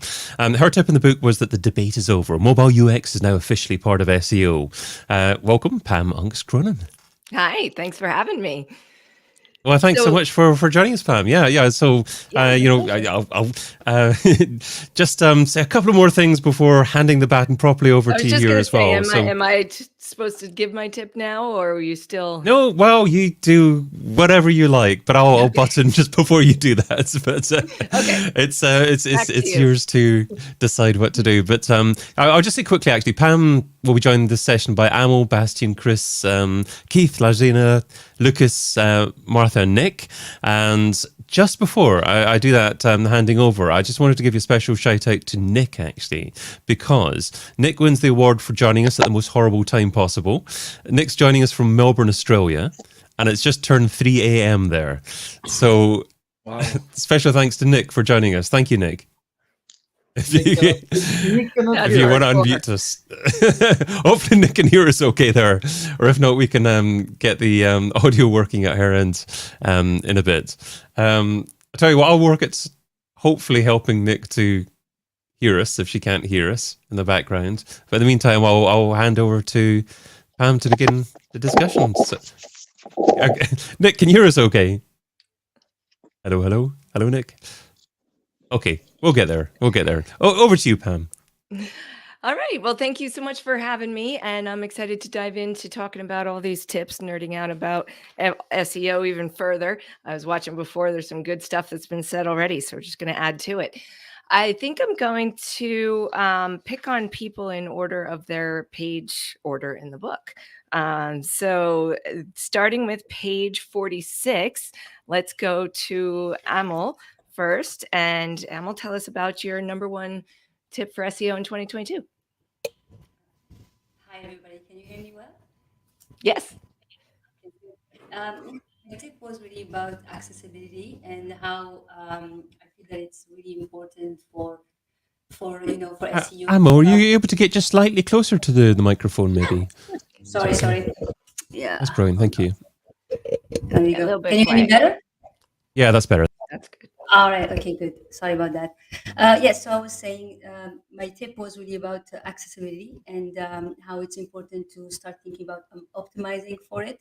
There's a lot of people who are disabled and they still, use the web, but they have their own, way of using it, and we need to think more about them and make sure that they can navigate the website the right way. They can access the pages easily. They can find the information they're looking for, and so on. So that's really about that. And my thinking is Google is focusing more on UX, on user experience, making it better for them. So that this year, 2021 was really big with Google. A lot of updates, and then one of the most important one was the page experience. And all the core web vitals, they are all around UX. So I think and I feel that the way Google is going, at some point they will start looking at how your website is accessible to everybody and not just people in specific segments. So that's why I think optimizing for accessibility should be something that everybody needs to start thinking about. Well, I would certainly agree with that. My tip was about UX as well, from a slightly different angle, but I would certainly agree with everything you just said. And also, I think that when it comes to accessibility, even if the algorithms don't officially incorporate it using those terms, if you think about it, when people are visually disabled, they use screen reader software to read the content to them, which is a software bot, essentially. Also a software, what is also a software bot? Googlebot. So I recently actually got a inquiry for potential business from a prospect who was blind, and I had never personally used a screen reader before, but in order to make sure he could read our proposal, I used one and had it read it to me, and oh man, it was not a good experience. And so not only that, but I think a good exercise to understand the kind of Venn diagram that is, two circles that intersect, the Venn diagram that is accessibility and SEO, is to install a screen reader software yourself and use it on your website. I mean, that's basically how Googlebot is understanding your website, right? Yeah, that's true. And it's interesting when you look at it from, their side, you see that oh my God, there's so many things that we can optimize, we can improve to make it easier for them to access the website. And at the same time, when we make it more accessible for, disabled people, it's actually accessible for everybody. You know what I mean? It's because we're going to improve even the user experience for, everyone. So it's a win-win-win also for Google. So. Yes, exactly. Yes. So when you make your website accessible for everyone includes Googlebot and everyone else. I mean, ultimately, we want humans to the website, right? We use the robots to get the humans to us. So where does your tip fit in with other tips in the book? I did see another one. I think it was Alina. It was talked about accessibility, or what other tip do you think yours resonates with the most? You mean myself? Okay, my tip. It's for me. It's really related, like you said, to UX. It's part of it. I think honestly, I think the magic and the beauty of SEO is we touch all aspects of the web. It's not just like the technical SEO. It's not just content. with all the improvements and upgrade of Google algorithm, now we are becoming more knowledgeable about UX, about design, about even development. Like with Core Web Vitals, we're like we're looking at JavaScript, and we're learning like, okay, how these scripts are firing up and how the page is rendering. I mean, a few years ago we wouldn't like think about that. So that's actually a great thing for SEO profession, and it's really, this accessibility tip is really related to how an SEO professional or how an SEO, an agency or consultant can work with the design team, with the UX team, to help them optimize for accessibility from the start. Not like not adding maybe an app quickly to for a quick fix. No, why not build it from this, from scratch, from the start, instead of just adding layers of other third-party scripts that they may make your website just maybe accessible, but it may affect your site performance and so on and so on. So I really think it's related to UX. Yep, absolutely. There was a lot of talk about UX in all of the other tips. So 2 more quick questions for you. What is your favorite other tip? So something other than, what we've talked about already, if possible. And what would be your number 2 tip had been if you had a chance to give a number 2? Oh, okay. That's interesting. I didn't think about that. Well, I'd say really the fact that we, in the digital marketing, we tend to separate SEO from content, and I really think that we can separate them. They're one thing. It's like if we say content marketing, it's really based on SEO. So I think that if I had to kind of give a second tip, it would be really to approach content marketing from an SEO perspective of user intent, understanding the users, what type of content they're consuming, what are their interests. Actually, if you think about it, SEO is really more than what. It's also related to psychology, to understanding users, how they use the web, how they behave on the web. It's and I think that's what makes us all so passionate about SEO itself. So so it would be really understanding that we can separate them. They're really SEO is the foundation of. I see it like the SEO is in the foundation of the content, and SEO is the foundation of the web. So we need to stop thinking about it as at the back of their head. For example, if you have a digital marketing team, SEO will come last instead of from the start, and instead of being the foundation. So there would be that. It would be like thinking of SEO as linked to content, and content linked to SEO. They're one thing, and then we need to have that perspective of user intent, understanding the users. Absolutely. Yeah. SEO touches so many different things. And again, we use the robots to lure in the humans. And so it has become all about what the humans want. So UX and intent both absolutely come into play with that. Well, thank you very much for joining us, and tell everyone where they can find you. Well, you can find me on Twitter. That's where I'm mostly active. It's my handle is AMELM. So you'll find me there. And also LinkedIn. Okay, great. Thank you very much. All right. So next up, I'm going to pick on, let's see, what page number is next in order. That would be, I should have put these in order. I think page 63, Lucas. Let's go to you. Hi, Lucas. Hey, Lucas, nice to be here. Thank you for having me. And Yeah, so summarize your tip for us. So I was talking a lot about content and analyzing your competitors regarding to what would be the hot topic. I call this gap, and to some point it's very easy to do through the SEMrush as that this module is built in. But obviously I'm going a bit deeper, and I'm clusterizing and subclusterizing keywords using unigrams, so the one words that are the most relevant to the industry, the most relevant to the competitors. And thanks to that, for example, let's say if we are talking about holidays in Egypt, then words like pyramids, Giza, Cairo, sea, holiday would be there. And if we would talk about maybe email deliverability, bounced, spam, inbox, this unigrams would be in our interest area. So then, looking on the, you said, Pam, about Venn diagram. That's a beautiful about looking on these areas where this 3-4 competitors intersect, and we as a customer website responsible people are not ranking there yet, but we would like to. And digging very deep there can be like lots of interesting areas. Then I also started doing something what I call anti-gap, which is show me these keywords that only 1 out of 4 competitors are ranking, and I am also not ranking. Recently, I found this is very, very tricky area. Like for mortgage, for example, I found that there is a keyword people are searching in UK.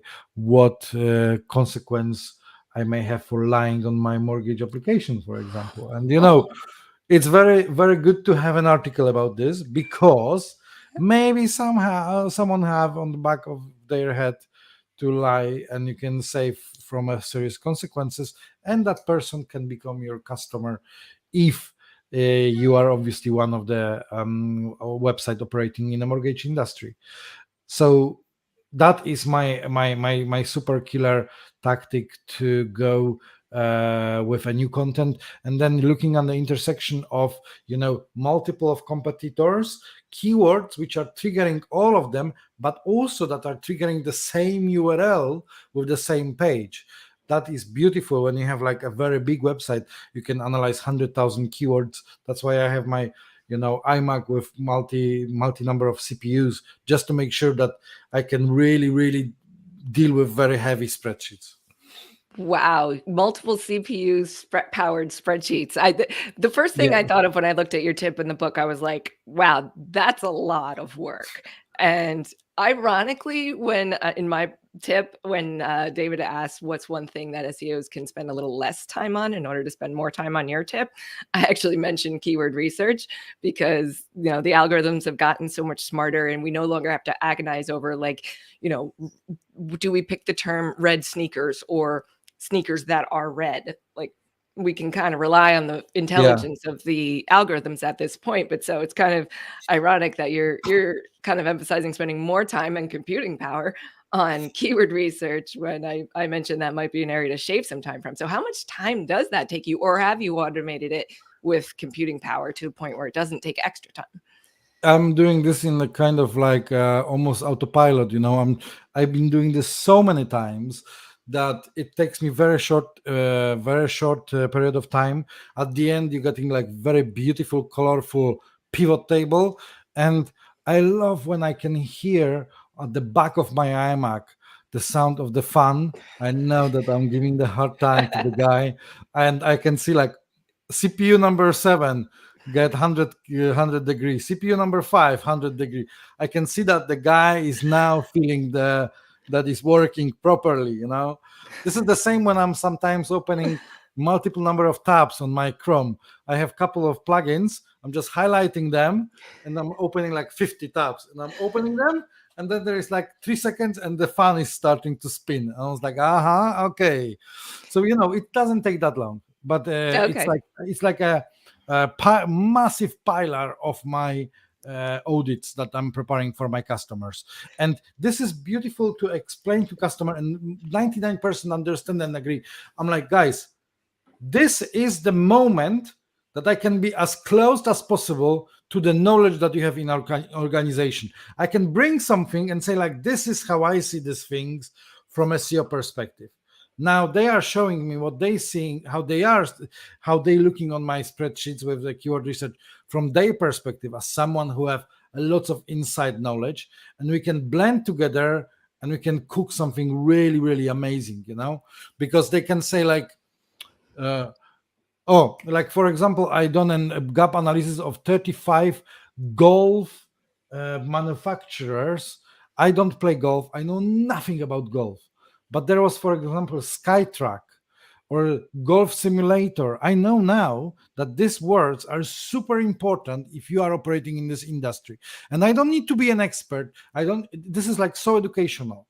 Another thing is I don't research, I don't a gap analysis like that for a Cyrillic, for a Russian language, which I understand Russian quite okay, but I don't speak Russian, you know.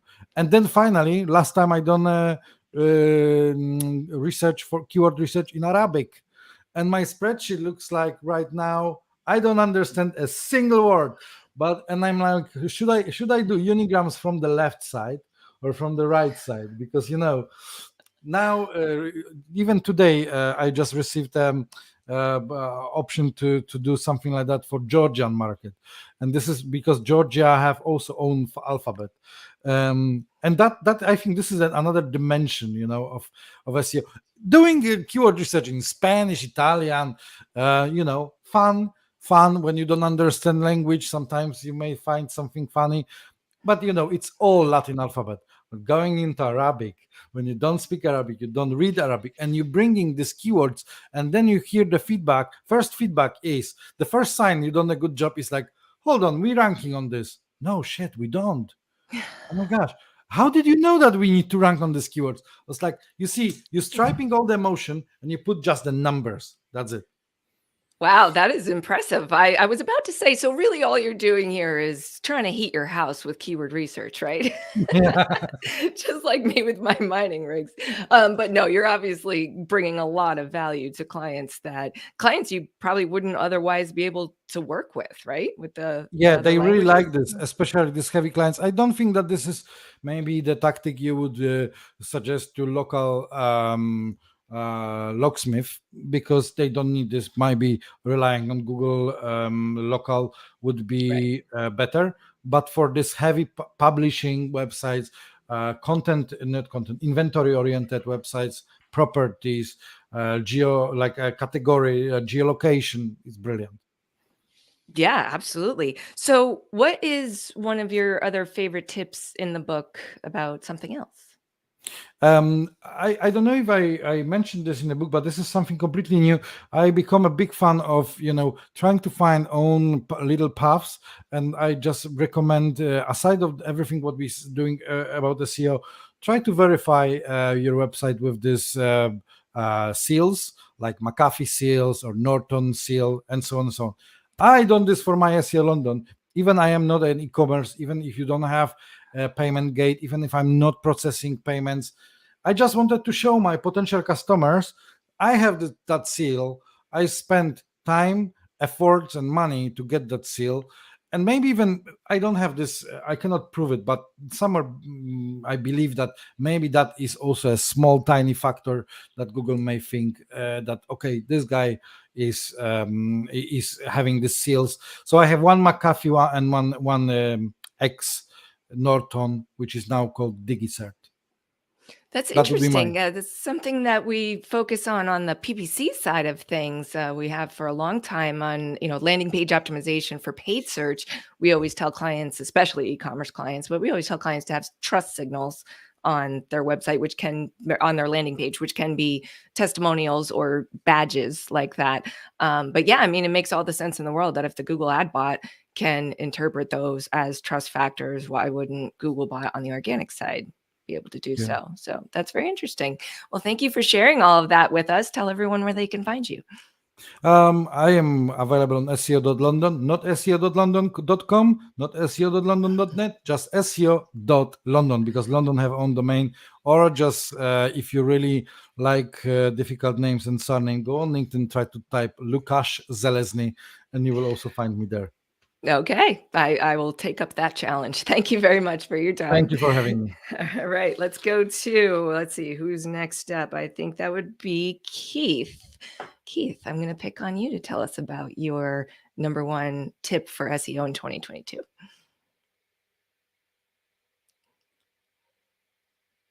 Sorry, I didn't give you very much time to prepare to unmute. There we go. All right, so I was double muted.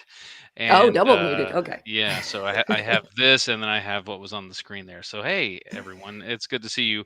I think what I get into mostly with my recommendation for SEO in 2022 is a lot more of the political aspects of what we do as SEOs, which is making sure that you not only prioritize your work and lay everything out into a digestible format, but you use that to help sell what you're trying to change. You know, with your stakeholders. So I'm here at Cox headquarters here in Atlanta, Georgia this week, which is why I'm in this weird room. I think this is where they fire people. Maybe I don't know, because there's not a usable desk in here, and so I'm using this weird sort of coffee table type thing to. You're like that guy in the Office Space movie where they put him in the basement and Oh they yeah, take him off payroll, but they don't tell him. Milton Wadhams, yes, Milton Wadhams. Milton, yes. that's the name. Okay, that's less true. Oh wow, that was a good impression. Yeah.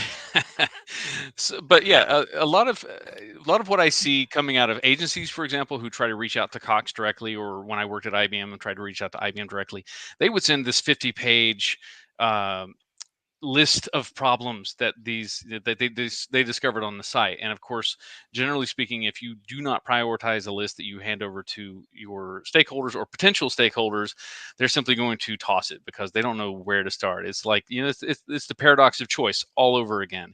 You give them too many things to focus on, they're not going to focus on anything. So a lot of what I talk about in my recommendations is to use the LOE LOI matrix, the level of effort, level of impact matrix. And what you do with this is that you take all of the problems you've discovered, either in your content audit or your technical audit or otherwise, plot it out based on how much impact it's actually going to have. So really, honestly, is just changing a page title going to have that big of an impact compared to fixing all the canonicals across your site, or compared to having actually a decent IA or navigation experience on your site?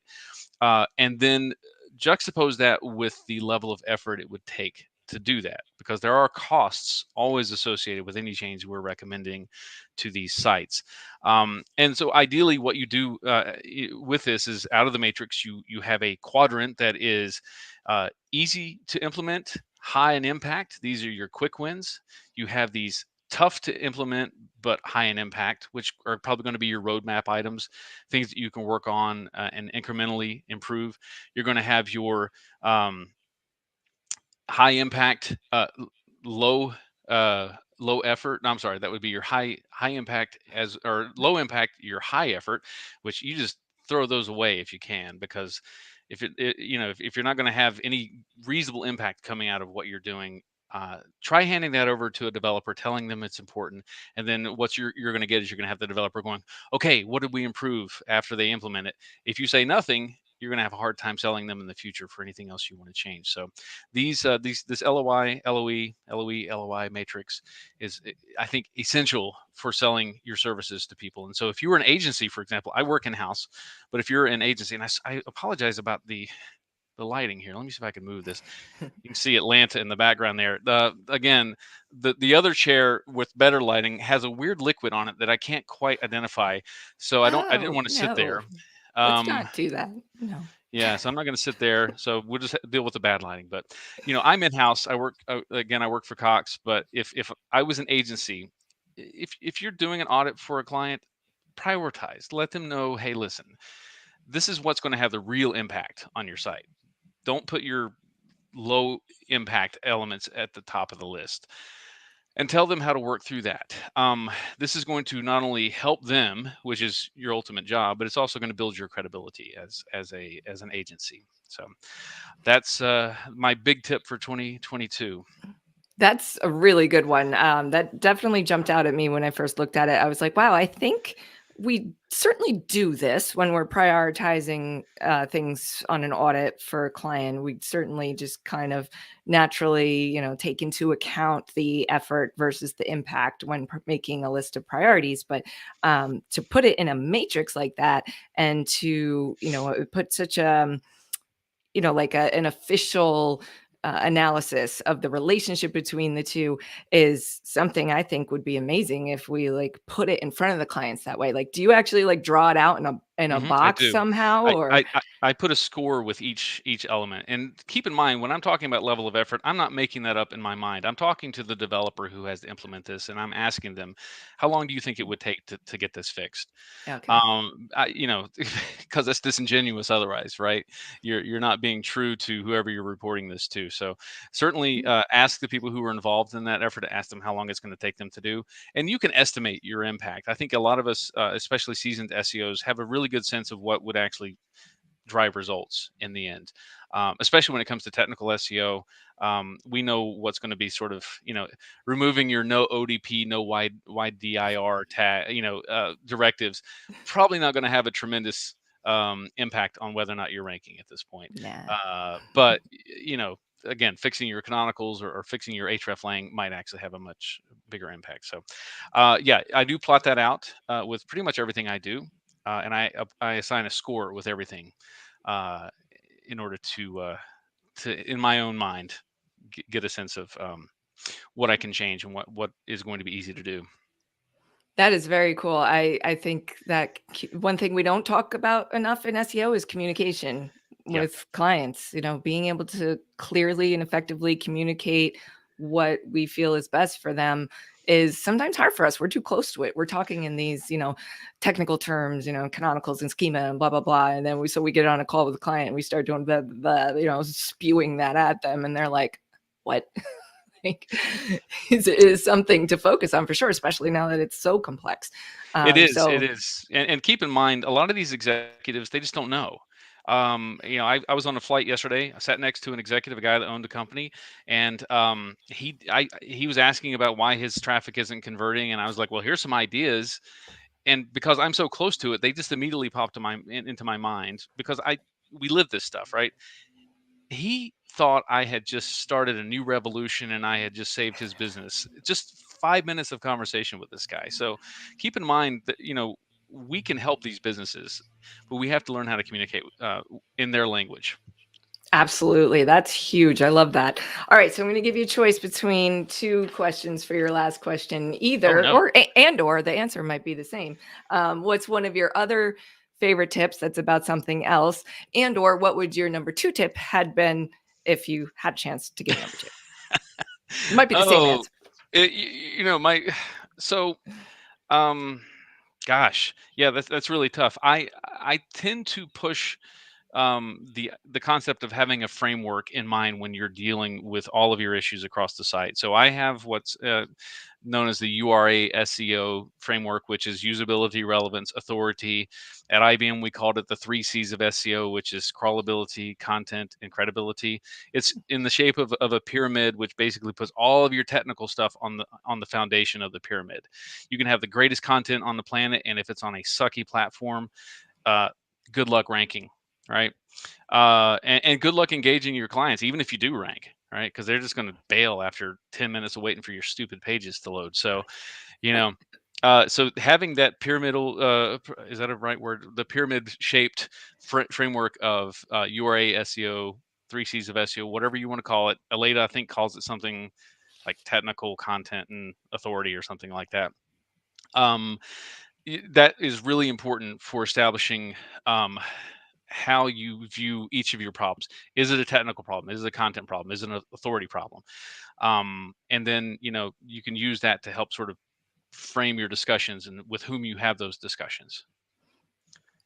Yeah, absolutely. It's freedom within a framework is what I usually say, but the framework is so important. I say that to my team. Like, I want you to be creative and think outside the box, but still inside the other box, so that we can communicate it to the clients in the way that we always do. We always say technical content off page, similar to all the things the structures that you just said. You have to break it down for the clients. It's too complex. There's hundreds and thousands of things we have to address now. You have to break it down into some kind of easy to understand categorization. So it's another great tip. Thank you. You're more than welcome. I'll give you my stapler back. My red stapler. Yeah. You're not getting that red stapler today. Oh, sorry, Melton. All right. So tell everyone how or where to find you. You can find me at KeithGoode, that's KeithGoode, on Twitter. I also have a website that I rarely update, but you're welcome to go out to it if you want to, keithgoode.com. And then Jesse McDonald and I, another SEO, have a podcast called the Austin Otaku Podcast, where we talk with our search industry friends and talk about what nerdy hobbies they're into. You'll learn nothing about SEO there, though, so feel free to go out there. Sounds great. All right. Thank you so much, Keith. Yeah. Okay. Next, I'm going to pick on page 97. Martha, tell us about your tip for 2022. Awesome. Well, thanks so much. It's such a blast seeing everyone. I was saying we should do this more often. There's so many connections between what Mel was saying and Keith was saying, collaboration, communication, like it's all connected, right? So I spoke about structured data, and I have to say, like, to find a book where there's multiple pages talking about semantics and structured data. This may be a first, right? This may be a first. I have company in my, nerdyism around structured data. So I talk specifically about specificity and the need to actually think about, how your content should be really specific, and then how you use structured data to really illustrate its semantic connections and sort of how it relates to the business. And so that's what I sort of go through lots of different angles talking about, and how that sort of plays a role with natural language processing that we're seeing as a trend from Google. I love that. I like to be specific about specificity. Is that what that was? It may have been. Yeah, it may have been. That's like a commercial that's running here in the States about like, this is so new. We made a new commercial about its newness. Love it. No, but I nerd out about schema all the time too, and structured data, and people, they obviously not, if you're not from this world, don't even know what the heck we're talking about. So if anyone's not familiar, can you give a quick breakdown on what is schema, aka structured data? Sure. And I always like to say like what the result is, because when we talk about, Keith talking about communicating to these businesses about what the impact is, like the outcome is actually the most exciting and important thing. And so when you see extra information in search, whether it be stars or FAQ or questions and answers that really enrich your experience, usually answer your questions or get you more intrigued with the content, that is powered by code that we're putting on the website that basically translates the content on the website into the language of search engines, known as schema.org, referenced as schema markup or structured data. Excellent explanation. That's how I explain what I do to my mother. So that's how I keep it real. That's a good tip in and of itself for what we were just talking about with communication with clients is, we tend to assume that our clients know this stuff. We tend to assume that people that are outside of our work world don't know this stuff. Like, think of it this is the fine line though, without talking down to them and without sounding condescending, simplify it as best you can. And I think the way you just did that is like the perfect example of that. So kudos to you. So tell us about how your tip relates to another tip in the book, if you've had a chance to Sure. find one. I think I saw at least one. Well, there's a couple, but I think it was, Johnny, who also talks a little about structured data, kind of specifically calls out, make it about the business. And Crystal Carter also talks a little bit about that, like what to optimize should relate specifically to where you're trying to make money, where you're trying to attract clients, and how you're trying to impact them in that customer journey. And then the other one the chapter I really like is from Paul-Andre de Vera from Workday, where he talks about semantic topics. These things all come together, right? So I talk a lot about, how you prioritize where you want to do structured data and where you want to take control of where you're showing up in the search engine result page. And the specificity also plays to, what Lucas is talking about, like topics and keywords, and what Paul really digs into around like the semantics of topics. And what that means is like, as you're prioritizing things about your business, or as your business is saying, we really want to grow our business in this product area or this vertical, then, the content on your site should really speak specifically to what they're looking for, the questions they're answering, the interest areas. And then it's not about sort of spreading that across like lots of different pages, but like really being thoughtful about how you're connecting those topics together in the content. And this is why, Emil, when you were talking about accessibility, another passionate area of mine, I was like, yes, because it's really that collaboration between all these teams that then really makes you, get the click, get that conversion that you're trying to get for your customer.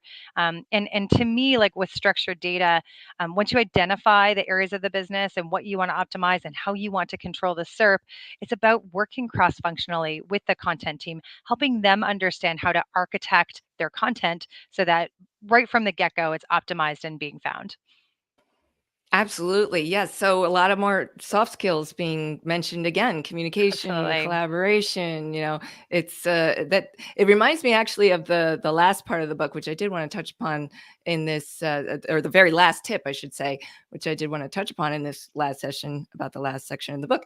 The pass the baton thing, what can we do to help new SEOs, younger SEOs Yes. that are joining the industry succeed? And I'm feeling like after this conversation, one of the most important things should be these soft skills. Like it's crucial to succeed. I mean, you need all the technical knowledge and savviness in that area, but it just keeps coming up. Is there anything you would add to that, or say, that also the next generation should focus on? I think that the key thing, and I'm gonna, what Keith mentioned and ML mentioned, which is like the communication and collaboration, and then making sure that we're really talking about the impact to the business. Because whether I'm an expert in structured data, and whether like you call me and I like go on and on about how you're going to do connected schema and properties and link everything, you're going to have this beautiful knowledge graph for your business. Like they're like, that's great, Martha. But the way that they're going to get buy-in and they're going to be valued within their organization is if they can also connect that back to the business result. What is it that we're trying to achieve as a business together? And if technical SEOs specifically can start connecting those dots, and then here's the beauty part, is we have data. Right? We have data to then show that piece.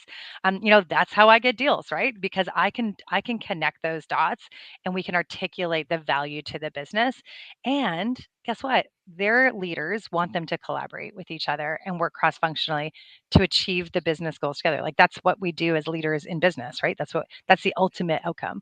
So to me, that's the aha. And I love, because we do that with structured data at Schema App. Like we empower those team members to be able to drive results cross-functionally and deliver it on the business, right? So that's at the core of like how we work. And it's at the core, I think, of how tech SEOs can really be successful. Absolutely. There's another great C word, cross-functional. So communication, collaboration, cross-functional. These are all words and concepts that I think should be put in front of the next generation, because I don't think that out of the box they're going to be thinking about focusing on honing those skills to become an SEO.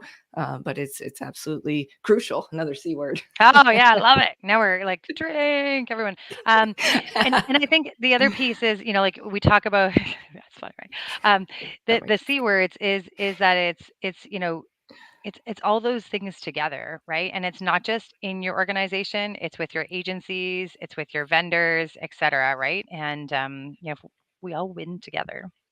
Absolutely. Love it. Well, thank you so much for adding such value to our chat today. You're right. I think we should all do this more often. So we'll have to connect afterwards and think of what other nerd out sessions we got connect. There's another one. All about the C. Sorry, I'm just having far too much fun. Funny. No, that's great. All right. So tell everyone where they can find you. Sure. So I'm Martha Van Berkel. I'm the CEO and co-founder of Schema App. You can find out more about what we do at www.schemaapp.com. And you can find me on LinkedIn, Martha Van Berkel, or on Twitter, also Martha Van Berkel. Awesome. Well, thank you so much for joining us. All right. So next up, let's see, page order. So Martha was page 97. Oh, we've got a lot to get through still. So we're going to go a little bit faster. I might, let's see.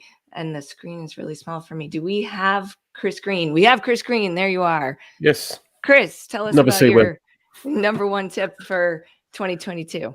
So my number one tip is applying an intent first lens on the SEO that you do. And it's overlapping a lot with what's been said. So I guess it's good that I get to speed through this a little bit quicker, because we've covered a lot of the reasoning behind this.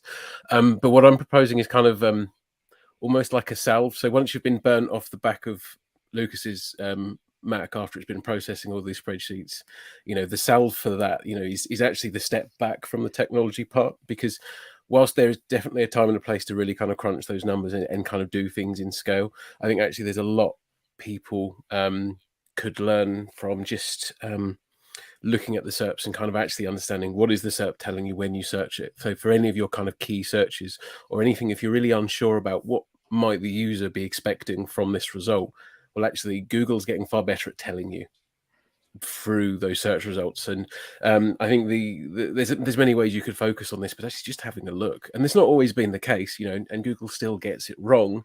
But I would say now, probably better than ever, you can have a look at that page one and say, right, well, based on this page, I have 1, maybe 2, maybe 3 clear, defined intents. And then when you're playing this back against your marketing efforts, I'm thinking, okay, I'm mapping this keyword to one of my core landing pages. Am I satisfying any of those intents? Doesn't matter if that keyword sounds interesting or it's within the space that I'm working in. Is this page going to satisfy that answer? Because if the answer is no, the chance of you ranking for it, even if you're the most authoritative page within that kind of section, is low.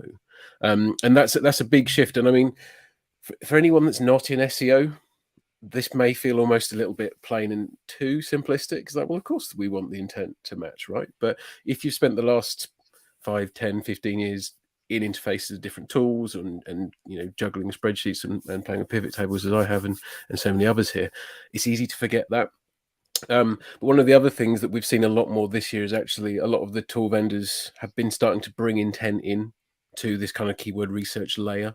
And obviously you still need to get up and close and personal with the SERPs to really understand what's there.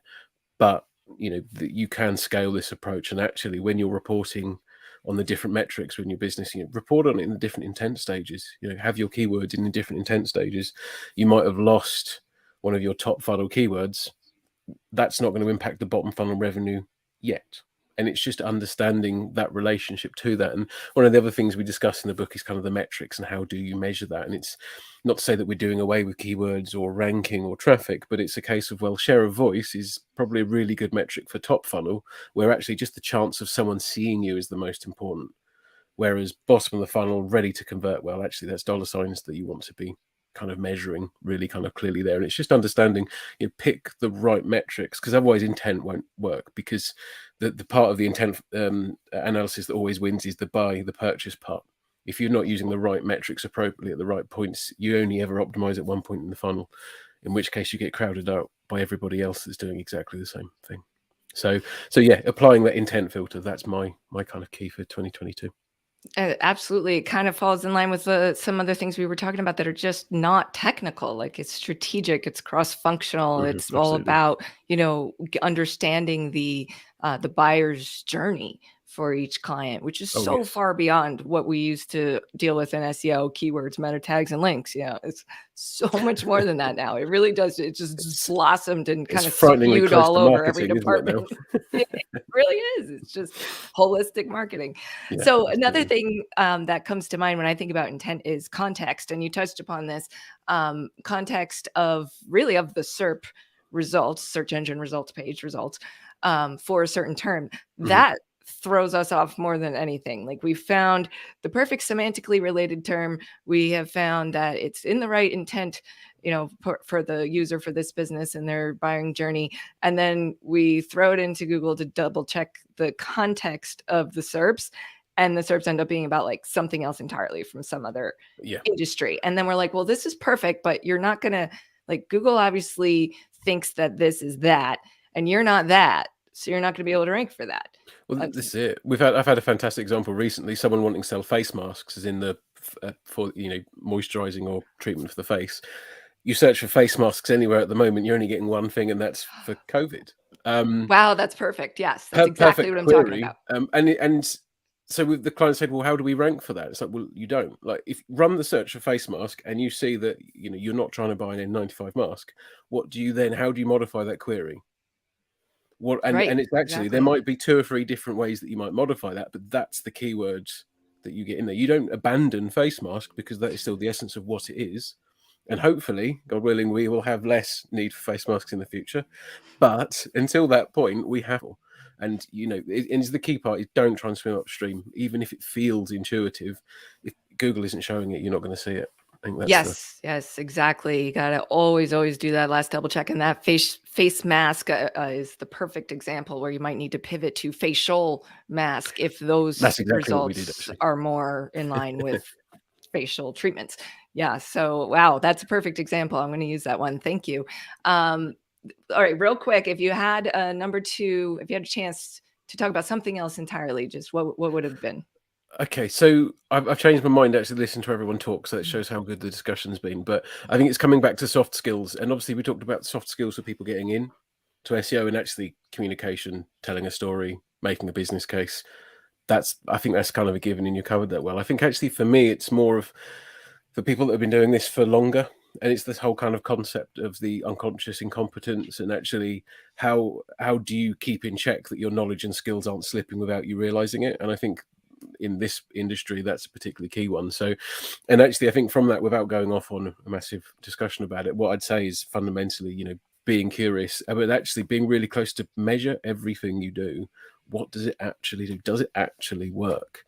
There's so many things that we're going off that are 3 or 4 years old pieces of advice, potentially even longer, that may or may not be correct. And it's just check yourself at every occasion. I think nobody is immune to that. I still remember when Google said, our pagination documentation's been out of date for a little while.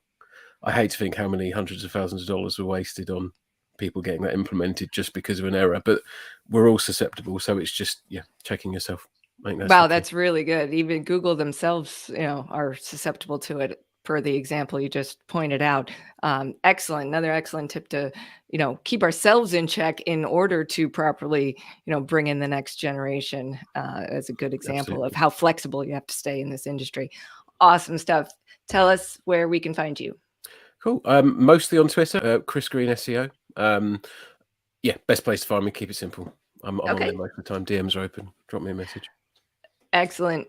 Thank you so much. All right, I'm going to abandon the page order thing because I realize we have Nick, who is in a time zone where it's 3 a.m. her time, and I feel like we should let her get this over with so she can go back to bed. So, Nick, tell us about your tip. Oh, thanks so much. It's actually 3:50 a.m. now. 3:50. But honestly, no, it's an absolute pleasure to be here. Oh, I think you hit the mute button by accident. We lost you for a sec. Oh no! No, I'm going back to sleep. No, it's an absolute pleasure to be here and to be here with a wonderful panel of experts. I look up to each and every one of you. So yeah, it's really, really great to be here. My tip was around JavaScript rendering, mainly because for the last 2 years, we've just hit the acceleration towards a lot of site migrations and a lot of looking at different technology stacks, and also seeing people come off the back of site migrations and finding that basically the whole thing is client-side rendered, and they're like, oh, we launched it and then it was an absolute annihilation. Why? We've got all the bells and whistles here. Why isn't it working? Quite simply, if you're utilizing JavaScript, it's not a bad thing, and don't think about it as a bad thing. But if you're using that JavaScript framework, the default will be client-side rendering. So that means the bare bones HTML over the piece of that, it's just not going to always be able to find it. So there's 2 main downsides with that.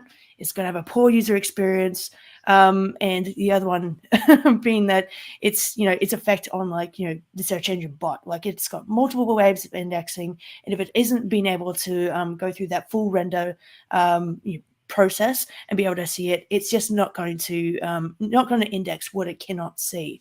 So it's going to have a lot of trouble finding new pages. It's going to have a lot of trouble indexing content that you're really wanting to have there for consideration. So how do we as SEOs approach this stuff? Well, I kind of like a 9-step kind of methodology here. So 1, know what's been served as client side and what's been served as server side rendered content. There's all kinds of things you can do to be able to check this, turn your JavaScript off, reload the page, be able to see how it goes. And be able to do a fetch and render with your Search Console, and just be able to see how it's been perceived to the bot. And at the same time, like if it's kind of partially rendered, just keep in mind that server-side rendering can be expensive and intensely resource intensive. So on like this is now thinking like, okay, step 2, skip that rendering queue, deliver critical content in the server response. So like, JavaScript has to be executed either on the server or in the user browser. So when you actually do execute that, server side, you will be able to, ship the results or the rendered content into the user, into the initial HTML. Many frameworks, like really common ones, Angular, React, have these functions either natively available or there's other things you can do, like Cloudflare Workers with Orange to Orange, if you're using Shopify, or with like Lambda and AWS and all kinds of other stuff. Or Prenderender.io are, other common good ones. Prioritize the scripts that you need. Honestly, look at this, look at how they're how they're being downloaded, how they're being passed, compiled, executed, and regardless of whether or not it contributes, to the content of the page, consider what are the most things that are of priority, So developer tools are absolutely awesome for this.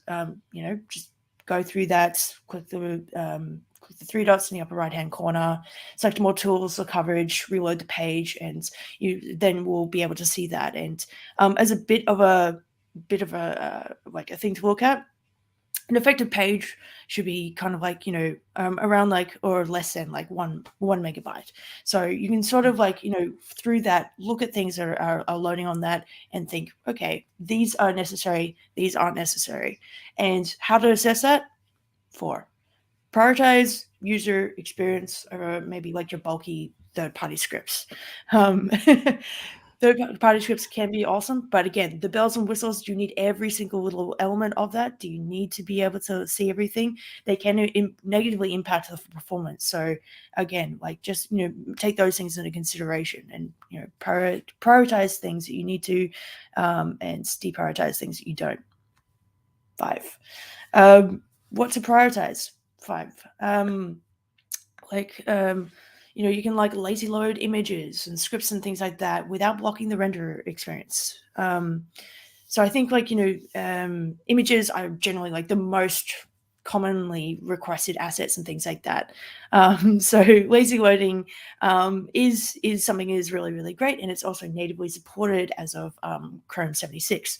So simply add an attribute to be able to deliver the best value with the smallest sort of dev time needed. So it's one that if you're working with devs and they're like, oh god, we're going to go through this experience, it can be a nice one just to be like, guys, let's help each other here. Or even be able to look at this stuff and async defer. Too much coffee. Blame the coffee. Oh man. Oh no, we got you muted again. Your mute button must be within the firing range of your talking with your hands. Yeah. I don't know. I'm trying to keep them up here. Okay, you're back. We are running a little short on time, and I'm dying to hear the rest of this. Can you fly through it? And then of course everyone should go to your 100%. page in the book, page 296, to read this in full. 100%. 6, keep your script bundle small. 7, cache your stuff. 8, I guess performance and rendering are directly related to one another. So it's really good to be able to look at this. Look at the time to first byte, time to first interactive, really, really great ones. And number 9, just be, JavaScript isn't the devil in the shadows. It can be really, really awesome. Just be smart about how you use it. And that's pretty much the wrap up of everything that I can say right now. Awesome. Awesome. I love it. I love it. Like I said, I want to dig into this more. This is I nerd out about this kind of stuff so much. So I'm definitely going to read more about your tips in the book on page 296. Tell everyone where else they can find you other than page 296. Yeah. find me on Twitter. I think my username is my Twitter handle, at Nick Ranger SEO, or just like email me directly. I don't mind. nick@studhawk.com.au. But yeah, I'm not going to buy any links. Cheers, guys. Very cool. Well, thank you very much for joining us at such an obscene hour.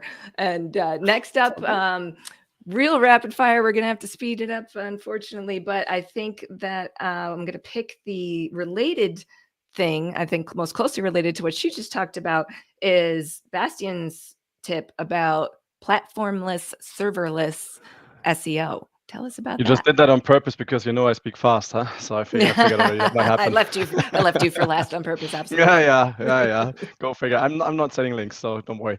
No, yeah. I mean, it was an interesting topic in a way, because I think Nick Wilsdon also talked about it in some more detail. So just maybe I keep it brief. So what I kind of addressed was just the need.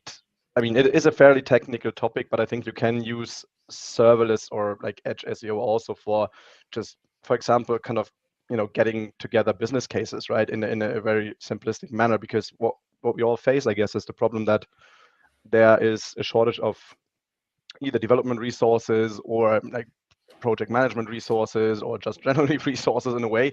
But yet, stakeholders for a reason want to see, let's say a business case first before they commit to, any resource really, especially on the development front, right? So if you have something that you can't prove and you just come with a SEO crystal ball in a way, that makes it relatively hard, I would say. So I think one of the reasons that I'm like a huge fan of like the kind of edge environment in general is because you can, with fairly limited effort, and it's quite funny because it ties in also quite nicely with what Nick was saying, because essentially it's also JavaScript. Like workers, especially the Cloudflare workers, are very simplistic JavaScript files in a way. So it's fairly easy to do, and with fairly limited amount, you can prove things in a way. And would kind of use those for building business cases or just testing implementations without actually having to touch the origin server, so essentially your server, which would normally require dev resources, right? So the way we go about it oftentimes,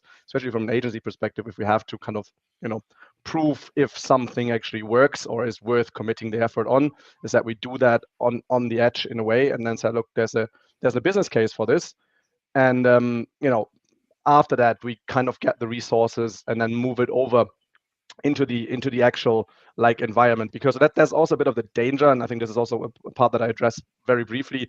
Working on the edge is fairly powerful. You can literally do a lot of things, but on the other hand, it can also like open the doors to really break things in a way, because if you change code on the edge without actually reaching the origin server, then it's extremely hard for the developers to figure out why things potentially are going wrong.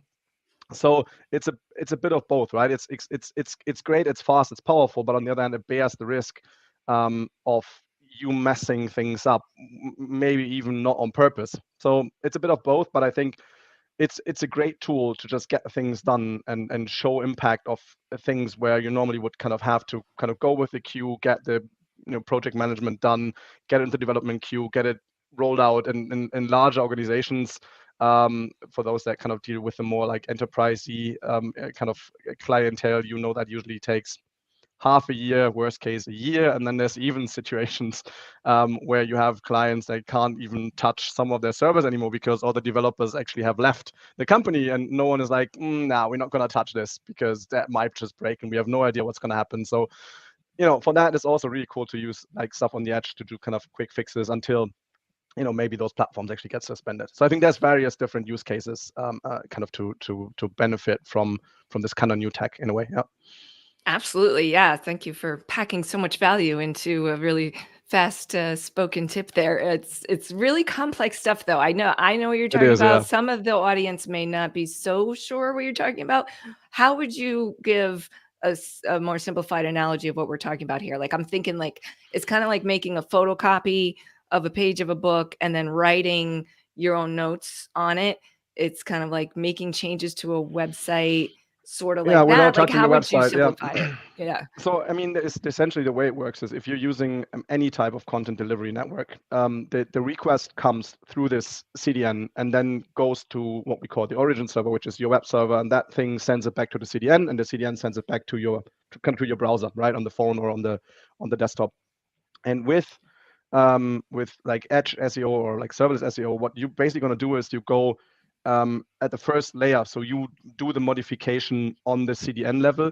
That means that the request will never really reach the origin, so your website. And that kind of the benefit of that is that you can do very quick things on the edge with kind of predefined, let's say, functionality and code. And due to that, you don't have to involve like a huge kind of tech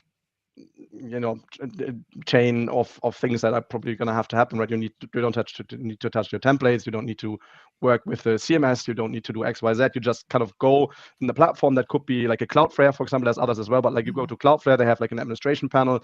There's a section that's called workers. You have like predefined functionality. You say, I want to have this worker that runs on URL X, Y, Z, and it does ABC. Let's, for example, I want to read the meta description and I want to change my call to action from click here to visit now. So very simple stuff you can do with literally like 10 lines of code. And the cool thing is really you can do it yourself in a way. I mean, again, make sure you involve your stakeholders, but you could potentially do it yourself. And that's, I think, the beauty of it, because you don't have to wait for whatever needs to happen in your organization to actually happen, but you're just faster. Absolutely. Yeah. So Cloudflare workers would be one of the most common ways to do that. So if anyone wants to learn more, basically look into how that works. Would that be accurate? Yeah, that's the go-to place. There's others that have kind of similar, I would say, implementations, but they are by far A, the most widely used CDN provider right now, and B, I would say also technically the most advanced one right now. They do a lot of things really well. So if I would start out with that, that would be my go-to. It's like a very good documentation also. So yeah, and you can test it for free, which is really great. So there's a $0 account that's absolutely good enough to just kind of build your own first worker and see what it actually does and figure out if if that's for you in a way. So that's also like a very low barrier to entry. Yes, definitely. All right. So I know we're short on time, but I'm dying to ask you if you can quickly give me a little insight on the difference between this that we're talking about, this Edge SEO with Cloudflare workers and static sites.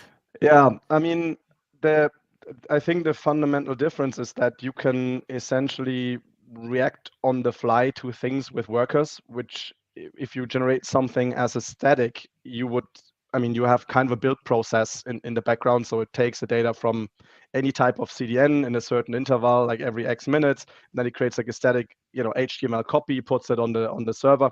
Again, very simply speaking, and then you serve this HTML. I mean, the beauty of that obviously is if it's static, it's extremely fast. I mean, of course, if the static file calls like a million JavaScript files, then it's not fast. But generally speaking, the static files are extremely fast. And on the other hand, the dynamic ones are not. But what you can do, and this is why I think in my mind the Edge is the better option, you can do all the performance optimization on the Edge as well. So you can do caching, what Nick mentioned, you can do all of that stuff on the Edge in a worker as well. So essentially it combines, in my mind, the best of two worlds. You have the kind of dynamic aspects of modifying things on the fly with the worker and with whatever logic you come up with.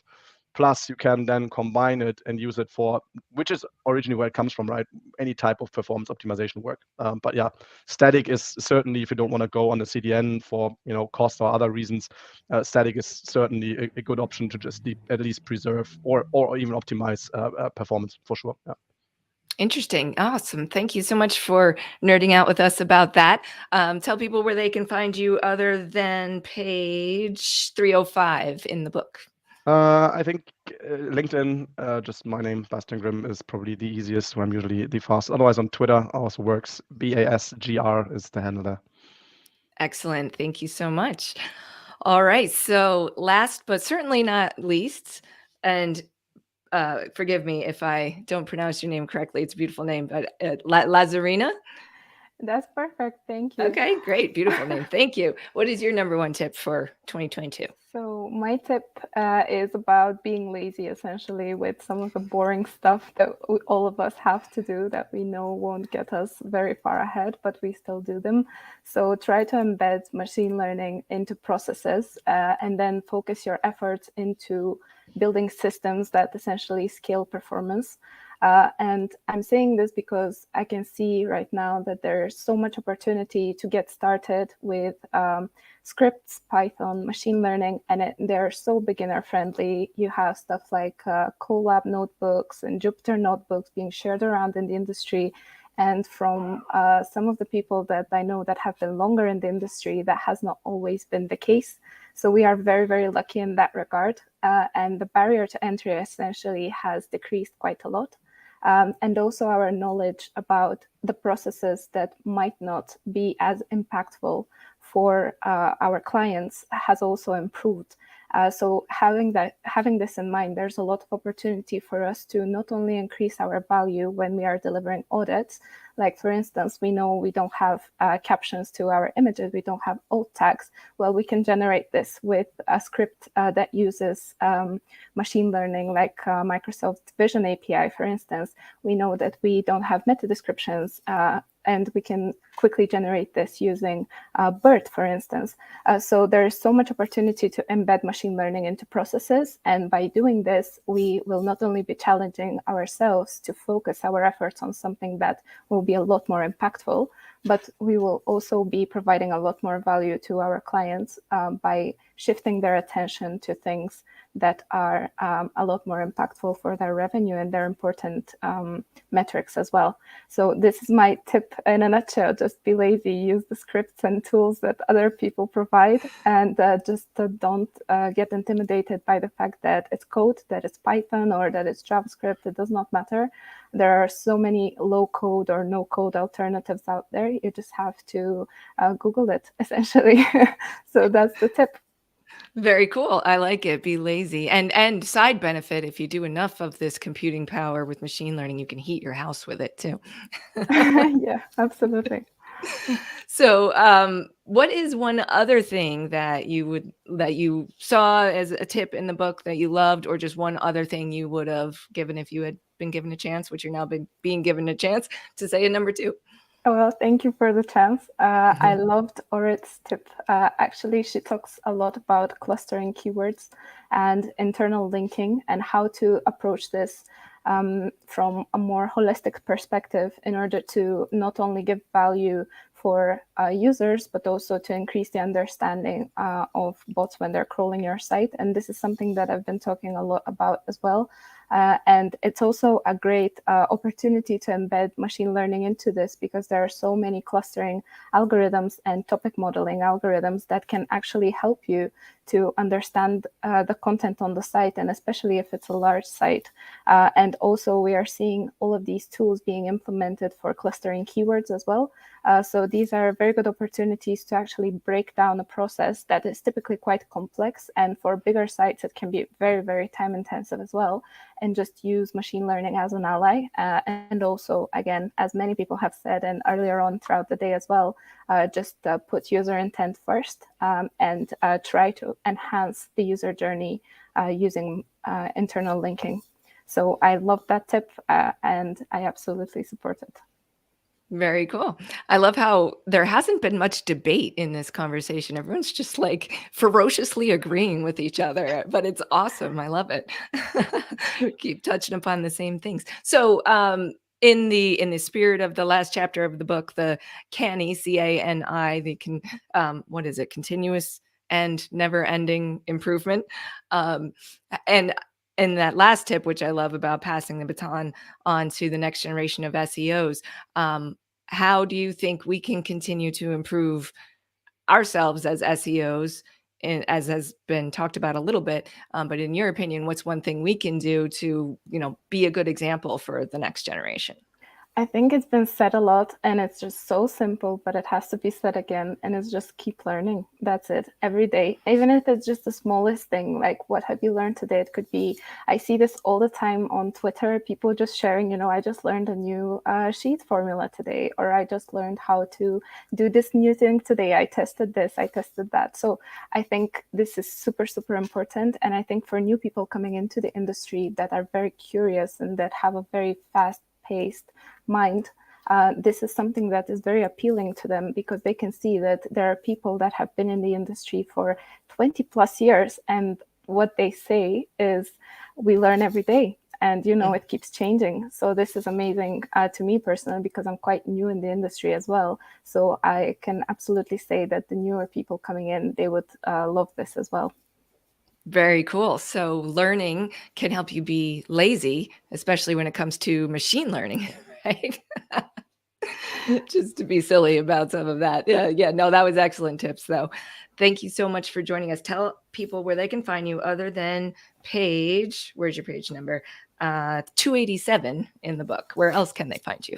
Twitter, LinkedIn, and if you want to read any of my posts or dashboards or anything on my site, everywhere is Lazarina Story. Very cool. Well, thank you very much for your time. Thank you. I assume David's going to pop back in with us in a moment. There, wow, he's fast. There he is.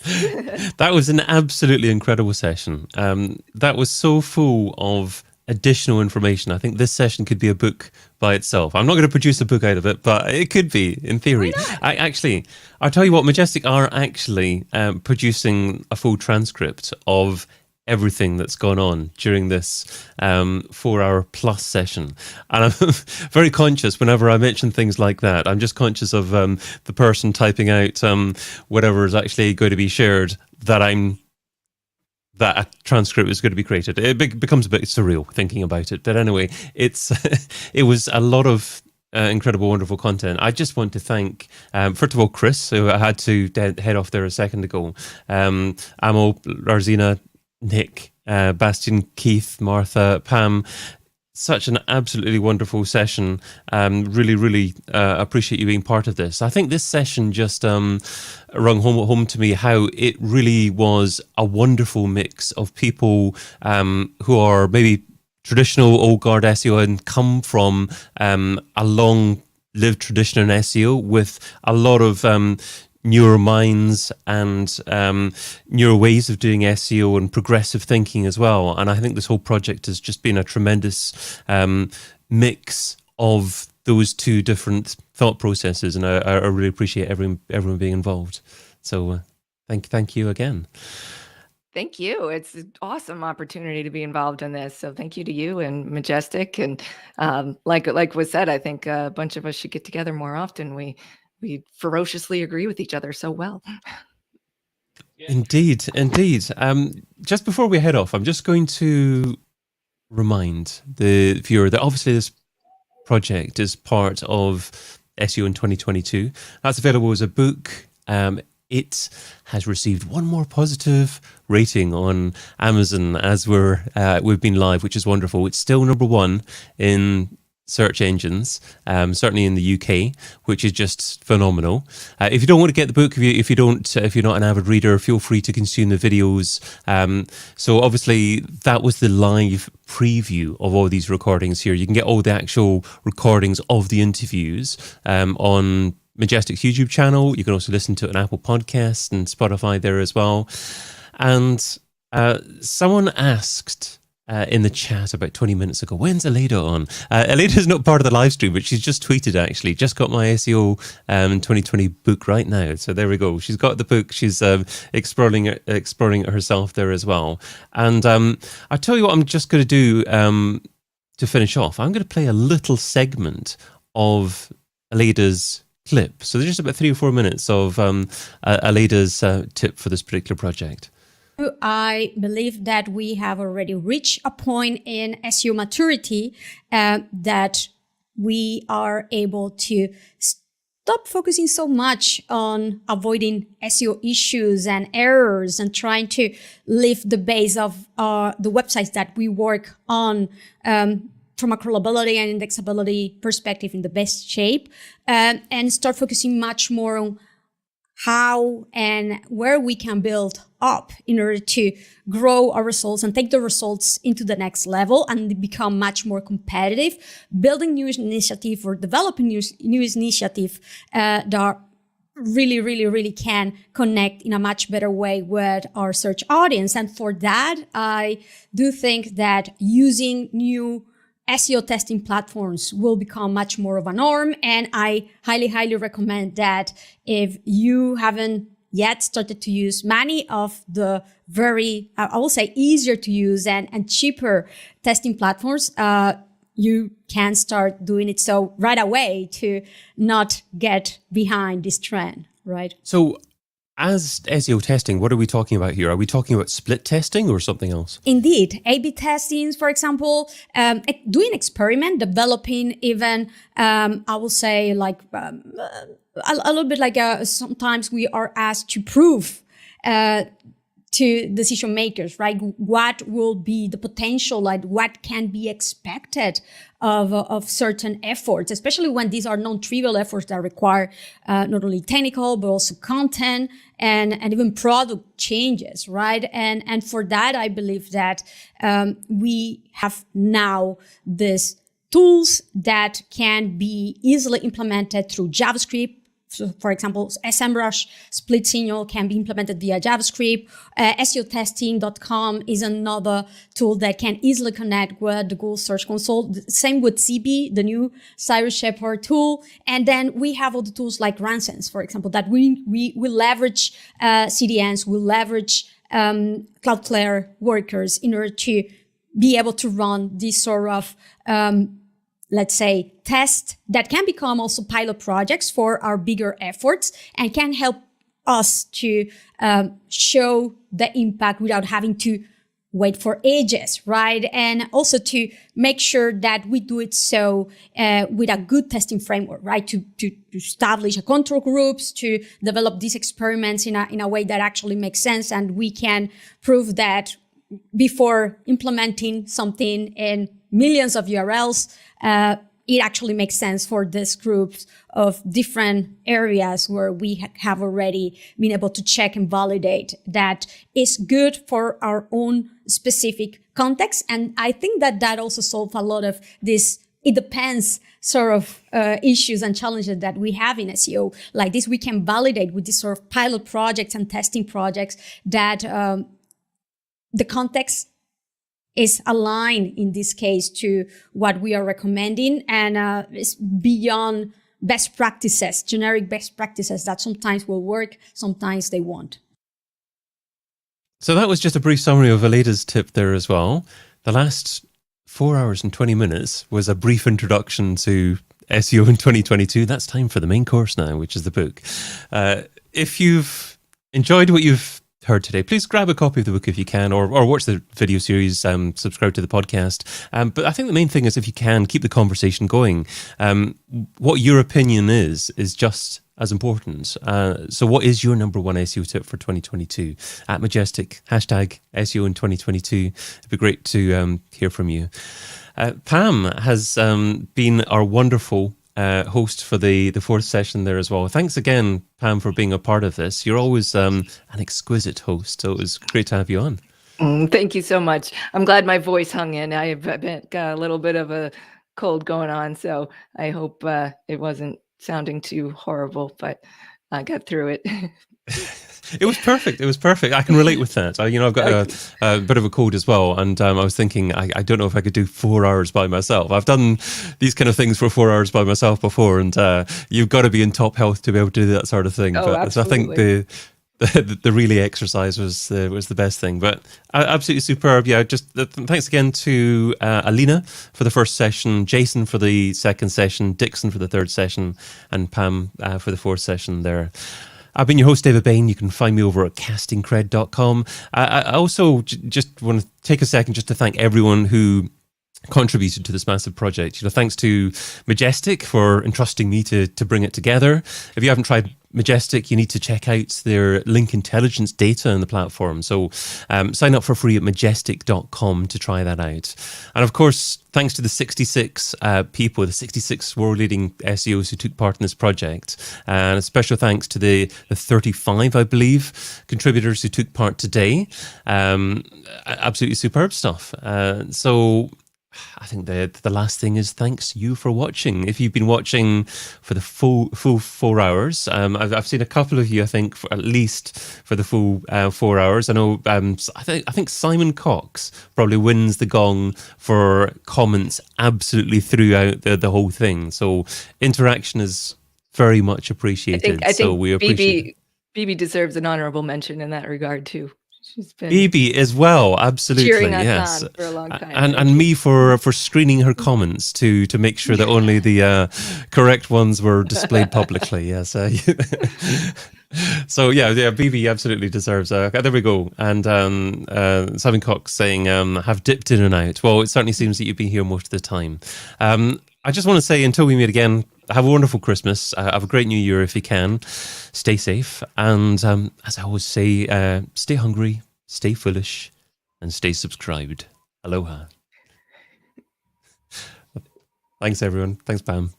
Bye-bye. Thank you.